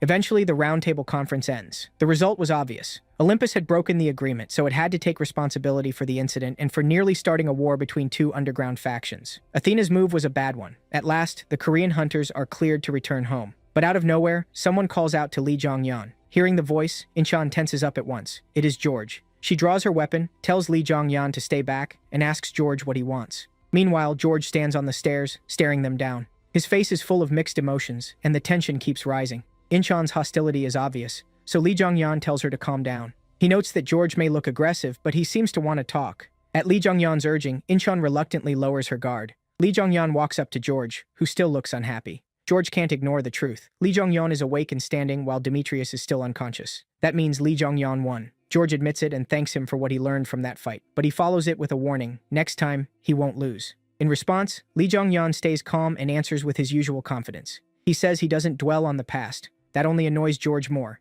and he starts throwing insults at Lee Jongyan. When that gets no reaction, George makes his real point. He tells Lee Jongyan to pass a message to Inchan. She has far more potential than she realizes and can become much stronger. He also sees that she wants to build a name for herself. But fame isn't enough. Top hunters need to truly understand their sponsors. He tells her to seriously think about who her sponsor is, though it's clear Inchan doesn't fully get what he means. Even Lee Jongyan tries to lighten the mood, joking that Inchan should become the prince on the white horse, a playful nod to her sponsor's name. She clearly doesn't like that. As George turns to leave and gives the Korean hunters his back, just as he starts walking off, Lee Jongyan calls after him. He says Hercules will come back even stronger than before and will rise again. George is caught off guard, but Lee Jongyan goes on, saying he hopes that if they meet again, they will fight on the same side instead of against each other. With that, the Korean hunters leave, and George is left thinking over the meeting. He is clearly frustrated and unsure. Clenching his fist, he thinks about Demetrius's dangerous condition. After being taken back to Olympus because of the injuries from his fight with Lee Jongyan, Demetrius remains in critical care, and that uncertain future weighs heavily on George. The hunter world keeps shifting. Later that day, Lee Jongyan sat alone at the Round Table Manor, deep in thought. He kept tossing stones into the moat until a voice suddenly broke the silence. How sneaky! Startled, Lee Jongyan looked up, and a woman appeared right in front of him as if out of nowhere. Now in human form, she scolded him for using such a strange way to call her out. She said whoever taught him that method had terrible manners. Lee Jongyan didn't care much. He was just glad to see her, and called her by name, Merlin. Merlin was surprised he knew who she was, and noted he clearly wasn't ordinary. Lee Jongyan then said she was the real power behind the Round Table Council. Curious, Merlin asked who he was. Lee Jongyan confidently said there was no way she didn't already know. That annoyed Merlin, and she demanded to know why he came to provoke her. Especially after beating Hercules, the hunter everyone thought stood above the rest. As they kept talking, Merlin changed forms again, this time into a young boy, catching Lee Jongyan off guard. He couldn't hide his disappointment. Merlin warned that if he knew so much, then he should also know no one from the Round Table goes easy on people who irritate them. The sudden change left Lee Jongyan confused, but he only smiled, his eyes glowing red, and said he knew where Excalibur was. That instantly got Merlin's attention. Later, after finishing with Merlin, Lee Jongyan met Inchang at the airport. She quickly noticed he looked different, more dressed up than usual, and the necklace around his neck made her even more suspicious. Curious and a little worried, she pressed him for answers. Lee Jongyan simply said he had gone to meet someone special. That only made Inchang more suspicious, especially with how he was dressed. She asked if he had gone to see another woman again. What were you doing? Caught off guard, Lee Jongyan hesitated, and Inchang took that as guilt. She looked clearly disappointed, thinking he'd been meeting other women while they were apart. That left Lee Jongyan struggling to explain his meeting with Merlin. Luckily, Xianggu showed up and asked if they were ready to leave. Not knowing what he had interrupted, Lee Jongyan quickly changed the subject and asked if everything on his side was done. Xianggu said yes, though he also noticed Lee Jongyan seemed unusually happy. It was a big change from his normal serious attitude. With all three together, they headed for the plane. But on the way, a man in a suit called out to them from behind. Lee Jongyan turned, and the stranger addressed him directly. He said Merlin had sent him and that she would be waiting for Lee Jongyan. He also reminded him to bring the promised price for the necklace. Then the man left as suddenly as he came. After that, Xianggu asked how Lee Jongyan even knew Merlin. Lee Jongyan answered plainly, they made a deal. He pointed to the necklace, making Xianggu even more curious. When asked if it was Merlin's, Li Zhongyang said yes, and added that he nearly died getting it. In a flashback, Merlin angrily rushed at him and demanded he talk. Back in the present, Li Zhongyang said he really needed that necklace, so he pushed himself a little too hard. Xianggu just sighed and smiled. Soon after, the Korean hunters boarded their flight home. They even had the whole plane to themselves. While in the air, In Chang brought up something still bothering her. George. Even though his partner had been beaten badly and was still unconscious, George still trained her and gave her useful advice. She admitted that if things were reversed, she would have hated him. But George had still helped her, didn't act openly hostile toward Li Zhongyang. To her, that made no sense. Li Zhongyang had a simple intuition. He guessed George already knew Li Zhongyang never meant to destroy Hercules. As they talked, the plane finally approached Korea. When they arrived, they were met by a flood of cameras and reporters, all there for the hunter who defeated Hercules, Li Zhongyang, the underdog. The cheers caught him completely off guard. Gu explained that everyone already knew what happened. They just heard Hercules challenged him and got crushed. He told Li Zhongyang to greet the crowd, but Li Zhongyang, still stunned, asked why nobody warned him. Gu just said it was a surprise and asked if fame wasn't what he wanted. So Li Zhongyang smiled and started playing to the crowd, waving at the cameras while reporters eagerly snapped photos. Just like that, a new hero was born in the public eye. News of his victory over Hercules spread fast. As the Age of Heroes began, the hunter getting the most attention was the underdog himself. Later that night, Li Zhongyang went with In Chang to their usual abandoned factory. She asked what he planned to do next. The list was long. He needed to repair his weapons. He also had to remove the black marble blocking his mana, wake his sleeping avatar Yunmu, and handle some business in the Nile. But first, he wanted to move out of the association dorm. Owning a house had been one of his dreams since he was little. In Chang found that a bit odd, but agreed, and then said she had something important too. For now, she wouldn't be working with him anymore. She planned to move on her own. That surprised Li Zhongyang, but she explained that after hearing George's words, there was something she wanted to do by herself. Then she left the factory, and Li Zhongyang watched her go, glad she had finally found her own direction. He smiled, saying In Chang would soon become much stronger. But that happy moment ended with a phone call. It was from the association. President Zhang Hyojin, also known as Odin, wanted to see him, and an escort would arrive tomorrow morning. The call ended, and so did his smile. He muttered that he'd almost forgotten the most important thing: Odin. Meanwhile, back at Olympus, George ran through headquarters in a panic. When he arrived, he saw Hercules, awake and completely fine. George feared how Hercules would take his first defeat, but he seemed strangely calm. George could tell something had changed. Before, Hercules always carried a kind of restless aggression, but now he looked almost peaceful. So George asked what happened. Hercules said Li Zhongyang never meant to be their enemy in the first place. Then George saw Hercules' eyes shift like they did during his madness and panicked, but Hercules told him to relax. There was nothing to fear. He said he now had complete control over that madness and could even use its power. It felt like Li Zhongyang had given him a gift. Hearing that, George remembered Li Zhongyang's last words, that Hercules would rise again, stronger than before. George finally. Sometime later, at an Obra gate, In Chang was raiding alone. Many Obra lay dead around her. She was still being pushed back by a powerful enemy. Even so, she steadied herself and took her stance again. She's exhausted, but the ogre mage has to be at its limit too. This is the turning point. Then the ogre suddenly throws a heavy swing. In Chang barely avoids it and fires back with a shallow cut. But she's not done. Using that opening, she leaps up and while shouting about saving the princess, drives her blade down with everything she has. The sword sinks into the ogre mage, but not all the way through. Even with a fatal wound, the monster lands one last punch as it falls, blasting In Chang away. Both are left near death, unable to move or finish the fight. They both end up sprawled on the ground, helpless and close to dying. At that moment, In Chang realizes she's out of potions, and even if she had one, she can't move enough to use it. She wonders if this is how she dies. Then a full-body Yunmu appears in front of her and offers a potion. Seeing Yunmu, In Chang is stunned, but thanks to that, she survives. That ends the battle with In Chang as the winner, since she's the only one who can get back up. With that, messages start flooding in, and her sponsor, thrilled by what she showed, finally gives her the alias Siegfried. After a short rest, In Chang wakes up and finds even Li Zhongyang is there. She asks where they are, still confused, and Li Zhongyang plainly says they're still inside the gate. She says her body feels strangely better than before.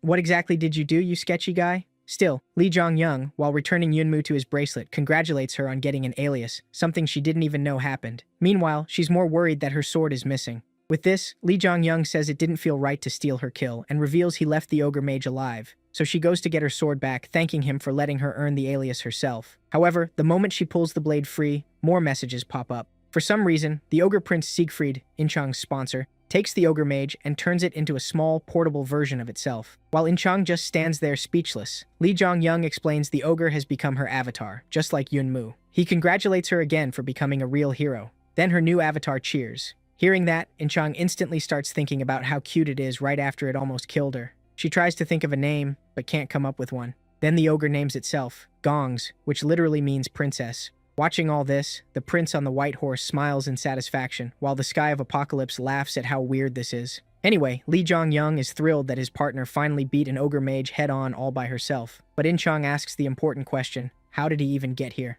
To that, Lee Jong-young says she usually clears a gate in a day or two, so he got worried when she still hadn't come back after 3 days. Hearing this, In-chang starts blushing, realizing how much he cares about her. But Lee Jong-young says he has something important to tell her. First, they need to deal with the gate boss that has come up behind them, looking ready to attack. Since In-chang cleared this gate on her own, he tells her to finish the boss too, and she agrees. So she starts drawing on the heroic power that comes with her alias. Mana overflows through her body as she prepares to take down the twin-headed ogre boss. A perfect target to test her new power, she thinks with a grin. And then she charges in for the first hit. She jumps high and gets ready for a downward slash. But before she can do it, her new avatar Gooms decides he wants in too. As a result, he rushes straight at the twin-headed ogre and rips off both heads with his bare hands. So yeah, he's absurdly strong. With that, the gate boss is dead, a little anticlimactically, and the gate is cleared. Seeing how strong Gooms is, Lee Jong-young blurts out that this princess doesn't need a prince, and In-chang just laughs awkwardly. The sponsors react again, while In-chang is still stunned by Gooms' strength. Still, she asks why Lee Jong-young was looking for her, and he says he's going to China and wants her to come with him. Hearing that, In-chang looks clearly shaken. It turns out that after they got back to Korea, Lee Jong-young was summoned by Odin. There wasn't much trouble.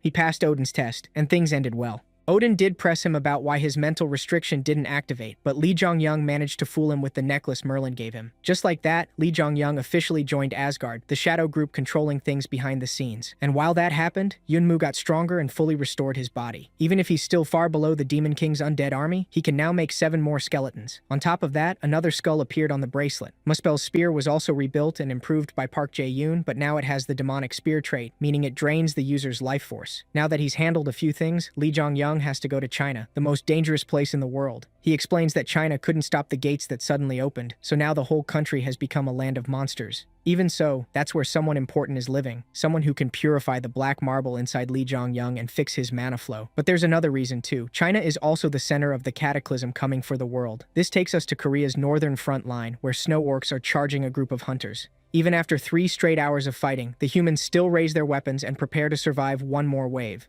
But what they don't know is that reinforcements are already here. Out of nowhere, a wall of flame rises in front of them, shielding the hunters and burning the snow orcs to ash. Seeing this, the hunters search for who did it, and find that Lee Jong-young and In-chang have come to help. Xionggu is with them too, and the 3 walk over together. Their leader thanks Lee Jong-young but worries about his plan to enter China. Lee Jong-young says he should be thanking them instead for fighting off monsters every day to protect Korea. Still, he says this is something he has to do, so he's going into China. The hunter's leader understands, but he's still uneasy. Even knowing Lee Jong-young beat Hercules, he warns that some kind of barrier surrounds China, and humans can't pass through it. But Lee Jong-young says he's already prepared a way in, and that way is Xionggu. Bald or not, he's useful. And so the 3 head to the edge of the barrier, where Xionggu finally understands how Lee Jong-young planned to travel without Bifrost. Seeing it, In-chang asks what this thing even is, and Lee Jong-young explains that all of China has turned into one giant gate. But that only confuses In-chang more, so he tells her she'll understand once she sees it herself. First though, Xionggu walks up to the barrier and tells them to stand back. He puts his hand on it and tells the 2 he won't be able to help them if something goes wrong in there. To make sure they're not stranded, he says he'll come back in a month. If they still can't get out, then he'll keep returning every month until they do.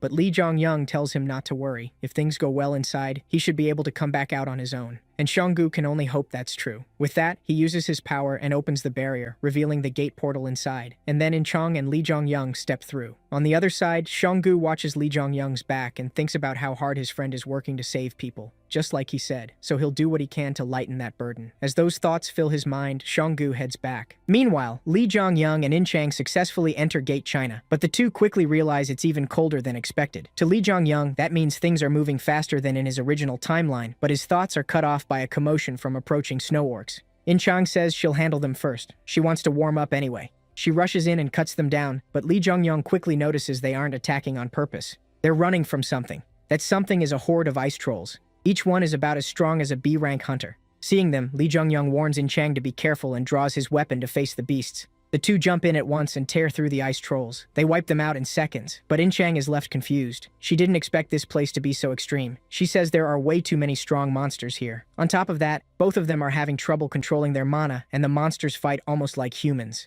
Lee Jong-young agrees. This means the gatification is moving faster than he thought. Still, his first goal is to move somewhere safer. So the 2 hunters keep traveling through the frozen wasteland. Before long, In-chang is freezing and asks how much farther they need to go. Lee Jong-young tells her that on foot the trip would take about a month. That makes In Chang panic at the thought of walking that far. But he says they won't be doing that. Since they don't have time, they need to find something to ride. Their first stop is Heaven Lake on Baekdu Mountain. Then they keep moving, cutting down every monster that gets in their way. Later, they stop for camp and light a small fire. As In Chang and Gongs rest by the flames, Lee Jong-young goes out to scout. He comes back with 2 monster elks he somehow tamed in that short time. With them, the hunters cross the wasteland much faster and reach Baekdu Mountain without trouble. At the base, In Chang notes that they're climbing higher, but instead of getting colder, the area feels warmer. Also, they haven't seen any monsters on the way, which makes her suspicious. Lee Jong-young says there's no need to worry. The master of the mountain is protecting it. That only confuses her more. She asks if this master is a person, but Lee Jong-young says no, so she guesses it might be a monster or an animal, and he admits he's not sure what to call it. Still, they'll meet the master and its disciples soon. He tells In Chang to leave the elks behind. From here on, they need to break through a barrier. Back in Korea, Odin stands high above the city, looking down as he reflects on his past. When the agents first appeared, they brought chaos. During that time, Odin awakened a power greater than anyone else's and chose to seek Asgard, believing he could protect humanity. But after using that power to save people, he realized something. In a world this cruel, those who can't use magic fall behind. That twisted his thinking. He started believing the only people worth protecting were the hunters who survived. Then he thinks about Lee Jong-young going to China. China disappointed him. The freezing weather and endless monsters still weren't enough. But Lee Jong-young is different. He beat Hercules, the strongest hero, without even having a hero's power. Odin thinks Lee Jong-young may find what he couldn't. That thought makes him grin. He calls it interesting and licks his lips, then catches himself. He says he can't devour Lee Jong-young too fast. He wants to savor him slowly. To Odin, Lee Jong-young is the perfect meal. Back in frozen China, the hunters climb to the top of Baekdu Mountain. The summit feels completely different from the base. The sky is open and the weather is actually pleasant. As they take it in Chang asks if they've arrived, and Lee Jong-young says yes. This is Heaven Lake. But their talk is interrupted when a group of humans suddenly appears. Shocked to find people here, In Chang asks if Lee Jong-young knew anyone was living on the mountain, and he says he did. He also reveals that these people are survivors from old North Korea. Hearing that, the others are stunned and wonder how he knows about them. So Lee Jong-young tells them he came to meet the master of the mountain, but that only makes them more hostile. They see the 2 hunters as dangerous intruders, and everyone gets ready to fight. Lee Jong-young says he'd rather avoid bloodshed, but it's starting to look unavoidable. And both sides brace for battle, until a small girl suddenly appears. The child stops the men from attacking and says the Mountain King ordered her to bring the guests in. It turns out North Korea vanished long ago. After its failed nuclear experiments, the country became a wasteland even before the gates appeared. Because of that, many survivors fled toward China or South Korea. Back at the standoff, the Mountain King's order still doesn't calm the North Korean survivors. One of them asks Lee Jong-young how he knows about them and their leader, a question that's hard to answer. Still, the little girl cuts in again. She scolds the man, saying this is no way to treat the Mountain King Sangun's guests. If Lee Jong-young knows Sangun, of course he'd know about them too. But the men still don't trust him. They worry Lee Jong-young and Incheon might be working with their enemies, and they fear for Sangun. As the men argue over what to do, the girl turns to Lee Jong-young and asks him not to take it personally. Long ago, outsiders came here and tried to kill Sangun. The survivors beat them back, but ever since then, they've feared strangers. Lee Jong-young barely reacts and fixes the girl with a hard stare, which clearly scares her. Still, Sangun's order lets them into the survivors' town. The people watch from a distance, whispering about how long it's been since outsiders came, and guessing from their clothes that these visitors are from the world beyond the mountain. Lee Jong-young and In Chang stay alert. In Chang counts around 200 people, most of them hunters tough enough to survive this place. But as they near Sangun, someone blocks their path. This man steps in front of them and says they can't go any farther. He even levels his spear at the 2 intruders. Lee Jong-young isn't amused. He asks if this is how they treat guests when the Mountain King himself ordered them brought in. The man still refuses and takes a fighting stance, but the little girl rushes in and tries to stop him. It doesn't work. He insists they cannot meet Sangun and tells her she already knows Sangun's condition. Hearing that, Lee Jong-young realizes something happened to Sangun and powers up. He gets ready to fight, saying this man's opinion means nothing to him. Not backing down, the man tells Lee Jong-young to come at him. But right before the clash starts, the girl cries out. She declares that the mayor of Cheonjichuan orders them to stand down. A powerful aura rises around her as she demands an end to the conflict. The man bows and finally obeys. At last, she leads Lee Jong-young and In Chang to Sangun, and they enter a hidden cave. On the way, Lee Jong-young asks In Chang if she knows the Dangan myth, but she has no idea. So he explains that it's an old national myth about a deity named Hwaneng who came down and founded Korea, but she still doesn't get why he's bringing it up. He says the people here may know the story. At last, they reach the Mountain King's chamber and find a huge white tiger resting inside. Lee Jong-young steps forward and asks if this beast is Sangun. The tiger answers, confirming that he is Sangun, guardian of Baekdu Mountain, and asks why these outsiders have come. There, Incheon is shaken by the White Tiger's pressure, but Lee Jong-yeom reacts very differently. He says it's a mess and tells Sang-gun that his power to protect Baekdu Mountain will soon disappear. He reveals the beast is dying because Baekdu Mountain, the source of its magic, is slowly being destroyed. Hearing that, Sang-gun asks who this man even is. Lee Jong-yeom says he's someone who can help. He adds that he didn't come all this way to see the White Tiger. He came to meet the true owner of this mountain. But those words anger Sang-gun, who roars back. Lee Jong-yeom keeps going, saying that even if Sang-gun trapped the intruder, a dying cat can't be this mountain's real master. He tells Sang-gun to take him to the invader, and in return he'll save both Sang-gun and Shinji-chan. Hearing that, Sang-gun glares at Lee Jong-yeom. Even after that disrespect, he still lets them leave. Outside, Incheon asks what Sang-gun really is, so her partner explains that Sang-gun isn't a monster. He's closer to the elk they rode earlier. In simple terms, animals changed after absorbing mana from the land because of the gates. Their minds and bodies evolved, but even that shouldn't be enough to let one speak like a human and hold so much power. Lee Jong-yeom says Sang-gun is more than a normal animal. Even before taking in mana, he was different. He was an alpha, bigger, stronger, and smarter than others of his kind. But even that isn't all. On top of that, Sang-gun is also a sponsored hunter, just like Lee Jong-yeom and Incheon, and he was hurt fighting the intruder in Baekdu Mountain. That leaves Incheon stunned, but Lee Jong-yeom says Sang-gun isn't their target. The intruder who wounded him is. After that, he and Incheon follow the lowly mayor to a remote spot in the mountains where she opens a gate with her power as a beam of light spreads into the sky. A gate appears and the Korean hunters jump in with Lee Jong-yeom dropping in awkwardly. As soon as they enter, the chief closes the gate and the light vanishes. With that, the lowly pray for their safe return. Meanwhile, a message tells Lee Jong-yeom and Incheon they entered an instant gate called Sealed Grounds. Inside, Incheon asks what an instant gate is, and Lee Jong-yeom says it's a gate inside another gate. According to him, since North Korea and China have basically become gates, every gate inside them counts as an instant gate. Incheon also points out that it was freezing outside, but in here it's burning hot. So Lee Jong-yeom tells her to think of it as training, a passive way to get stronger. All of a sudden, her sponsor gives her heat tolerance, but she's still not happy and says cold tolerance would have helped too. Anyway, now that they're inside, they find a bloody battlefield filled with dead monsters. Then Lee Jong-yeom gets a message saying his fire control has increased and he's leveled up. Just as he thought, a flame-heavy instant gate is perfect for leveling. But Incheon still has a question. She asks who that lowly really is and whether she made this sealed ground. Lee Jong-yeom says not exactly, she didn't create it, but she did trap the invader who hurt Sang-gun here. This place is the heart of Baekdu Mountain, where its power gathers, and it's also where Sang-gun's power comes from. He adds that the lowly mayor, An Mi-yeo, can control the mountain's energy. Thanks to that power, she can pass its strength to Sang-gun. This only confuses Incheon more. She starts wondering if An Mi-yeo is actually stronger than Sang-gun, but before she can finish, Lee Jong-yeom cuts in and says the invader is deeper inside these sealed grounds. He warns that their target is probably stronger than any boss they've fought before, but Incheon is still stuck on the name, saying An Mi-yeo sounds really weird. Lee Jong-yeom tells her it's not a real name, it's a pseudonym. He reveals the lowly chief is a hero, which makes Incheon doubtful since that title is supposed to be rare, yet they keep meeting them. Even so, they move on and continue clearing the gate. Lee Jong-yeom remembers the book saying Shinji-chan was the best place to grow, and it was right.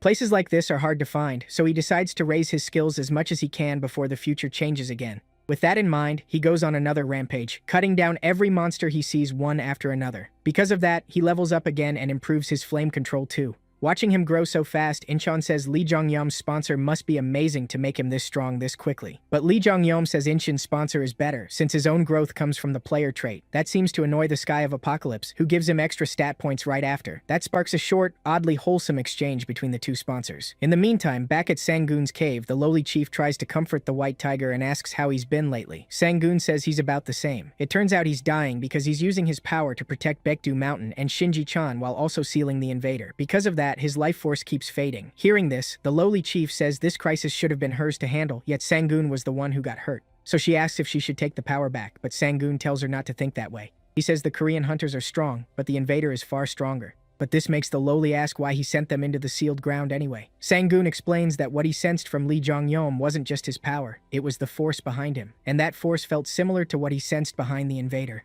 Back in the instant gate, the hunters reach their destination, and In-chang is shocked to see the invader looks like a young, innocent boy. She voices her concern, but Lee Jong-yeom tells her not to be fooled. He says that's no human, and looks mean nothing. Then, as his warning sinks in, a wolf spirit appears behind the child. Its massive aura sends a chill through In-chang, and she wonders if they can really beat it. However, the child already looks eager to fight, showing clear hostility toward the people in his territory. Without hesitation, the demonic child lunges at Lee Jong-yeom and In-chang, trying to strike first. Before they can react, Gunjas jumps in, wanting in on the fight. Using his great strength, he blocks the incoming attack, but not completely. The force is so overwhelming that Gunjas gets slammed to the ground and pinned there. Seeing her avatar getting crushed, In-chang joins in too. She powers up, gathers mana into her weapon, and attacks, but her strike is easily dodged and knocked aside by the demonic child, who then sends In Chang flying with raw power. Even she can't understand what kind of strength this is. Without wasting a second, Lee Jong-yeom attacks from a blind spot. Using his weapon and authority, rule over fire, he swings down at the enemy, who still dodges it. The child immediately counters and starts unleashing a barrage. Seeing that, Lee Jong-yeom braces himself and parries every strike. As the battle continues, the Sky of Apocalypse watches his sponsored hunter in silence. Their clash sets off huge explosions that shake all of Baekdu Mountain, so hard that the hidden village starts to quake. As a result, the lowly chief orders the children and the weak to be evacuated to safety. The soldiers move out at once to carry out her command. Then Gal, the man who almost fought Lee Jong-yeom earlier, appears. He asks the chief if everything will really be okay. She tells him not to worry.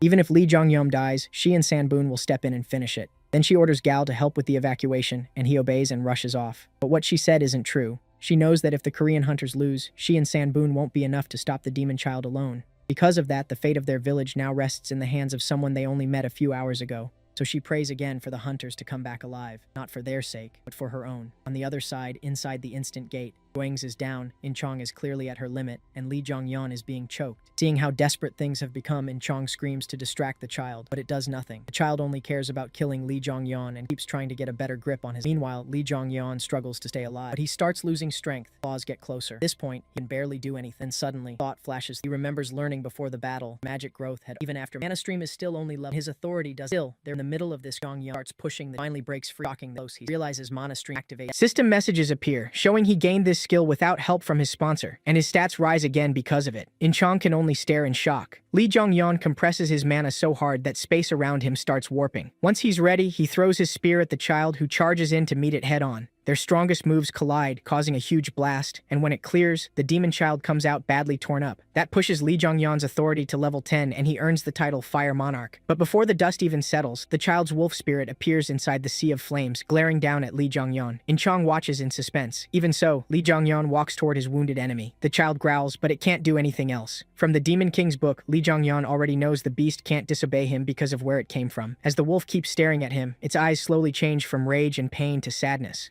After a long stare, the wolf finally submits to Lee Jong-yeon. It walks up to him and lets him pet it. Then a message says the Sky of Apocalypse has sponsored a bond. Lee Jong-yeon explains that even though the beast is calm now, it was once a demon that threw the whole world into chaos beside the Demon King. It had served the strongest hunter, who treated it like his own child. In the future, this beast would be known by many names, including Snowy King, Monarch of the Beast, and Godjaws. So Lee Jong-yeon names his new pet Fenrir. The bond then changes into submission, and the Sky of Apocalypse asks if he wants to activate it. With that, the whole ordeal ends. Back on the surface, the lowly chief notices the shaking has stopped and wonders if it's over. Then she hears footsteps. The Korean hunters have returned safely. But she freezes when she notices Lee Jong-yeon is carrying the demon child back into the village. Panicked, she quickly calls for Sanboon, who arrives at once. She demands an explanation, but Lee Jong-yeon says he kept his promise. Sanboon isn't convinced. He accuses Lee Jong-yeon of tricking him, saying he promised to kill the intruder. But Lee Jong-yeon says that's wrong. He only promised to save Sanboon and Chien-ji-chon. This child is no longer dangerous. Then the child wakes up, slips from Lee Jong-yeon's arms, and glares at Sanboon and the chief while letting out his power. Both leaders are terrified, but after getting his owner's permission, the child suddenly bows to them in apology.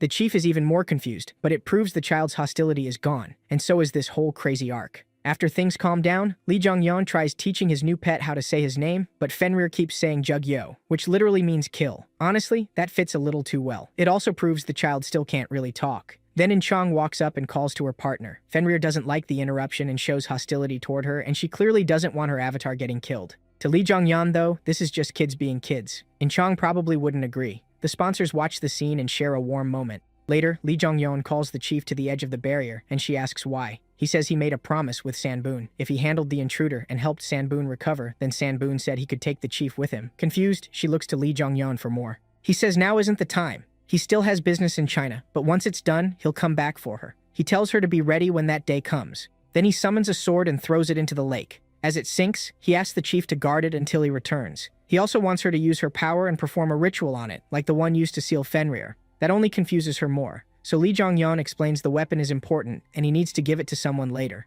The next day, the Korean hunters prepare to leave.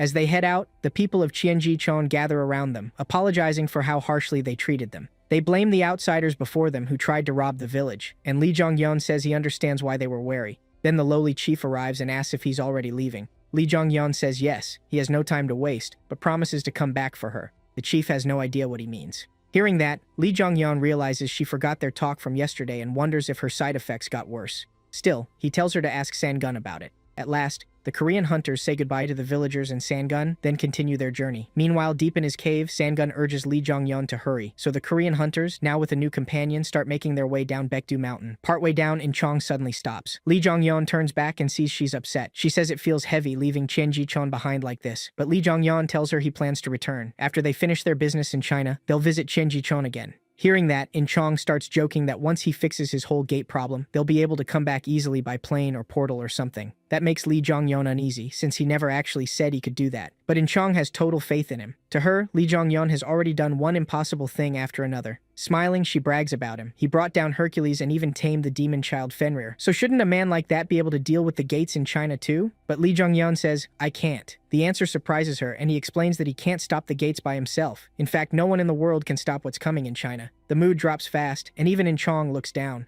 Trying to lighten things up, she asks if they're really going to keep walking, saying she's gotten used to Baekdu Mountain's warmth. Lee Jong-yeon says no. The whole reason he went to Chien-ji-chon was to find something to make travel easier. But In-chong points out the elk they rode before are long gone. Lee Jong-yeon says nobody mentioned elk and tells Fenrir to give them a ride. Fenrir obeys, takes on his wolf form, and the two hunters climb onto his back. Fenrir takes off at full speed, covering a lot of ground before stopping at a small battlefield. There, the hunters find snow orcs fighting ice trolls. Lee Jong-yeon quickly understands why Fenrir stopped. He tells Fenrir to eat them, and Fenrir instantly dives in, killing and devouring the monsters. In-chong can only stare in shock. Lee Jong-yeon says Fenrir must have been starving for a while. Then he says he has something to teach In-cheon. In the meantime, he wants to show her something important. That instantly gets In-chon excited. She wonders if he's finally going to explain the secret behind his crazy growth and strange power. She has wanted to know for a long time, but held back because she believed he'd tell her when the time was right. And now he finally does. Lee Jong-yeon says he'll teach her about the mana stream, a skill that can let her grow on her own as a hunter. In-chon is confused. A hunter who can grow without a sponsor. Could that really exist? It can, and it's the secret to Lee Jong-yeon's strength. That fires her up. Then Lee Jong-yeon says she's already gained part of the mana stream. To show it, he gathers mana in his hand and asks if she can see it.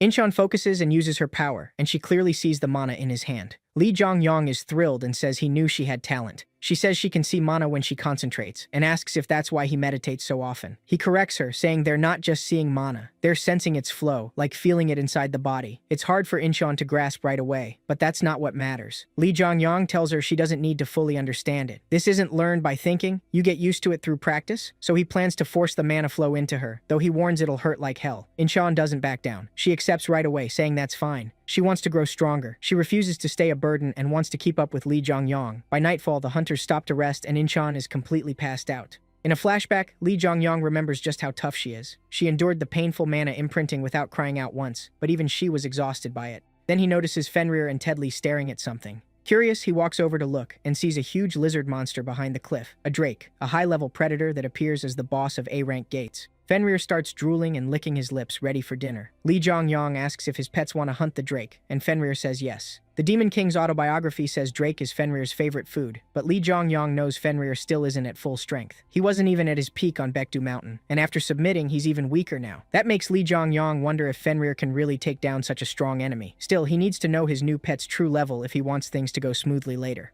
So he decides, it's time to hunt a drake. The hunt starts at once. Fenrir leaps off the cliff at the drake and, at the last second, shifts into his wolf form. But the drake isn't caught off guard. It notices Fenrir and strikes first before he can get close. It doesn't matter. The drake fires a powerful blast, but Fenrir destroys it with his own attack. Even against that force, Fenrir kills the drake in a single hit. After that, the starving wolf happily tears into the drake's flesh. Lee Jong-yeon is left speechless. He expected a longer, more even fight. But Fenrir was much stronger than he thought. He even wonders if Fenrir really got weaker, since beating a drake that easily is not normal. Still, after seeing that much of Fenrir's power, Lee Jong-yeon has what he needs to move on. The next day, the hunters continue traveling, and later they come across a grim sight. They find several human corpses, frozen solid in an instant. Seeing this, In-chong starts crying and asks if the calamity Lee Jong-yeon mentioned will leave the whole world like this. He says yes, though not exactly like this. He says the calamity may actually be less cruel than this, and now, with their new strength and allies,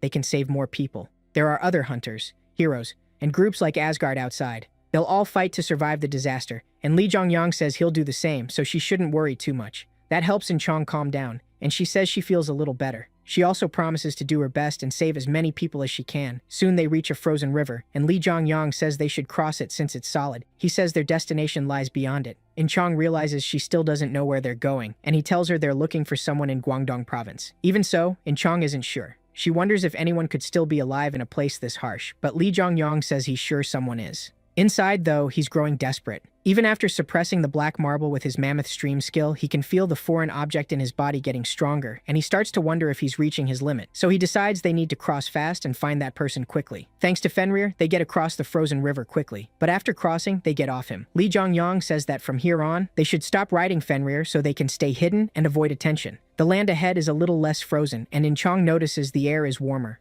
She also sees no monsters nearby. Lee Jongyang smiles and says that's a good sign. They're going the right way. As they keep moving, Fenrir suddenly points ahead. Lee Jongyang follows his gaze and sees a humanoid figure in the distance. In-chong lights up, thinking it might be a person, but Lee Jongyang stays careful and tells her to get her weapon ready. He warns that in a place like this, they can't trust what they see. When they get closer, they realize the figure is actually a giant. The fight starts fast, and In-chong handles the huge enemy well. But after winning, she feels uneasy, saying the giant acted more like a starving animal than a thinking being. Lee Jongyang explains that it may have been thrown out by its group for being sick or weak. Giants cast out like that often go mad and become violent on their own. He adds this one was likely weaker than the rest. They don't get much time to rest. Before they can recover, more giants appear in the distance, riding ice streaks. The sight of them freezes In-chong in fear. The giant leader demands to know who these humans are and why they're in his territory. But after looking closer, the leader suddenly seems surprised by something. Meanwhile, Fenrir gets excited at the sight of the ice streaks. He starts drooling, clearly hoping to eat one.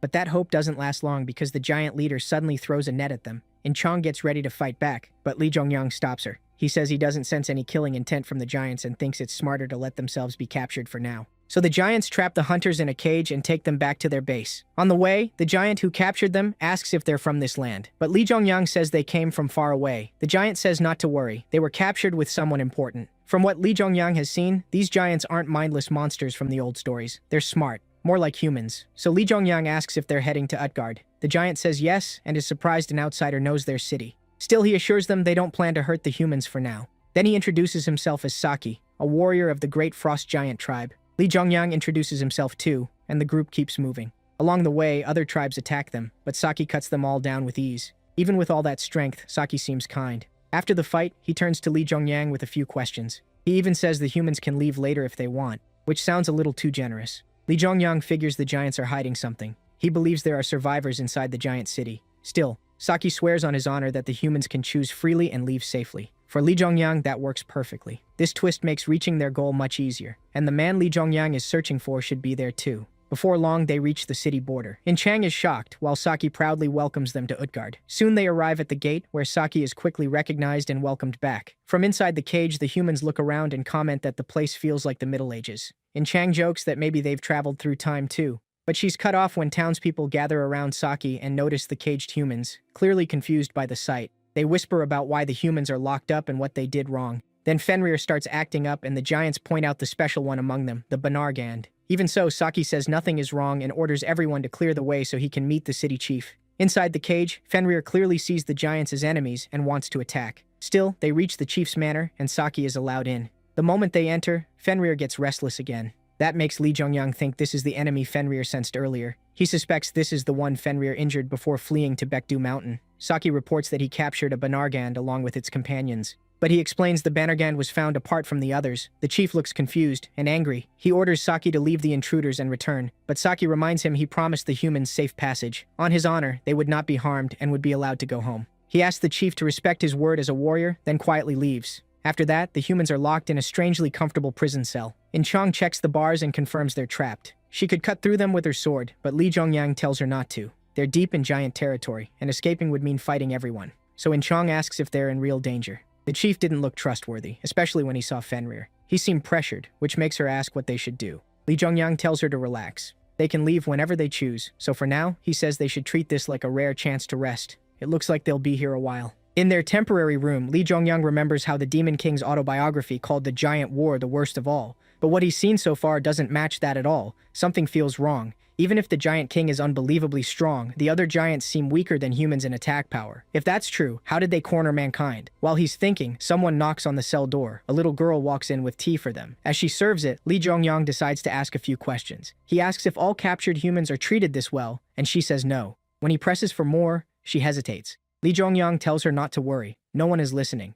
That surprises her, so she looks back and spots the magic tool hidden in the room. Lee Jongyang says it's used to spy on them, and without Merlin's necklace, he never would have noticed it. He moves closer to the girl, now introduced as Xian, and tells her she can speak freely. Xian says she's been here about a year, and most others for around a year and a half. Lee Jongyang guesses Utgard was built around the same time the giants started taking humans. Then he asks why his group gets special treatment. Xian says it's because they're strong and because they're with someone special. She explains that when the giants fought Fenrir, he changed into his wolf form and killed many of them. As a result, the king and several warrior giants fought back and forced Fenrir to retreat. That's why Fenrir ended up back at Baekdu Mountain. After hearing all this, Lee Jongyang forms a plan. He asks Xian for a favor and tries bribing her with candy and chocolate, but she doesn't care. Instead, she asks for iron so she can sell it and buy medicine for her mother. Lee Jongyang agrees. In return, he wants her to find someone named Manhwa. Xian is startled and cuts him off, asking if he means Hwada. He says yes. Several days pass after the hunters arrive at the castle. They do little, get regular meals, and are even allowed to walk around sometimes. But Chang is getting fed up. She says if they have nothing to do, they should just be let go. Lee Jongyang stays positive, saying at least they've had time to train. Chang is still bored, but he has an idea. Show their strength inside the castle as he summons his weapon. Seeing that, Chang gets ready too, and asks if they're finally going to wreck the place. That catches Lee Jongyang off guard. He asks why someone so righteous wants to destroy everything, and Chang admits she really hates this place. More than that, something about the king feels wrong. To test that feeling, Lee Jongyang decides they should put on a display of power. Chang worries a little, but he needles her until she takes the bait. The two start fighting seriously, and they agree the loser owes the winner a favor. Just like that, their fierce match begins and ends with the castle garden completely wrecked. Later, Saki hears what happened and bursts out laughing. It's also revealed that after joining with another tribe, the chief started changing. He wanted to be called king and began gathering iron and soldiers, though no one knows who he plans to fight. For Saki, an honorable warrior, his leader's actions are hard to understand. Then another giant rushes up and tells him the Naras are attacking. At once, the giants get ready to head out and deal with them. Elsewhere in the castle, Chang meets an administrative giant who says damaging the castle garden is a serious offense. But somehow, she convinces them they also share blame for not teaching the humans their rules.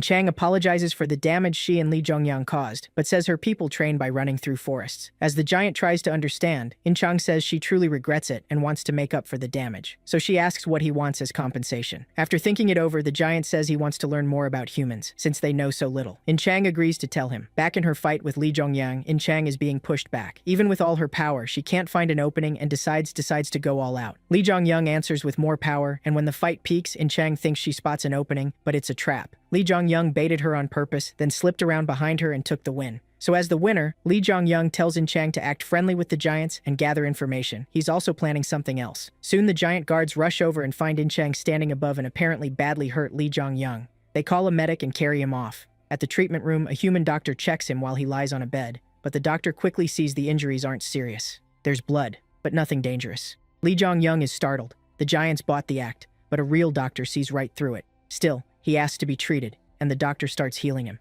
As his hands pass over the wounds, they close up right away, and soon Lee Jongyang is fully healed. He thanks the doctor and then says it's an honor to meet Hwada. Hearing that, the doctor goes still, then with a cold look asks if Lee Jongyang knows him, but he denies it. Hwada wonders if someone named Seeing told him. Yet again, our hero says no. Instead, Lee Jongyang asks if they should get to know each other. Hwada only says he's an odd man and walks off, telling Xian to follow. But before he leaves, Lee Jongyang speaks again. He says the treatment isn't finished and asks if a doctor would abandon a patient still in pain. To Hwada, though, Lee Jongyang looks perfectly fine. Lee Jongyang says the problem isn't outside, so how can Hwada judge without checking? With that, he holds out his hand, and Hwada checks his pulse. Even then, he finds nothing wrong and leaves. That attempt fails. Lee Jongyang is left confused. He clearly sensed magic from Hwada, so he's sure the man is a hunter. But since he couldn't find the black marble, he wonders if Hwada hasn't gained his power yet. That idea makes him panic. There's no way it should be true. In the Demon King's autobiography, Hwada is one of the few Chinese hunters who survived, and the healer who saved many heroes, including the Demon King. The Demon King also learned Mana Stream in Giant Land. During that time, he faced a surge of mana at the start of the skill, which worked a lot like Dragon's Bloodstone. The only reason he survived it was Hwada's help, a man who would later be treated like a god. Back in the present, Lee Jongyang wonders if he arrived too early. Maybe Hwada hasn't grown because not enough time has passed. Then In Chang suddenly comes up behind him.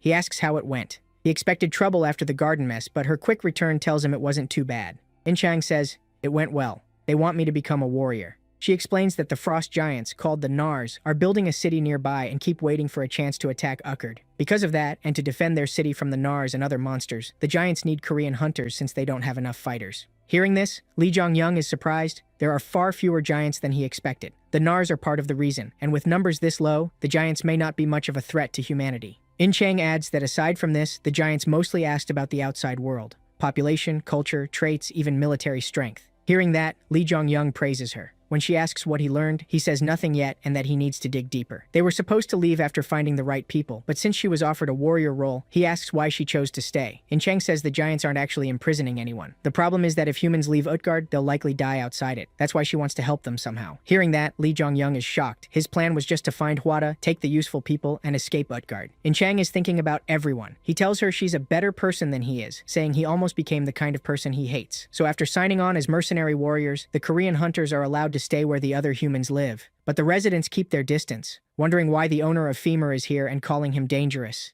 At the same time, the hunters notice the locals are shut off and don't welcome outsiders. Then Shin runs over with a big smile. She thanks Lee Jong-young because what he gave her helped heal her mother. Hwada also comes over and asks how he's feeling. Lee Jong-young says he's much better thanks to Hwada and offers his hand. Hwada shakes it and tells him to visit if he feels sick again. Then Shin and Hwada leave, putting Lee Jong-young in an even tougher spot. This time he had purposely changed the flow of his magic, yet Hwada still showed no reaction. Lee Jong-young figures Hwada must have noticed something, which makes him wonder if he's been wrong about the old doctor. Seeing him down, In Chang asks if he's okay, but he says he's not. Still, she cheers him up, and it works. After that, Lee Jong-young starts gathering information. They ask around town about how many giants live here, but there isn't a clear answer. He does learn there used to be 3 or 4 times more giants. Then the giants fought each other, and one chief left Utgard with his followers. That group became the Nars. Before that, some kind of disease had also cut their numbers down. This is all new to Lee Jong-young. He keeps digging and asks if other outsiders came here before. The residents say yes. Hearing that, Lee Jong-young wonders if they mean the Demon King.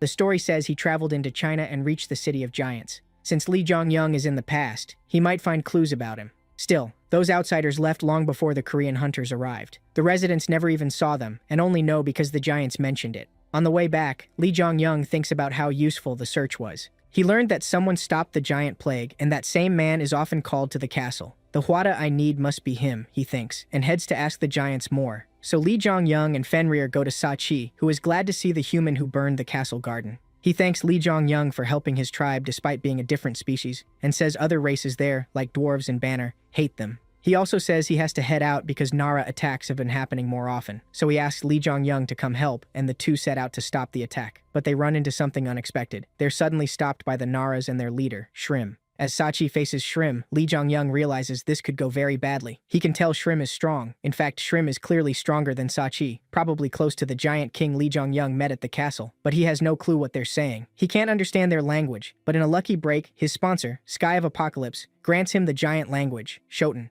Thanks to that, he finally understands Sa-chi and Shrim. Amid all the tension, Shrim asks Sa-chi to reconsider, but the giant warrior refuses, saying he won't listen to an apostate. Shrim stays calm and asks if Sa-chi really plans to keep following a foolish king. He says Sa-chi's tribe has fallen far and shamed the name of warriors. He also insists he isn't an apostate. They simply aren't the rulers of Utgard. Sa-chi has heard enough. He roars and powers up, ready to charge, and Shrim gets serious too. This is how giants settle things, with raw force. Then all of a sudden, Shrim notices the 2 strange figures with Sa-chi. After looking closer, he realizes one of them is special, and even more surprising, that special one seems to be under a human's control. Fenrir and Lee Jong-young catch Shrim's eye, and he says he'll deal with them next time. Sa-chi cuts him off and swings hard, but Shrim dodges with ease and fires back with a full-force punch. Right before it lands, Shrim stops himself from killing his old comrade. Even so, the force of the blow bursts outward as a shockwave. After that, Shrim turns to leave with his group, telling Sa-chi, Fenrir, and Lee Jong-young that they'll meet again soon. As the Nars pull back, Utgard's soldiers ask Sa-chi why they're letting the enemy walk away. Sa-chi tells them Shrim is with them, and if they fight now, Utgard will lose warriors they can't afford to lose. He also says the chief ordered him not to fight Shrim. So the Utgard fighters head back to the city with defeat written all over their faces.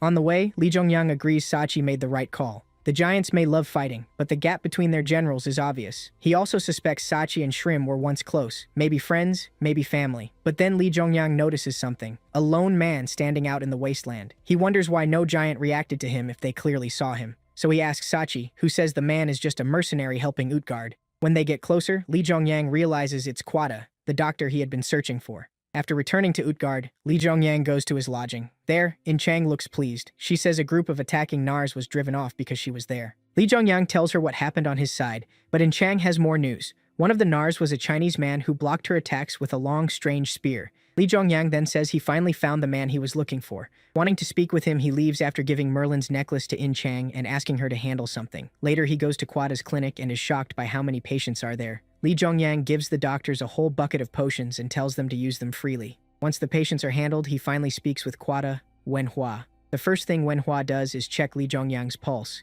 He says he noticed something strange when they shook hands earlier and wants to confirm it, which convinces Lee Jongyang even more that this is the person he was after. Then Wenhua grabs Lee Jongyang's hand and starts examining it closely. His verdict is that he needs to test a few things, though it may hurt. Lee Jongyang agrees right away, so Wenhua starts pouring his mana into Lee Jongyang's body to inspect his pulse and condition. According to Lee Jongyang, this explains why In Chang suffered during mana stream training. Having someone else's mana move through you is normally a huge burden, but this time, Lee Jongyang feels nothing. Because of that, he realizes the doctor also uses mana stream and pushes back a little. Wenhua notices at once and lets go, shocked, asking if Lee Jongyang also learned internal cultivation, the Chinese form of mana stream. Then they sit down and talk about it. Wenhua says other people know this skill too, but they are with the Nars. Lee Jongyang figures that maybe one of the people in Chang fought, but for now, the black marble matters most. He asks about his condition. Wenhua says he sensed something odd, but not enough to worry him. So Lee Jongyang explains that his mana mixed with demonic energy, and now a marble is inside him. Hearing that, Wenhua decides to examine him again, properly this time. Lee Jongyang agrees despite the risk. When it's over, Wenhua praises him for enduring pain like his organs were being torn apart. But Lee Jongyang just wants the result. So Wenhua explains the marbles inside him are unusual. Most marbles drain a person's life until they die, but these black ones are actually pushing his flow. Confused, Lee Jongyang listens as Wenhua adds that they aren't damaging him inside. The pain comes from forced stimulation. Still, it's dangerous. He warns that as Lee Jongyang grows stronger, the marbles do too, and if they ever surpass him, he could become obsessed with slaughter. Luckily, Lee Jongyang has been holding it back with sheer mental strength. Still, he has more questions. He asks if the psychopaths Wenhua mentioned are the abandoned Nars, and he confirms it. Even so, the black marble is safe for now. Lee Jongyang gets dressed but keeps talking with Wenhua. There he asks why there are so many human patients when they don't fight. Wenhua says it's because of the surrounding energy. Hunters can benefit from it, but normal people can't handle it. That is also why some lands became unlivable after the gates opened. Then Wenhua asks why Lee Jongyang came here, and whether a rescue team. Lee Jongyang says no. There was never any record of this, likely never will be. Hearing that, Wenhua looks crushed, but Lee Jongyang adds that the rescue party, Wenhua takes it as a joke. Two people can't get everyone, but there aren't only two. Fenrir and Yunmu, there are four. Still, even that isn't enough. So Lee Jongyang says he needs to learn more about the people with their help matters, but Wenhua thinks that's sense. Lee Jongyang knows nothing about the Nars. Still, Lee Jongyang presses him, asking why so many hunters let guard, as he had dare Lee Jongyang's had pain of help people. Still, they need those hunters if they want to save this many people and survive. So Lee Jongyang asks a favor. He wants to learn internal cultivation. This finally moves Wenhua, and Lee Jongyang adds that if he learns it, he'll get one step closer to the Demon King's power.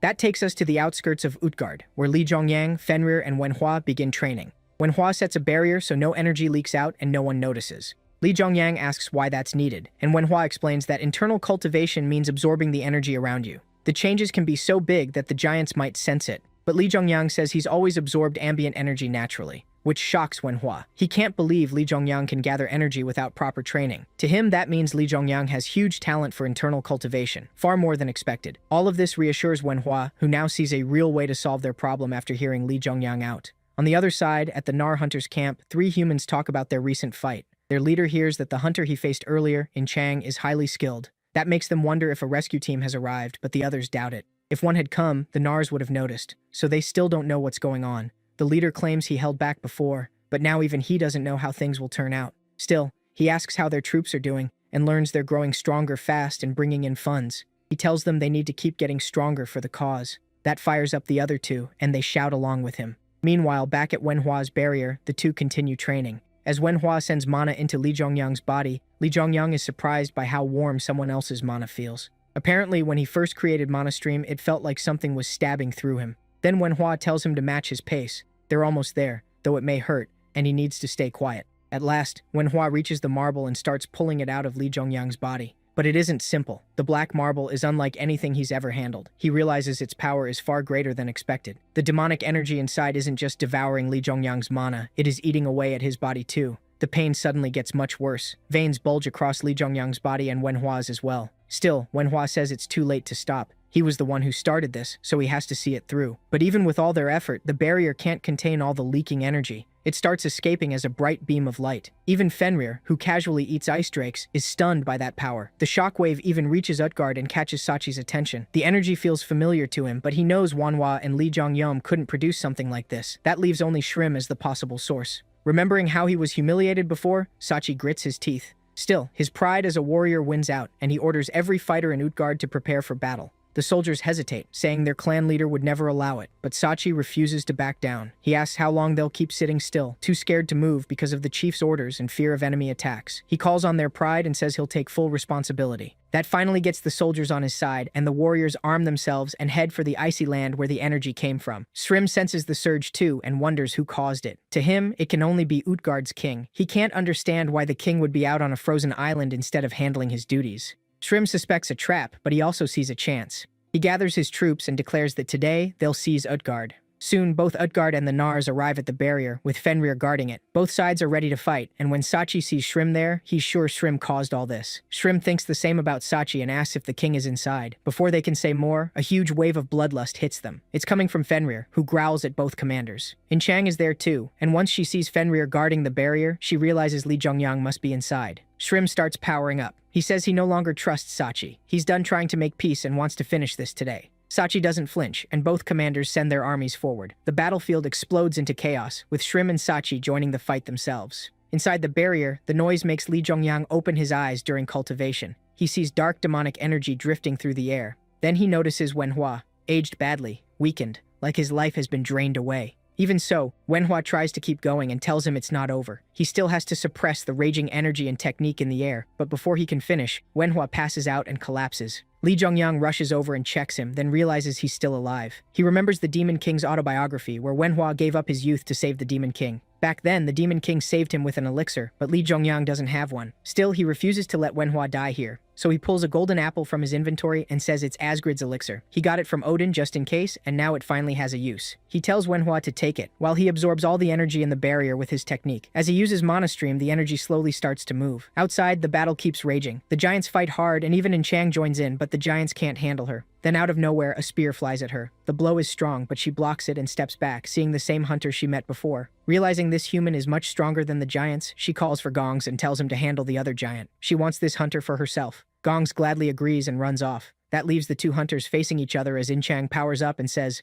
"Then let's fight." The hunter laughs, amused by her confidence. At the same time, Shrim and Sachi are going all out too. They trade attacks with full force. Shrim notes that Sachi has gotten stronger, but Sachi fires back that Shrim hasn't changed. Their heavy blows kick up a huge cloud of dust. When it clears, Sachi staggers out, badly hurt. His shoulder is torn open, but he still gets up. He realizes that even after growing much stronger since their last fight, the gap between them is still massive. Shrim really is the strongest giant warrior. As that sinks in, Sachi demands to know why such an honorable warrior betrayed his own people. Enraged, he attacks again and asks why Shrim abandoned Utgard, but Shrim knocks him back. Then he says he couldn't stand watching the king fool around as ruler anymore. Sachi may not know the truth, but according to Shrim, the king ruined everything. Sachi doesn't care. He attacks while Shrim is talking, but the blow does nothing. Furious, Shrim drops his weapon and punches Sachi hard enough to send him flying. Then Shrim reveals that the one who killed my friend and your father, Ovaldi, was him. Sachi is left stunned, and Shrim presses on, saying Loki, the one calling himself king, is the one who murdered Ovaldi. That shatters Sachi's thoughts. At that moment, the barrier Wanhwa made breaks apart, releasing all the magic energy trapped inside.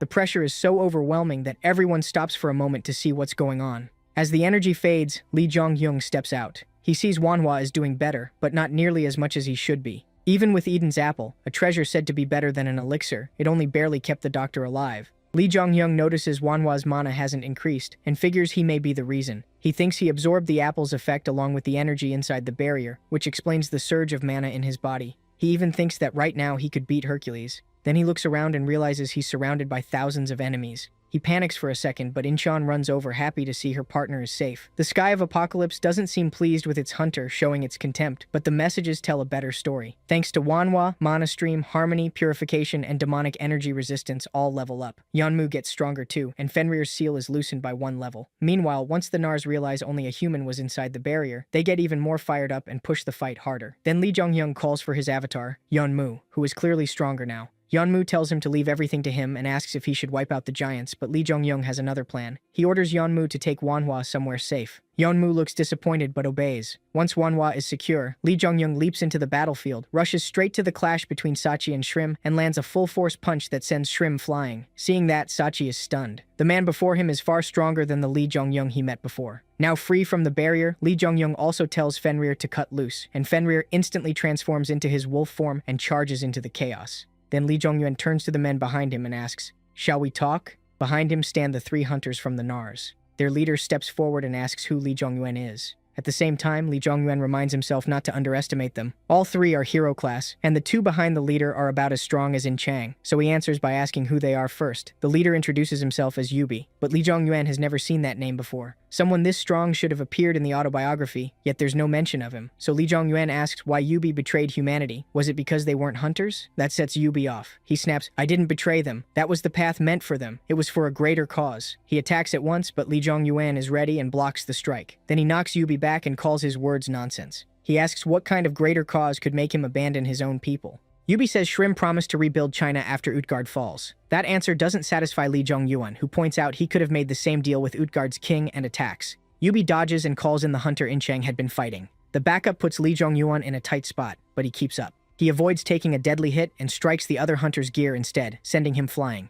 Yubi keeps arguing, saying the king of Utgard can't be reasoned with. He says the king secretly killed countless people over some spreading disease, so joining hands with him was never an option. That makes Lee Jong-yuan remember what the Utgard humans told him and start connecting the pieces. Still, Yubi's logic has a flaw. If he wants to rebuild China, why abandon his own people here? That only makes Yubi snap again, yelling that he never betrayed them. By then, Yubi's subordinates have recovered and gotten back up. Lee Jong-yuan still doesn't know the full story, so first he decides to beat them down and hear the rest later. He tells them to come at him, and the clash is about to begin. Back to Sachi and Shrim, still talking. Shrim says Ulvaldi, Sachi's father, found out the king wanted to turn this land into Jotunheim, a world only for giants. Loki planned to wipe out every other race, and Ulvaldi died trying to stop him. Sachi can barely take it in. He asks why Shrim waited until now to say any of this, then moves to attack. Shrim readies himself too, and the 2 start trading bare-knuckle blows. Sachi keeps asking why he stayed silent. Shrim says he couldn't bear to lose Sachi too. He's a true giant warrior, someone who couldn't turn against the king, even if he knew that same king killed his father. And even now, after hearing the truth, Sachi still isn't the type to betray. So Shrim lands a heavy blow straight to Sachi's stomach, knocking him out and telling him to sleep until it's over. But then a voice suddenly tells him to wait. He turns and sees the Nar hunters have already been defeated. The voice is Lee Jong-yuan, now standing before the Nar leader. Seeing a human this strong and confident, Shrim gets excited and calls it amusing. Before they fight, Shrim studies him. This human is special, dangerous as Sachi, maybe even close to Loki himself.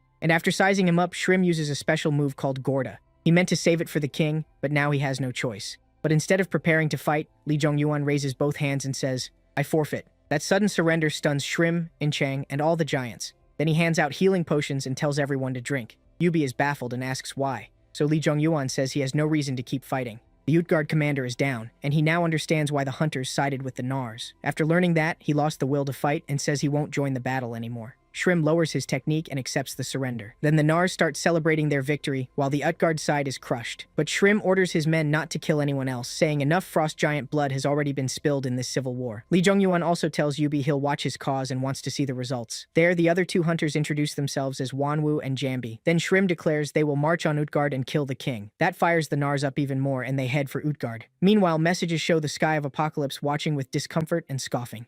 Lee Jong-yuan is confused about why his sponsor is reacting that way. He guesses it started when he heard the king's name. Then Shrim cuts into his thoughts, curious why he suddenly backed down and asking for the real reason. Lee Jong-yuan just says they're mercenaries. If the Nars pay well, he'll help them too. To that, Shrim agrees and moves on toward the next fight. Then Lee Jong-yuan reunites with his group. In Chang asks if he's really okay with this choice, but he says there's nothing to worry about. They were neutral from the start, and they've already achieved their goal by reaching China. This was the best move. Yubi and the other hunters will help the humans stay in Utgard safely. Hearing that, In Chang agrees it's the best outcome. So the march with the Nars goes smoothly, since most people lost the will to fight after being beaten. The force gets inside quickly, and soon Manhwa finally wakes up and meets Lee Jong-yuan. But when he sees Utgard in chaos with Nar warriors everywhere, he snaps and asks Lee Jong-yuan if he was a traitor all along. But Lee Jong-yuan tells him the rescue team came, just like he promised. Then Yubi and the other hunters show up behind him. Lee Jong-yuan orders them them to gather the people of Utgard and get them out if a chance opens up. He also tells Manhwa to watch over the humans, saying things will go smoothly if he's there. Still confused, Manhwa agrees, and Lee Jong-yuan says he has to handle his mercenary work. Before he leaves, Manhwa asks how he's holding up, and Lee Jong-yuan says he's better than ever, thanks to the doctor. Then a message suddenly appears, saying a new mission has been created. Eliminate the impersonator. Not only that, the time limit is only 15 minutes. Anyway, the hunters and Manhwa lead the human civilians out of the burning city. There, Manhwa worries about his new ally and hopes he stays careful because the king is very strong. Meanwhile, the giant king Loki is confronted by the Nara troops in the throne room. Loki asks how a filthy apostate managed to enter his castle. But Shrim doesn't flinch. He says it's finally Loki's turn to pay. Loki stands and says he should have killed Shrim when he had the chance. Meanwhile, Inchong and Lee Jong-yuan watch it all happen. Lee Jong-yuan notes how calm the king is, even while surrounded by hundreds of giants. He can feel the heavy aura coming off him and wonders if Loki has a hidden trump card. Still, Shrim stays confident and mocks him, asking if he regrets not killing him like he did Ulvaldi.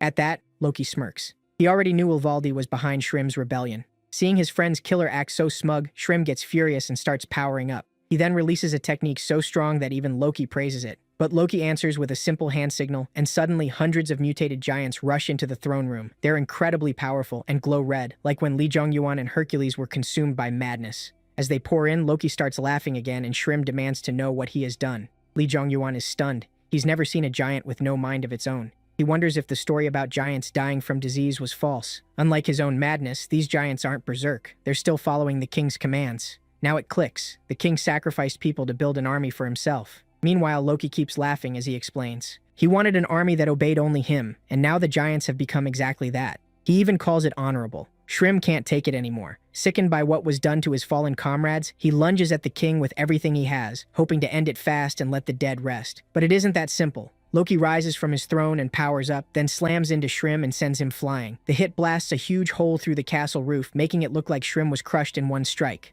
But Loki doesn't stop there. He orders his soldiers to tear that rebel's corpse apart, and the mutated giants charge the Nara warriors. The troops are shaken after seeing their commander overwhelmed so easily. Then Shrim comes back through the aftermath, seemingly unharmed. He orders his troops to attack and says the king has lost all honor. With their commander still standing, the Nara troops regain their spirit and charge too. As chaos erupts, Inchong is confused because she can't understand the giants' language. So Lee Jong-yuan explains that the king wanted his own private army, so he sacrificed and altered the giants to make it. That leaves Inchong shaken, and she calls Loki a mad king who treats people like tools. Even so, the battle rages on. Loki's army keeps attacking without sense, feeling no pain and tearing into their enemies with hands and teeth. Even Lee Jong-young can tell the Naras can't win against these berserk giants. There is only one way left. Loki keeps taunting them, saying he'll wipe them all out. But Lee Jong-young has other plans. He pours all his power into Muspel's spear, ready to kill the king himself. Then he jumps, coming down from above for a finishing blow. But Loki isn't easy prey. He spots Lee Jong-young right away and reacts. Still, the strike does nothing. Loki throws up a barrier and blocks it cleanly. Then he blasts Lee Jong-young away and says he's been watching him.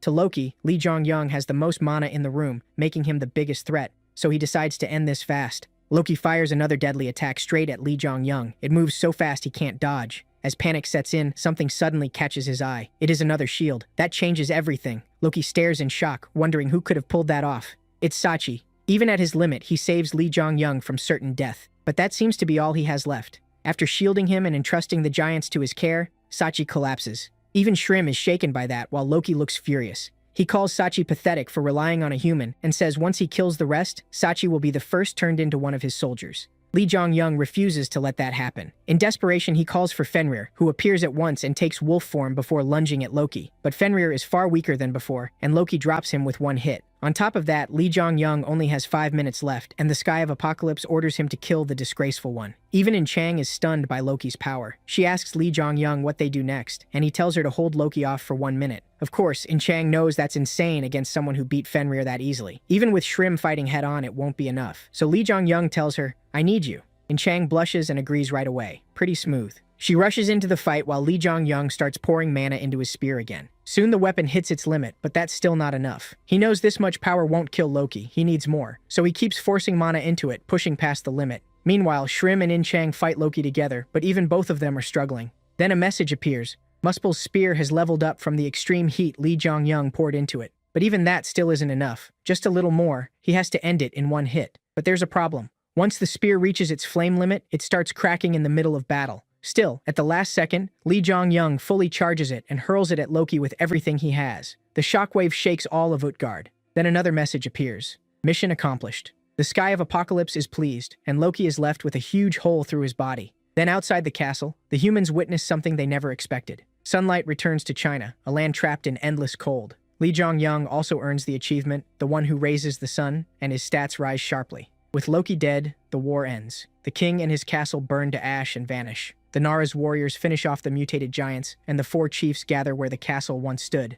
But the matter still isn't over. Barrett Shrim tells Yubi he will keep his promise and orders Sachi to kill him. In his eyes, he still betrayed his own kind, no matter the reason, and deserves punishment. But he asks that the Naras who followed him be spared. Sachi agrees, and later, he and Lee Jong-young stand atop the ruined castle. There, Lee Jong-young asks if Sachi hates him, but Sachi says no. Because of Lee Jong-young, he made the right choice, and he's grateful for that. Little by little, Utgard begins to rebuild, and things go smoothly. Yubi thanks Lee Jong-young for making it possible. Then Yubi asks him for one more favor. He says normal humans can't survive here forever, so he wants to go beyond the wall and asks for help. But Lee Jong-young says that would be a bad choice because the world is about to change. He warns that going over the wall could be dangerous and says they should settle here instead, since the whole world is about to become a gate. But even then, Utgard's people still have to deal with the cold and lack of food. So Lee Jong-young gives Yubi a monster called Purimora. These creatures can be used for food. They taste bad, but they grow fast in any place, so the people won't starve. And Lee Jong-young may also have a way to handle the cold. Hearing that, Yubi is deeply thankful and promises to repay him when they meet again. After that, Lee Jong-young meets Shrim, who turns out to be alive. It turns out Sachi never killed him. He asks Shrim to become the next chief. But Shrim refuses, saying someone with giant blood on his hands can't lead the Nars. Instead, he chooses to leave. He also explains that frost giants live for battle and only grow stronger by fighting enemies. But to giants, monsters are just prey.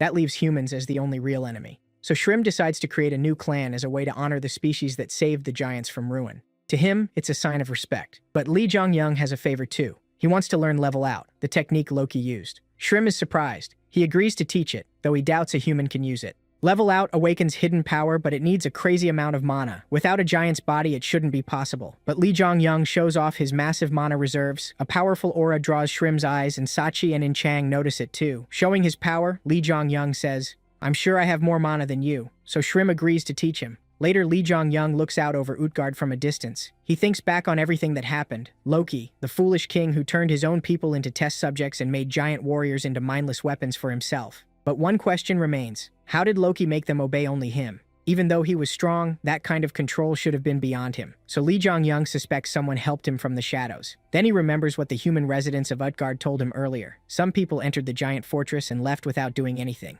He thinks it may have been the Demon King, but if not, could it have been the Black Hood? But that's where his clues end. Who is this person, and what are they planning? Then a voice calls his name from behind. When he turns, he sees In-chang. Smiling, she says a festival is starting and asks him to come. Before he can answer, In-chang grabs his arm and pulls him toward Utgard, telling him to hurry because everyone is waiting. Soon they reach the city and find it decorated. People are eating, talking, and enjoying the better days they finally have. Life is still hard, but they're thankful to be alive. Seeing all that joy, In-chang and Lee Jong-young both feel hopeful about the future, even in a world changed by gates. So Lee Jong-young says he'll handle the festival's finale. With that, he steps onto the stage. As he gets up there, the humans recognize him by the giant title meaning the one who killed Loki. They may not know his real name, but they know he's about to show them something incredible. The crowd erupts in cheers as he begins to power up. He strengthens his mana flow and raises both its level and amount inside his body. Then he unleashes Level Out, the same skill the Giant King used. That stuns everyone watching. Yubi's group, In-chang, and even Shrim, who senses the power from far away. But Lee Jong-young isn't done. He starts gathering mana to form a core. The core looks like a tiny sun, leaving the humans speechless. Then, according to the system messages, the dragon bloodstone helps a weak dragon heart begin forming from that core. Soon, the festival comes to an end. Later, Lee Jong-young speaks with Yubi in private and is asked if he's leaving now. He says yes. He reveals that he injected heat into the metal structures using the technique he learned from Park Jae-yoon. He also used Merlin's necklace to set up a barrier, keeping the heat from leaking out. Yubi asks if Lee Jong-yoon is really leaving, saying he still wants to repay what he owes. But Lee Jong-yoon just says they'll meet again. After that, he joins back up with his team in Manhwa, where In-chang jokes about his new title. Then she asks him the same thing Yubi did, and Lee Jong-yoon explains why he has, and he tells Fenrir to transform and says goodbye to Yubi. Just like that, the team heads back. That night, they stop to rest, and In-chang talks with Lee Jong-yoon about the trip. There, he also asks how her mana stream training is going and learns she's getting better little, but he says that isn't enough. They need to move faster. Shouldn't be much time. In his mind, he reminds himself that black marble inside him is still charging, boosting mana and growth. That isn't just happening to him. Monsters are growing much stronger too, and the whole world is about. The crisis in China is only the start.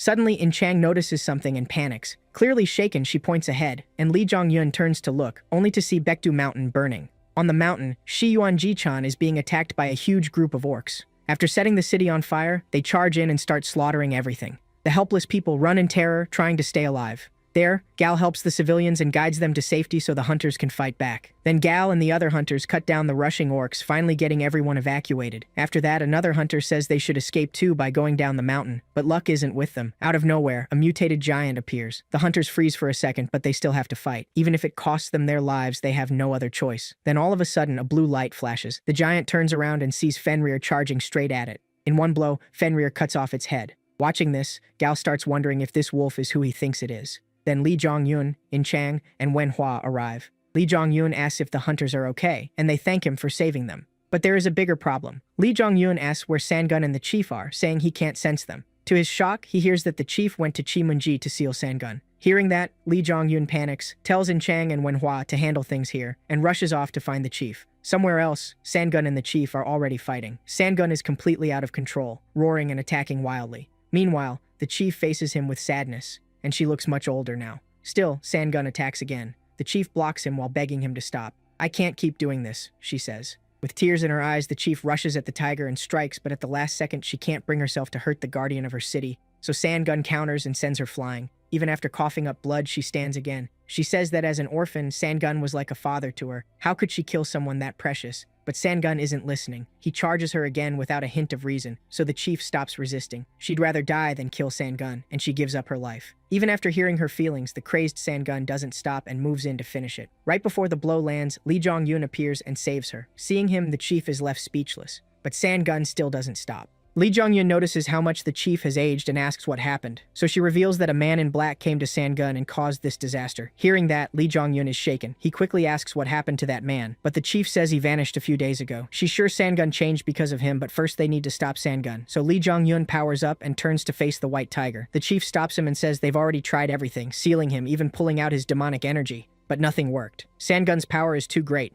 Hearing that, Lee Jong-yun realizes the only option left is to kill Sangun, and the chief agrees. With that, he summons his weapon and charges in. He tells Eunmyo to rest. He might have a way. Then the fight starts. Both Sangun and Lee Jong-yun attack with everything they have, blow after blow. Their collisions send out blasts and shockwaves that tear up the area. Meanwhile, Eunmyo can only stare in shock. She can't believe Lee Jong-yun became this strong in such a short time. In only a few days, he's changed so much it feels like years passed. Back in the fight, Lee Jong-yun loads power into his spear and rushes in for a final strike, stabbing Sangun through the chest. Seeing that, the chief cries out, but Lee Jong-yun tells her not to worry. He isn't going to kill Sangun. It turns out the dragon heart formed from the dragon bloodstone is at its strongest inside him. Because of that, he can sense both Sangun's power and Baekdu Mountains through it. Also, from the energy coming out of Sangun, Lee Jong-yun plans to absorb only the madness driving him insane. But things don't go smoothly, because his spear recently gained a demonic trait. It's turning into a demonic spear and draining Sangun's life force along with his power. But Lee Jong-yun doesn't panic. Getting serious, he says he needs to return Sangun's life force and energy. Then his purification skill activates, and he uses it to finish this once and for all. The red glow in Sangun's eyes slowly fades, and moments later, Sangun comes back to his senses.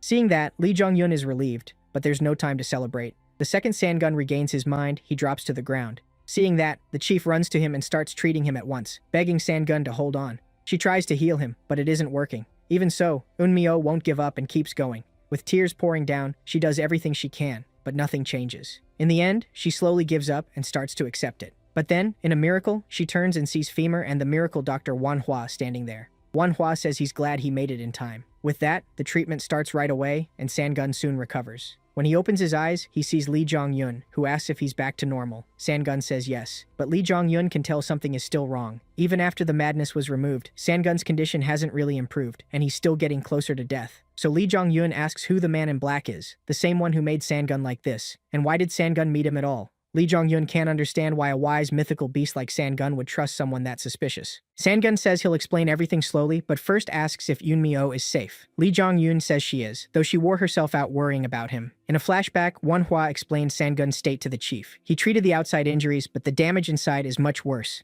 The internal wounds are severe, and more treatment will be needed. That news hits Eunmyo hard. Back in the present, Sangun asks if their promise to take Eunmyo away from this place still stands, and Lee Jong-yun says yes again. At last, the white tiger starts explaining. As he tells it, the man in black felt ominous, but his power also seemed strangely familiar. He says the man didn't come to him. Sangun went to find him at Chi-N-Ji. When Sangun got there, he saw the man standing there, looking over the city, and slowly walked toward him. As the story builds, Lee Jong-yun waits to hear what happened next. But Sangun says he can't remember anything after that. That leaves Lee Jong-yun stunned, while Sangun repeats that everything after meeting the man in black is a blank. So because Sangun forgot the most important part, the man's identity is still unknown. Still, that brings this whole ordeal to an end. Later, back at the village, In Chang gives everyone two choices. The people of Chi-N-Ji-chan can either stay and rebuild, and even though it will be hard, they can keep their home. Or they can go with her and Lee Jong-yun to Korea. She promises to help them get shelter there, once the government gives permission. Then she says their group will leave in 3 days and asks everyone to decide by then. After that, Yoon-myo walks over to Lee Jong-yun. Yoon-myo says she's worried about Sung-gun and asks Lee Jong-yun to go with her. The two head inside to see him. What they find shocks them. Sang-gun is barely hanging on. His body lies still on the ground and Yoon-myo rushes over. She tries to heal him, but when it does nothing, she finally accepts that Sang-gun, the one who was like family to her, is gone. Crying, she says he was her friend and like a father. Then suddenly, Sang-gun's body starts glowing blue and breaks apart into the air. Outside the cave, the villagers bow to their saviors in thanks. 3 days pass quickly, and the residents choose to leave. Still, they believe they'll return someday and rebuild their home. In Chang prepares a group of monster elk to make the trip faster. She calls for everyone to bundle up against the cold. Then she notices Lee Jong-yun dropping down from the sky with Yoon-myo in his arms. And in Yoon-myo's arms is a small white tiger. In Chang asks what it is, and the chief excitedly says it's Sang-gun. Lee Jong-yun confirms it, just like Gong's case. A sponsor called Big Mail made the dead Sang-gun into Yoon-myo's avatar, but he wasn't fully brought back, and he lost a lot of his memories and power, so the man in black is still a mystery. Even so, it's finally time to return to Korea. In Chang is clearly excited and asks what Lee Jong-yun plans to do once they're back. He says he has too much to handle. Then he pulls a sword from his inventory. In Chang is surprised by how much mana it holds, making Lee Jong-yun think Yoon-myo did well. It's revealed this is the sword he once threw into the river at Baekdu Mountain. Lee Jong-yun says it's a gift, but that only makes her angry. She says she finally gets it. Once they're back, he plans to hand out secret gifts to all his secret women. Lee Jong-yun is stunned at first, but then admits she's not exactly wrong, since he does need to give the sword to Merlin. In Chang hates that answer and storms off. After that small mess, the group keeps moving and eventually reaches the barrier. There, Lee Jong-yun remembers Sinong-hu said he'd open it every month until he came back, but it's already been over a month.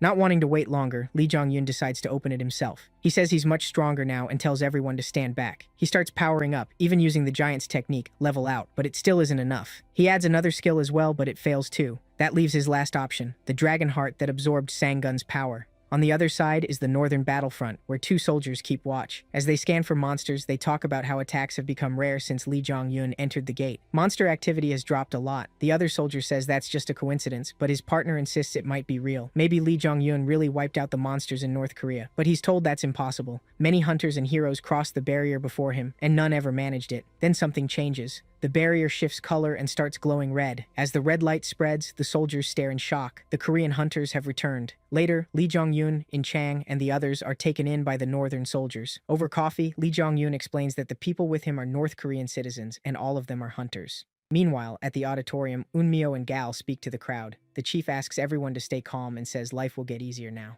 There, Lee Jong-yun notices Eun-myo and is glad to see her curse is gone. The curse that gave her power but kept her in a child's body has finally been broken. After her speech, Lee Jong-yun walks over and asks for a moment. She instantly starts blushing, and he pulls her away while the crowd cheers. But this leaves Gal confused, wondering why everyone is so happy to see their chief dragged off by a man. Looks like In Chang isn't the only jealous one. Elsewhere, Lee Jong-yun asks about her curse and hears it's gone, but he still wants to check her with mana. So he grabs her hand and sends mana into her body. Eun-myo quickly pulls back and asks what he's doing. Lee Jong-yun only says one thing, "You got weaker." That shocks even her, so she checks for herself and reaches the same result. Lee Jong-yun figures she was strongest near Baekdu Mountain because she could control its energy. That's also why she stayed in a child's form there. Hearing that only makes Eun-myo sad, so Lee Jong-yun comforts her, promises to help her grow stronger. That makes her blush again, but she asks if that's all he wanted. Of course it is. Lee Jong-yun warns that government and association come soon and asks about Shinji. He says the North Koreans are stronger than expected, and if they join the association, it would raise the group to a whole new level. But that depends on whether the organization can be trusted. They could get kicked out of Korea or be forced into a bad contract. Worse, there's the worst case outcome.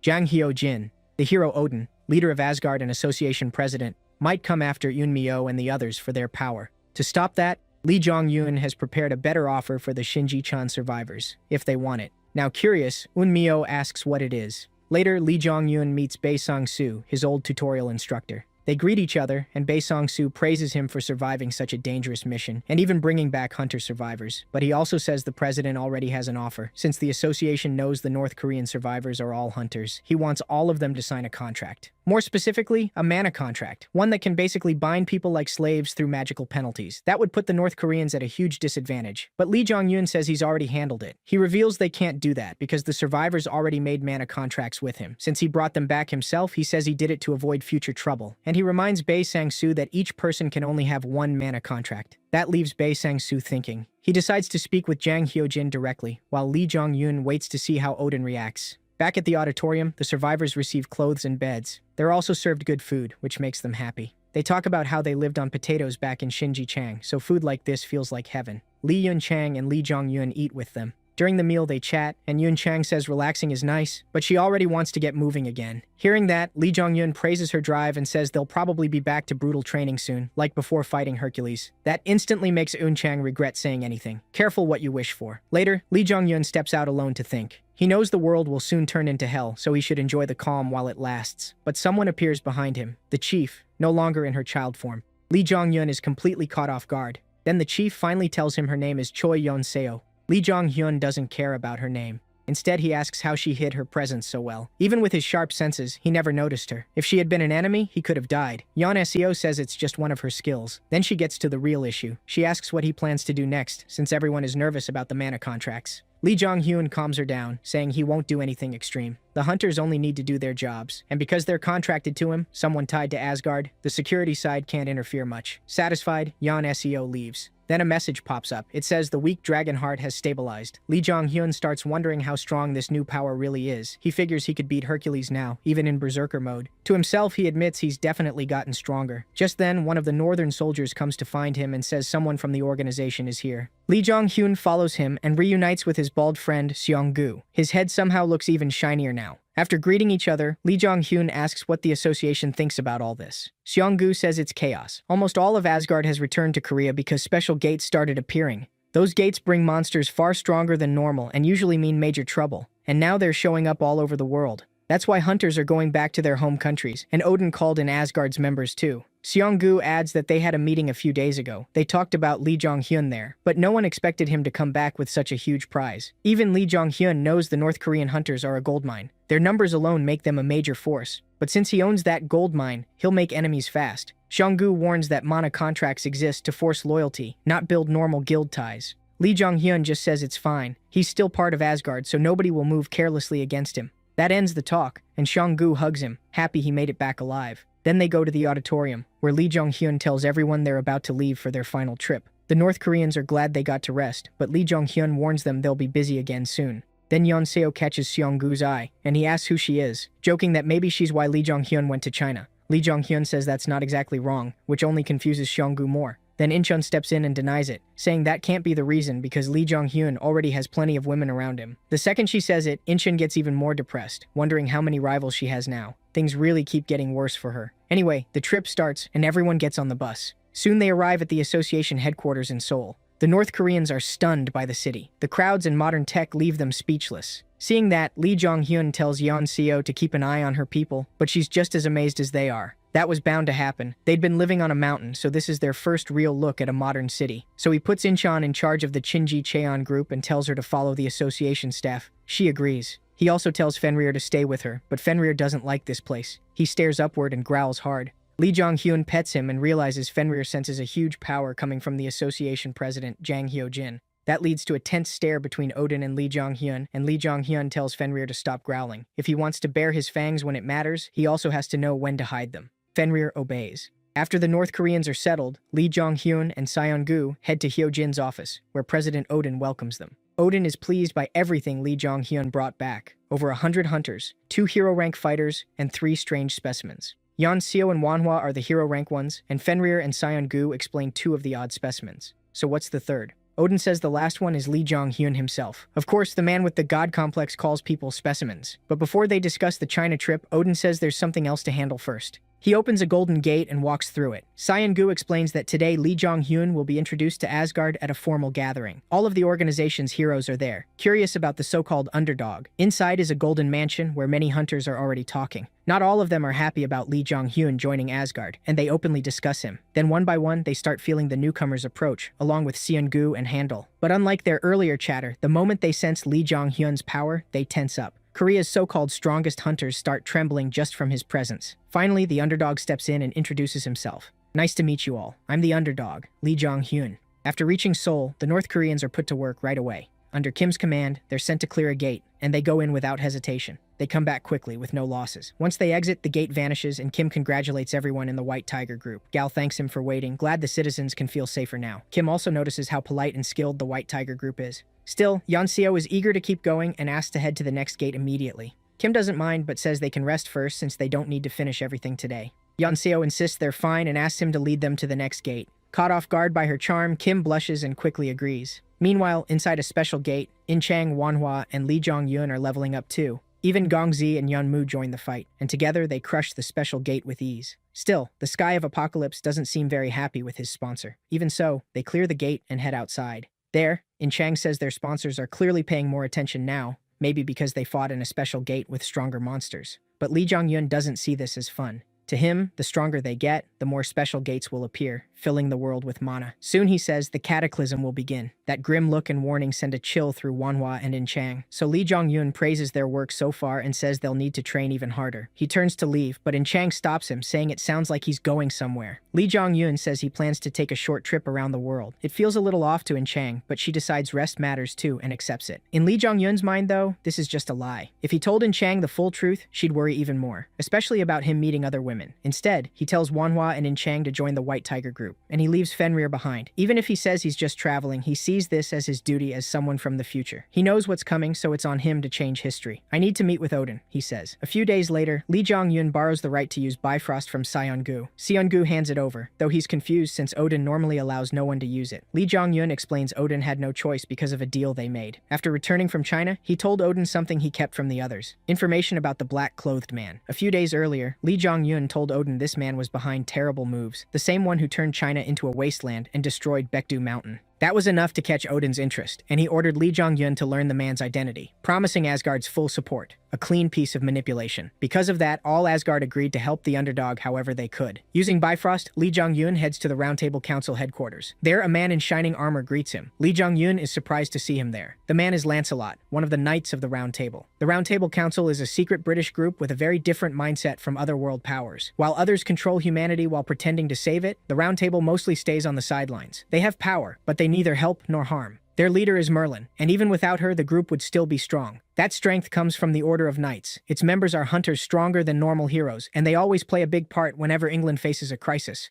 Lancelot says Merlin has taken interest in Lee Jong-hyun, so naturally the others are curious too, especially him. But Lee Jong-hyun can tell from his eyes that Lancelot is full of hostility. He figures it's because Merlin never returned Lancelot's feelings, ruining things between them. It wasn't because Lancelot was a traitor, he just took things too far. His obsession with Merlin was too much. You could call it yandere behavior. Most of the Round Table's problems are said to start with Lancelot, so Lee Jong-hyun realizes this could get messy. Still, he just wants to meet Merlin, but Lancelot keeps getting in the way. Soon, Lee Jong-hyun asks what his problem is. He's only here for official business with Merlin, yet Lancelot keeps being rude. Lancelot asks how he's being rude, and Lee Jong-hyun fires back that a knight too clueless to see his own disrespect doesn't deserve the title. He's provoking him on purpose, knowing Merlin is watching, and the proud knight takes the insult hard. Lancelot jumps up in rage and tries to start a fight with the underdog, but before it turns violent, Merlin finally appears. Yushi scolds Lancelot for disrespecting her guest. Burning with emotion, he challenges Lee Jong-hyun to a duel. Merlin objects, but Lee Jong-hyun accepts right away and tells Lancelot to lead the way. They head to the wildfire where all the knights gather to watch. Even Gawain and Galahad, the leaders of the Order of Knights, come to see it. The other knights clearly respect them. Then the duel begins. Gawain notes that both Lancelot and Lee Jong-hyun fight with spears, so this should be a clash between East and West. Just before it starts, Lancelot hypes up the crowd, so Lee Jong-hyun mocks him again, calling him more entertainer than knight. To him, Lancelot doesn't deserve to be called sir. He also asks if killing is allowed in a round table duel, and learns that it is. Lancelot says he planned to spare him, but Lee Jong-hyun keeps mocking him as the fake knight Lancelot. That pushes Lancelot over the edge, and he comes in to kill. Lee Jong-hyun recalls that Lancelot is known as the one-shot knight, able to pierce anything with a single strike. Even so, he calmly counters, stopping Lancelot's deadly blow with just his spear tip. The other knights are stunned, and even Lancelot is trapped, unable to move.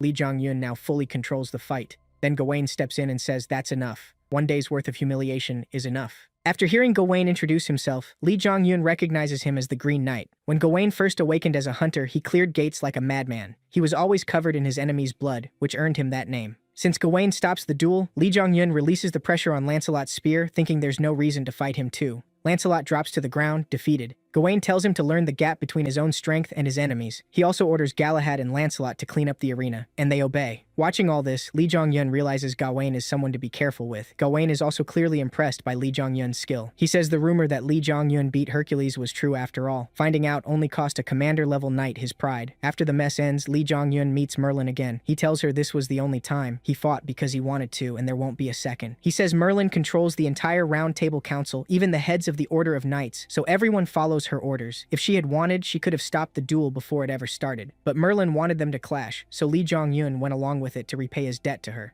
Merlin calls him blunt and asks if that was really the only reason, but Lee Jong-yun says he's just prideful. Truthfully, he wanted to test how much stronger he'd gotten in China, and he got his answer. At the same time, Merlin's goal was met too. She knew Lancelot would lose, but allowed it anyway. Merlin explains that Lancelot has huge potential, but he's too arrogant, and his obsession with her isn't healthy. He needed a crushing defeat to finally grow. Since Lee Jong-yun gave him that, she says that debt is settled, but another debt remains, from the promise he made her. Then Merlin changes into Kid Arthur, who immediately demands Excalibur. Lee Jong-yun summons the sword he had Yonsu guard at Baekdu Mountain and hands it over. That only makes Arthur furious. He asks if this is some kind of joke, but Lee Jong-yun seems serious. Lee Jong-yun tells him to take the sword first and complain later, but Arthur is still angry. This flashy sword packed with magic power is supposed to be Excalibur? He could tell it was fake almost instantly, and thinking Li Jiangyang betrayed him, Arthur lunges, only for Merlin to appear behind him and stop him. Arthur goes speechless when he sees Merlin, starting to think this sword might really be Excalibur after all. Both Arthur and Merlin are happy because their curse seems broken, and they now stand in separate bodies.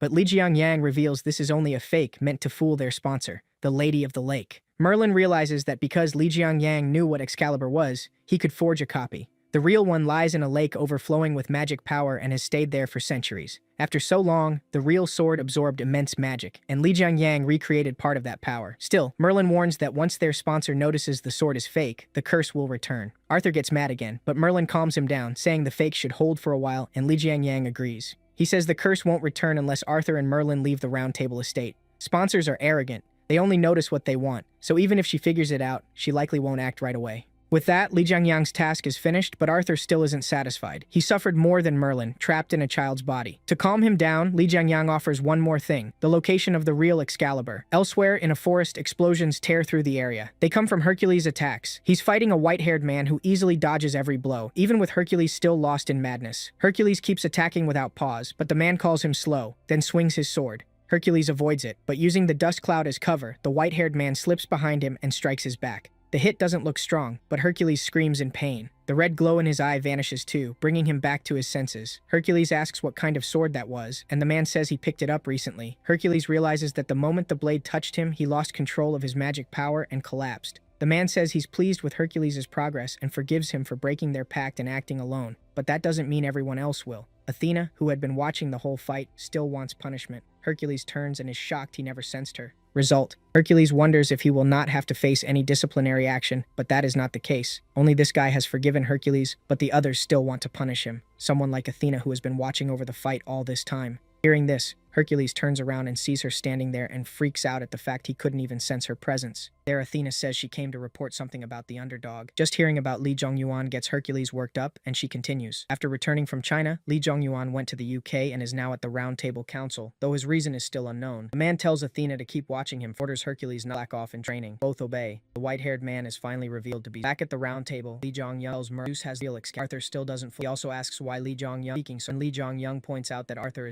then asks what the next, but Jongyang already did what he promised. Found an Excalibur that break the curse, and he told them where the real one is. Now it's their turn to repay him. Arthur knows Zeus won't hand over Excalibur through simple talks, but Li Jongyang says Merlin will figure something out since smart. For once, Arthur agrees with him, then asks what he wants in return. Li Jongyang says shocks the Li Jongyang trust him too, he'll call their debt. Merlin says the magic power across the UK has been rising fast. Li Jongyang blames the special gates and warns that more of them will keep appearing. Merlin asks if that's the big event he's talking about, but he says no. The real problem will be when all those special gates disappear. That's the time they need to prepare for. His tone makes it clear he isn't joking. Later that day, Li Jongyang joins Arthur at his private training ground. since many people at the round table still don't know he exists. Arthur keeps the meeting hidden and asks him for a spar, saying the underdog has grown stronger since last time. Lee Jong-young agrees, saying he's not the same as before. Before they begin, though, he asks if Arthur has ever fought Zeus. Arthur laughs a little, warning him not to ask things like that if he wants to live, but admits that he has. That only fires Lee Jong-young up more, and the fight finally starts. Arthur wastes no time. He summons his weapon and rushes in with a slash, but Arthur easily reads it, mocks him, and knocks the attack away, forcing Lee Jong-young back a few steps. Right then, Lee Jong-young realizes this isn't just a simple spar. If he wants any chance to win, he'll have to use everything. So he uses his authority over fire, and with his Flame Monarch power, his strength jumps sharply. Even Arthur is impressed, and they trade attacks non-stop. Arthur moves at high speed, clashes with him again, and even lands a ranged strike, blasting Lee Jong-young into the air. He mocks him again and asks if that's all he's got. Cornered, Lee Jong-young still refuses to give in. He swears he'll land at least one hit on Arthur and starts pulling in the surrounding mana with his dragon heart. Arthur is surprised by the technique, and Lee Jong-young unleashes his strongest attack. A huge cloud of steam fills the area, and when it clears, Arthur steps out with a small cut on his cheek. Curious, he asks what that attack was called, and Lee Jong-young says it's Sun Flare. Arthur praises the move, but the damage from his own attack soon catches up. A blue aura suddenly wraps around Lee Jong-young, and he coughs up blood before collapsing. Arthur apologizes, saying he couldn't control his strength well after so long. He adds that Lee Jong-young can't fight Zeus yet, but maybe someday he will be able to beat him. After that, we move to his room at the Round Table Manor, where Lee Jong-young is already awake thanks to Merlin's healing. Even though he lost, he's happy he managed to hit Arthur. Grinning, he says he's really gotten stronger. Then someone knocks on the door, and Gawain steps in. He wants to talk, so they move somewhere private. There, Gawain says Merlin told him Lee Jong-young warned them about a coming crisis in England. He apologizes for Lancelot's rude behavior and thanks him for how honestly he's acted. Lee Jong-young says that's fine, but asks why Gawain really came. Gawain finally admits he knows about yesterday's duel with Arthur. He says he wants to fight Arthur someday too, but since he hasn't gotten that chance, he asks Lee Jong-young for a duel instead. As he says it, Gawain lets out a strong aura and summons his weapon. Lee Jong-young already saw this coming and accepts right away, saying he was curious about Gawain's strength too. The duel starts and ends with none of it shown. We see none of the fight at all, and while Lee Jong-young stays at the round table, Gawain, Galahad, and even Lancelot fight him again. By the end, he's worn out. He only came to deliver a fake Excalibur, but all he's gotten is duel after duel. Finally, he's ready to leave the manor. As he heads out, Merlin gives him another necklace and says it will raise his stats, so Lee Jong-young gladly takes it. But Merlin has one more favor. She asks him to visit the Nile if he gets the chance. She explains that Iniv, the man who helped Lee Jong-young survive Athena's attack, personally asked for it. Hearing that name, Lee Jong-young remembers Iniv as the one who saved him and even came to see him late at night. Because he stepped in during the Great War, Iniv was punished, and that punishment has only just ended. After hearing all this, Lee Jong-young figures the Round Table will warn the other groups about the coming cataclysm too. That wraps up everything he came to do at the Round Table, but there's still one more thing he needs to handle in England, so he tells Merlin he'll think about it and leaves the manor. As he goes, Arthur sees him off. From there, Lee Jong-young heads to Park Eugen's shop, but she's not there. A blonde woman is working the register instead, and he asks if Park Eugen is around. The woman starts guessing on her own. She says he doesn't look like a loan shark or an angry customer, so he must be there to buy something. But no. Lee Jong-young just wants to see Eugen and asks where she is. The blonde tells him Eugen isn't there and that she was asked to watch the shop. Lee Jong-young says he's here because of Eugen's brother, Jae-yoon, and asks when she'll be back. That makes the blonde remember who he is. Apparently, Eugen told her about him and left a message. Eugen has joined Olympus. That leaves Lee Jong-young frozen in shock. He says the past has changed again. From what he knew, this wasn't supposed to happen yet, so he wonders what pushed her there so soon. Still, Lee Jong-young heads to Egypt next. Once there, he calls in Chon, who had been relaxing at the beach, and tells her to come to Egypt with everyone except the White Tiger group. She agrees right away, saying she's been itching to do something. He also contacts Seong-gu and tells him he's in Egypt. Seong-gu is confused, since he thought Lee Jong-young would come straight back. He warns that Egypt is already unstable, and Lee Jong-young showing up could make things worse, so he tells him to stay quiet until he handles things on his side. But as usual, the underdog finds trouble first. Back in Egypt, an unarmed Lee Jong-young is surrounded by a group of Egyptian warriors. Soon after, he's being held in a room. The warriors wonder why the underdog came here, but first they need someone to translate. Then two men with strange marks on their eyes arrive and say they're taking Lee Jong-young with them, while the warriors reveal they're from the executive branch. The Nile is finally making its move. The two men confirm that Lee Jong-young is the underdog, then take him away. There, he meets Yu Gyeong-tae from the Egyptian branch of the Korean Association. Gyeong-tae says headquarters contacted him and said more people will be arriving soon. Hearing that, Lee Jong-young figures it must be Incheon and the others, impressed by how fast they moved. Then he asks what's going on in Egypt. Gyeongtae says Egypt is fully controlled by the Nile. The Nile is split into 3 branches. Memphis runs politics, Hermopolis controls business, and Heliopolis rules the hunters and the association. Those 3 are always fighting for more power, so the whole country is a mess. Before, Heliopolis was the strongest, but the recent Horus incident shook the branch. Lee Jong-young remembers Iniv was part of Heliopolis too, so he asks what happened with Horus. But even Gyeongtae doesn't know. It's so secret that none of his sources could dig it up. The only clear part is that the trouble started during a gate attack. That makes Lee Jong-young think of the red ore Iniv mentioned, the stuff that can turn a normal ogre into an ogre mage. So he decides he needs to meet Iniv, the hero hunter, and Gyeongtae starts arranging it. Meanwhile, at the airport, Incheon arrives with Fenrir, Gongs, and Manhwa. Lee Jong-young's group is there to receive them, but they brought someone extra. That surprise guest is Balder, one of Asgard's strongest heroes and Odin's right-hand man. Seeing him, Lee Jong-young immediately asks why he's here, clearly not happy. Balder answers with a threat of his own, warning him not to make him angry. The moment those words land, Fenrir, Incheon, and Manhwa all get ready to fight. But Balder quickly changes tone, saying Odin sent him to help with this trip. He adds that Korea's special gates have already been handled, so there is nothing to worry about there. Then he says he'll work with them until Lee Jong-young returns to Korea and turns toward Gyeongtae. Lee Jong-young can already tell this trip is going to be awkward, and he's not wrong. The next day, Gyeongtae says the request to meet Iniv was accepted. He also warns that something big is happening inside the Nile. Like other groups, Egypt is calling all its hunters back from overseas. Set, Heliopolis' second-in-command, has returned too. If Horus can't recover from the recent incident, Set will take his place. And right now, Set is the strongest hunter in the Nile. Hearing that, Lee Jong-young wonders if he could beat Set. Arthur took everything he had, and even then he barely scratched him. So is Set just as strong, or even stronger? Thinking that over, Lee Jong-young stands and tells Gyeongtae to keep pushing for the meeting with Iniv.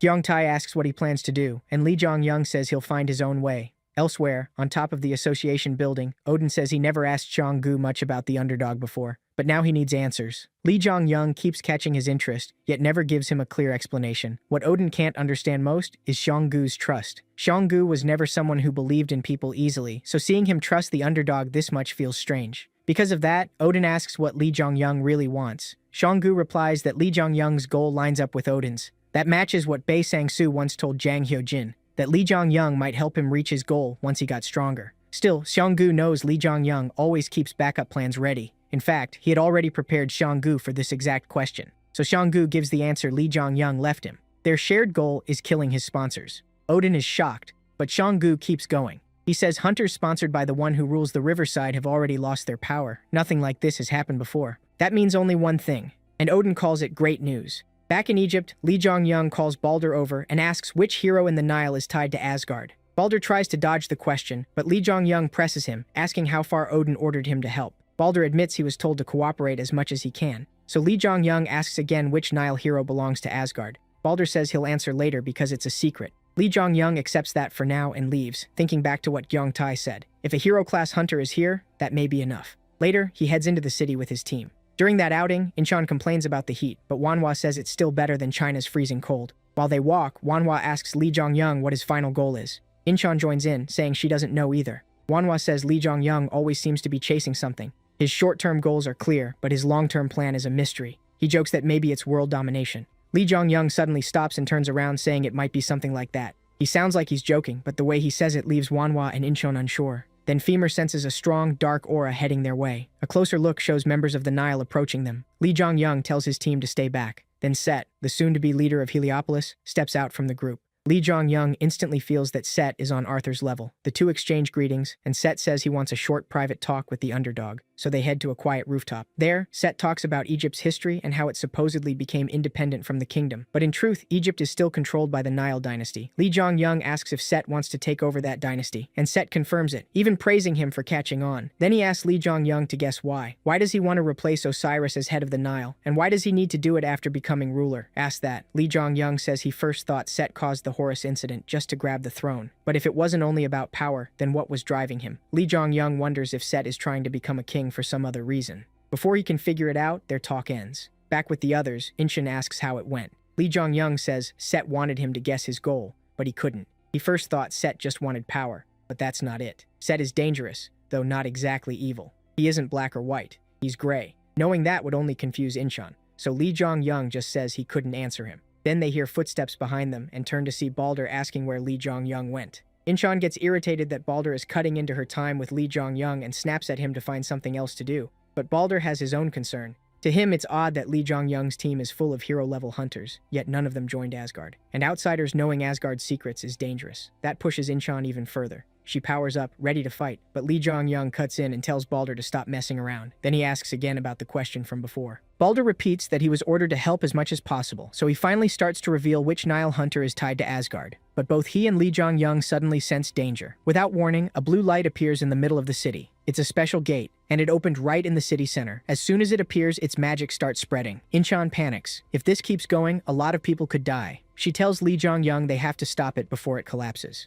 But Lee Jong-young stays calm and tells her to settle down. Incheon can't accept that. She asks how he can stay calm when so many lives are at risk. Lee Jong-young only says it's fine. This isn't Korea. That doesn't matter to Incheon. She says helping the weak is still her duty, draws her weapon, and gets ready to charge in alone if she has to. But it turns out her panic isn't needed. She looks up and sees the Nile hunters rushing to the gate, with Set leading them. Lee Jong-young reminds her again that this isn't Korea. The Nile handles things its own way. This time she finally listens. Still, Lee Jong-young notes how unusual it is that Set entered the gate himself. Not long after, the hunters clear the special gate. That much makes sense with the second-in-command taking action himself. Even though it was a special gate, it caused no real damage. With that over, Lee Jong-young turns back to Incheon. She tells him to stop teasing her because she is already embarrassed. Lee Jong-young says there is nothing to be ashamed of. Their talk gets cut off again by a loud noise. Incheon goes to check and finds several hunters beating a regular person. Furious, she demands to know what they are doing. There is a language barrier, but thankfully Lee Jong-young comes over right after. Using Merlin's necklace, he speaks Arabic and asks why they are attacking that man. He says he cannot ignore something like this and demands an answer. He even threatens to call the association, but this clearly is not Korea. One hunter says that in Egypt, hunters can punish normal people whenever they want. The group starts laughing. Then their leader's arm is suddenly cut off and drops to the ground. As he screams in pain, Set appears. He declares that while Nile hunters may punish civilians, only the Nile can punish its hunters. Moments later, Lee Jong-young and Incheon can only watch the brutal aftermath. The smug hunters are now dead, their bodies sprawled across the blood-soaked ground. Seeing this, Incheon asks Lee Jong-young if Set is really a good person. He did save the civilian, but this went way too far. Lee Jong-young admits he was going to save the man himself, no matter what the Nile thought. Even so, Set killed hunters he did not need to kill. When Incheon asks again if Set is good, Lee Jong-young can only say he is not sure. After that, they return to their lodging. The next day, Lee Jong-young is finally allowed to meet Iniv, though both sides bring escorts. Iniv comes with Lamia Ili and Bastet, while Lee Jong-young is joined by Balder. Both the Nile and Asgard are watching closely. After greetings, Iniv asks why he wanted this meeting, but Lee Jong-young claims he only wants to talk. In truth, he has another plan. Using magic, he creates a link between himself and Iniv. Through it, they can talk in their minds. Lee Jong-young tells him to answer positively for yes and negatively for no. Startled by the voice in his head, Iniv realizes how skilled Lee Jong-young is and agrees. So they keep up a normal, friendly conversation while Lee Jong-young secretly asks if the incident is tied to the Red Corps and Hercules' power. He also asks if the Horus incident is connected. Iniv confirms both. Lee Jong-young then asks whether Horus was affected by the Red Ore the same way Hercules was.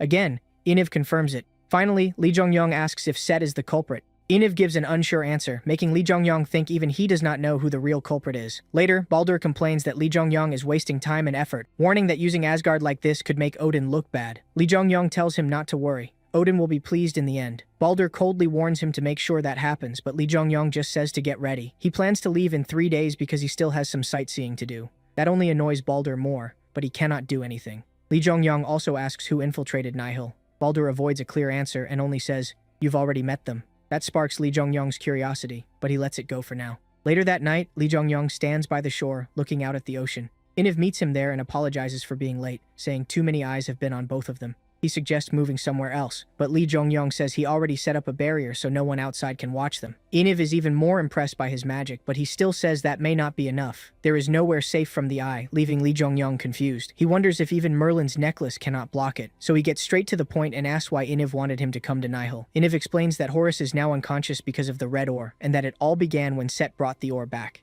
Hearing this, Lee Jong-young is stunned, so they already found the Red Ore, proof that the past has truly changed.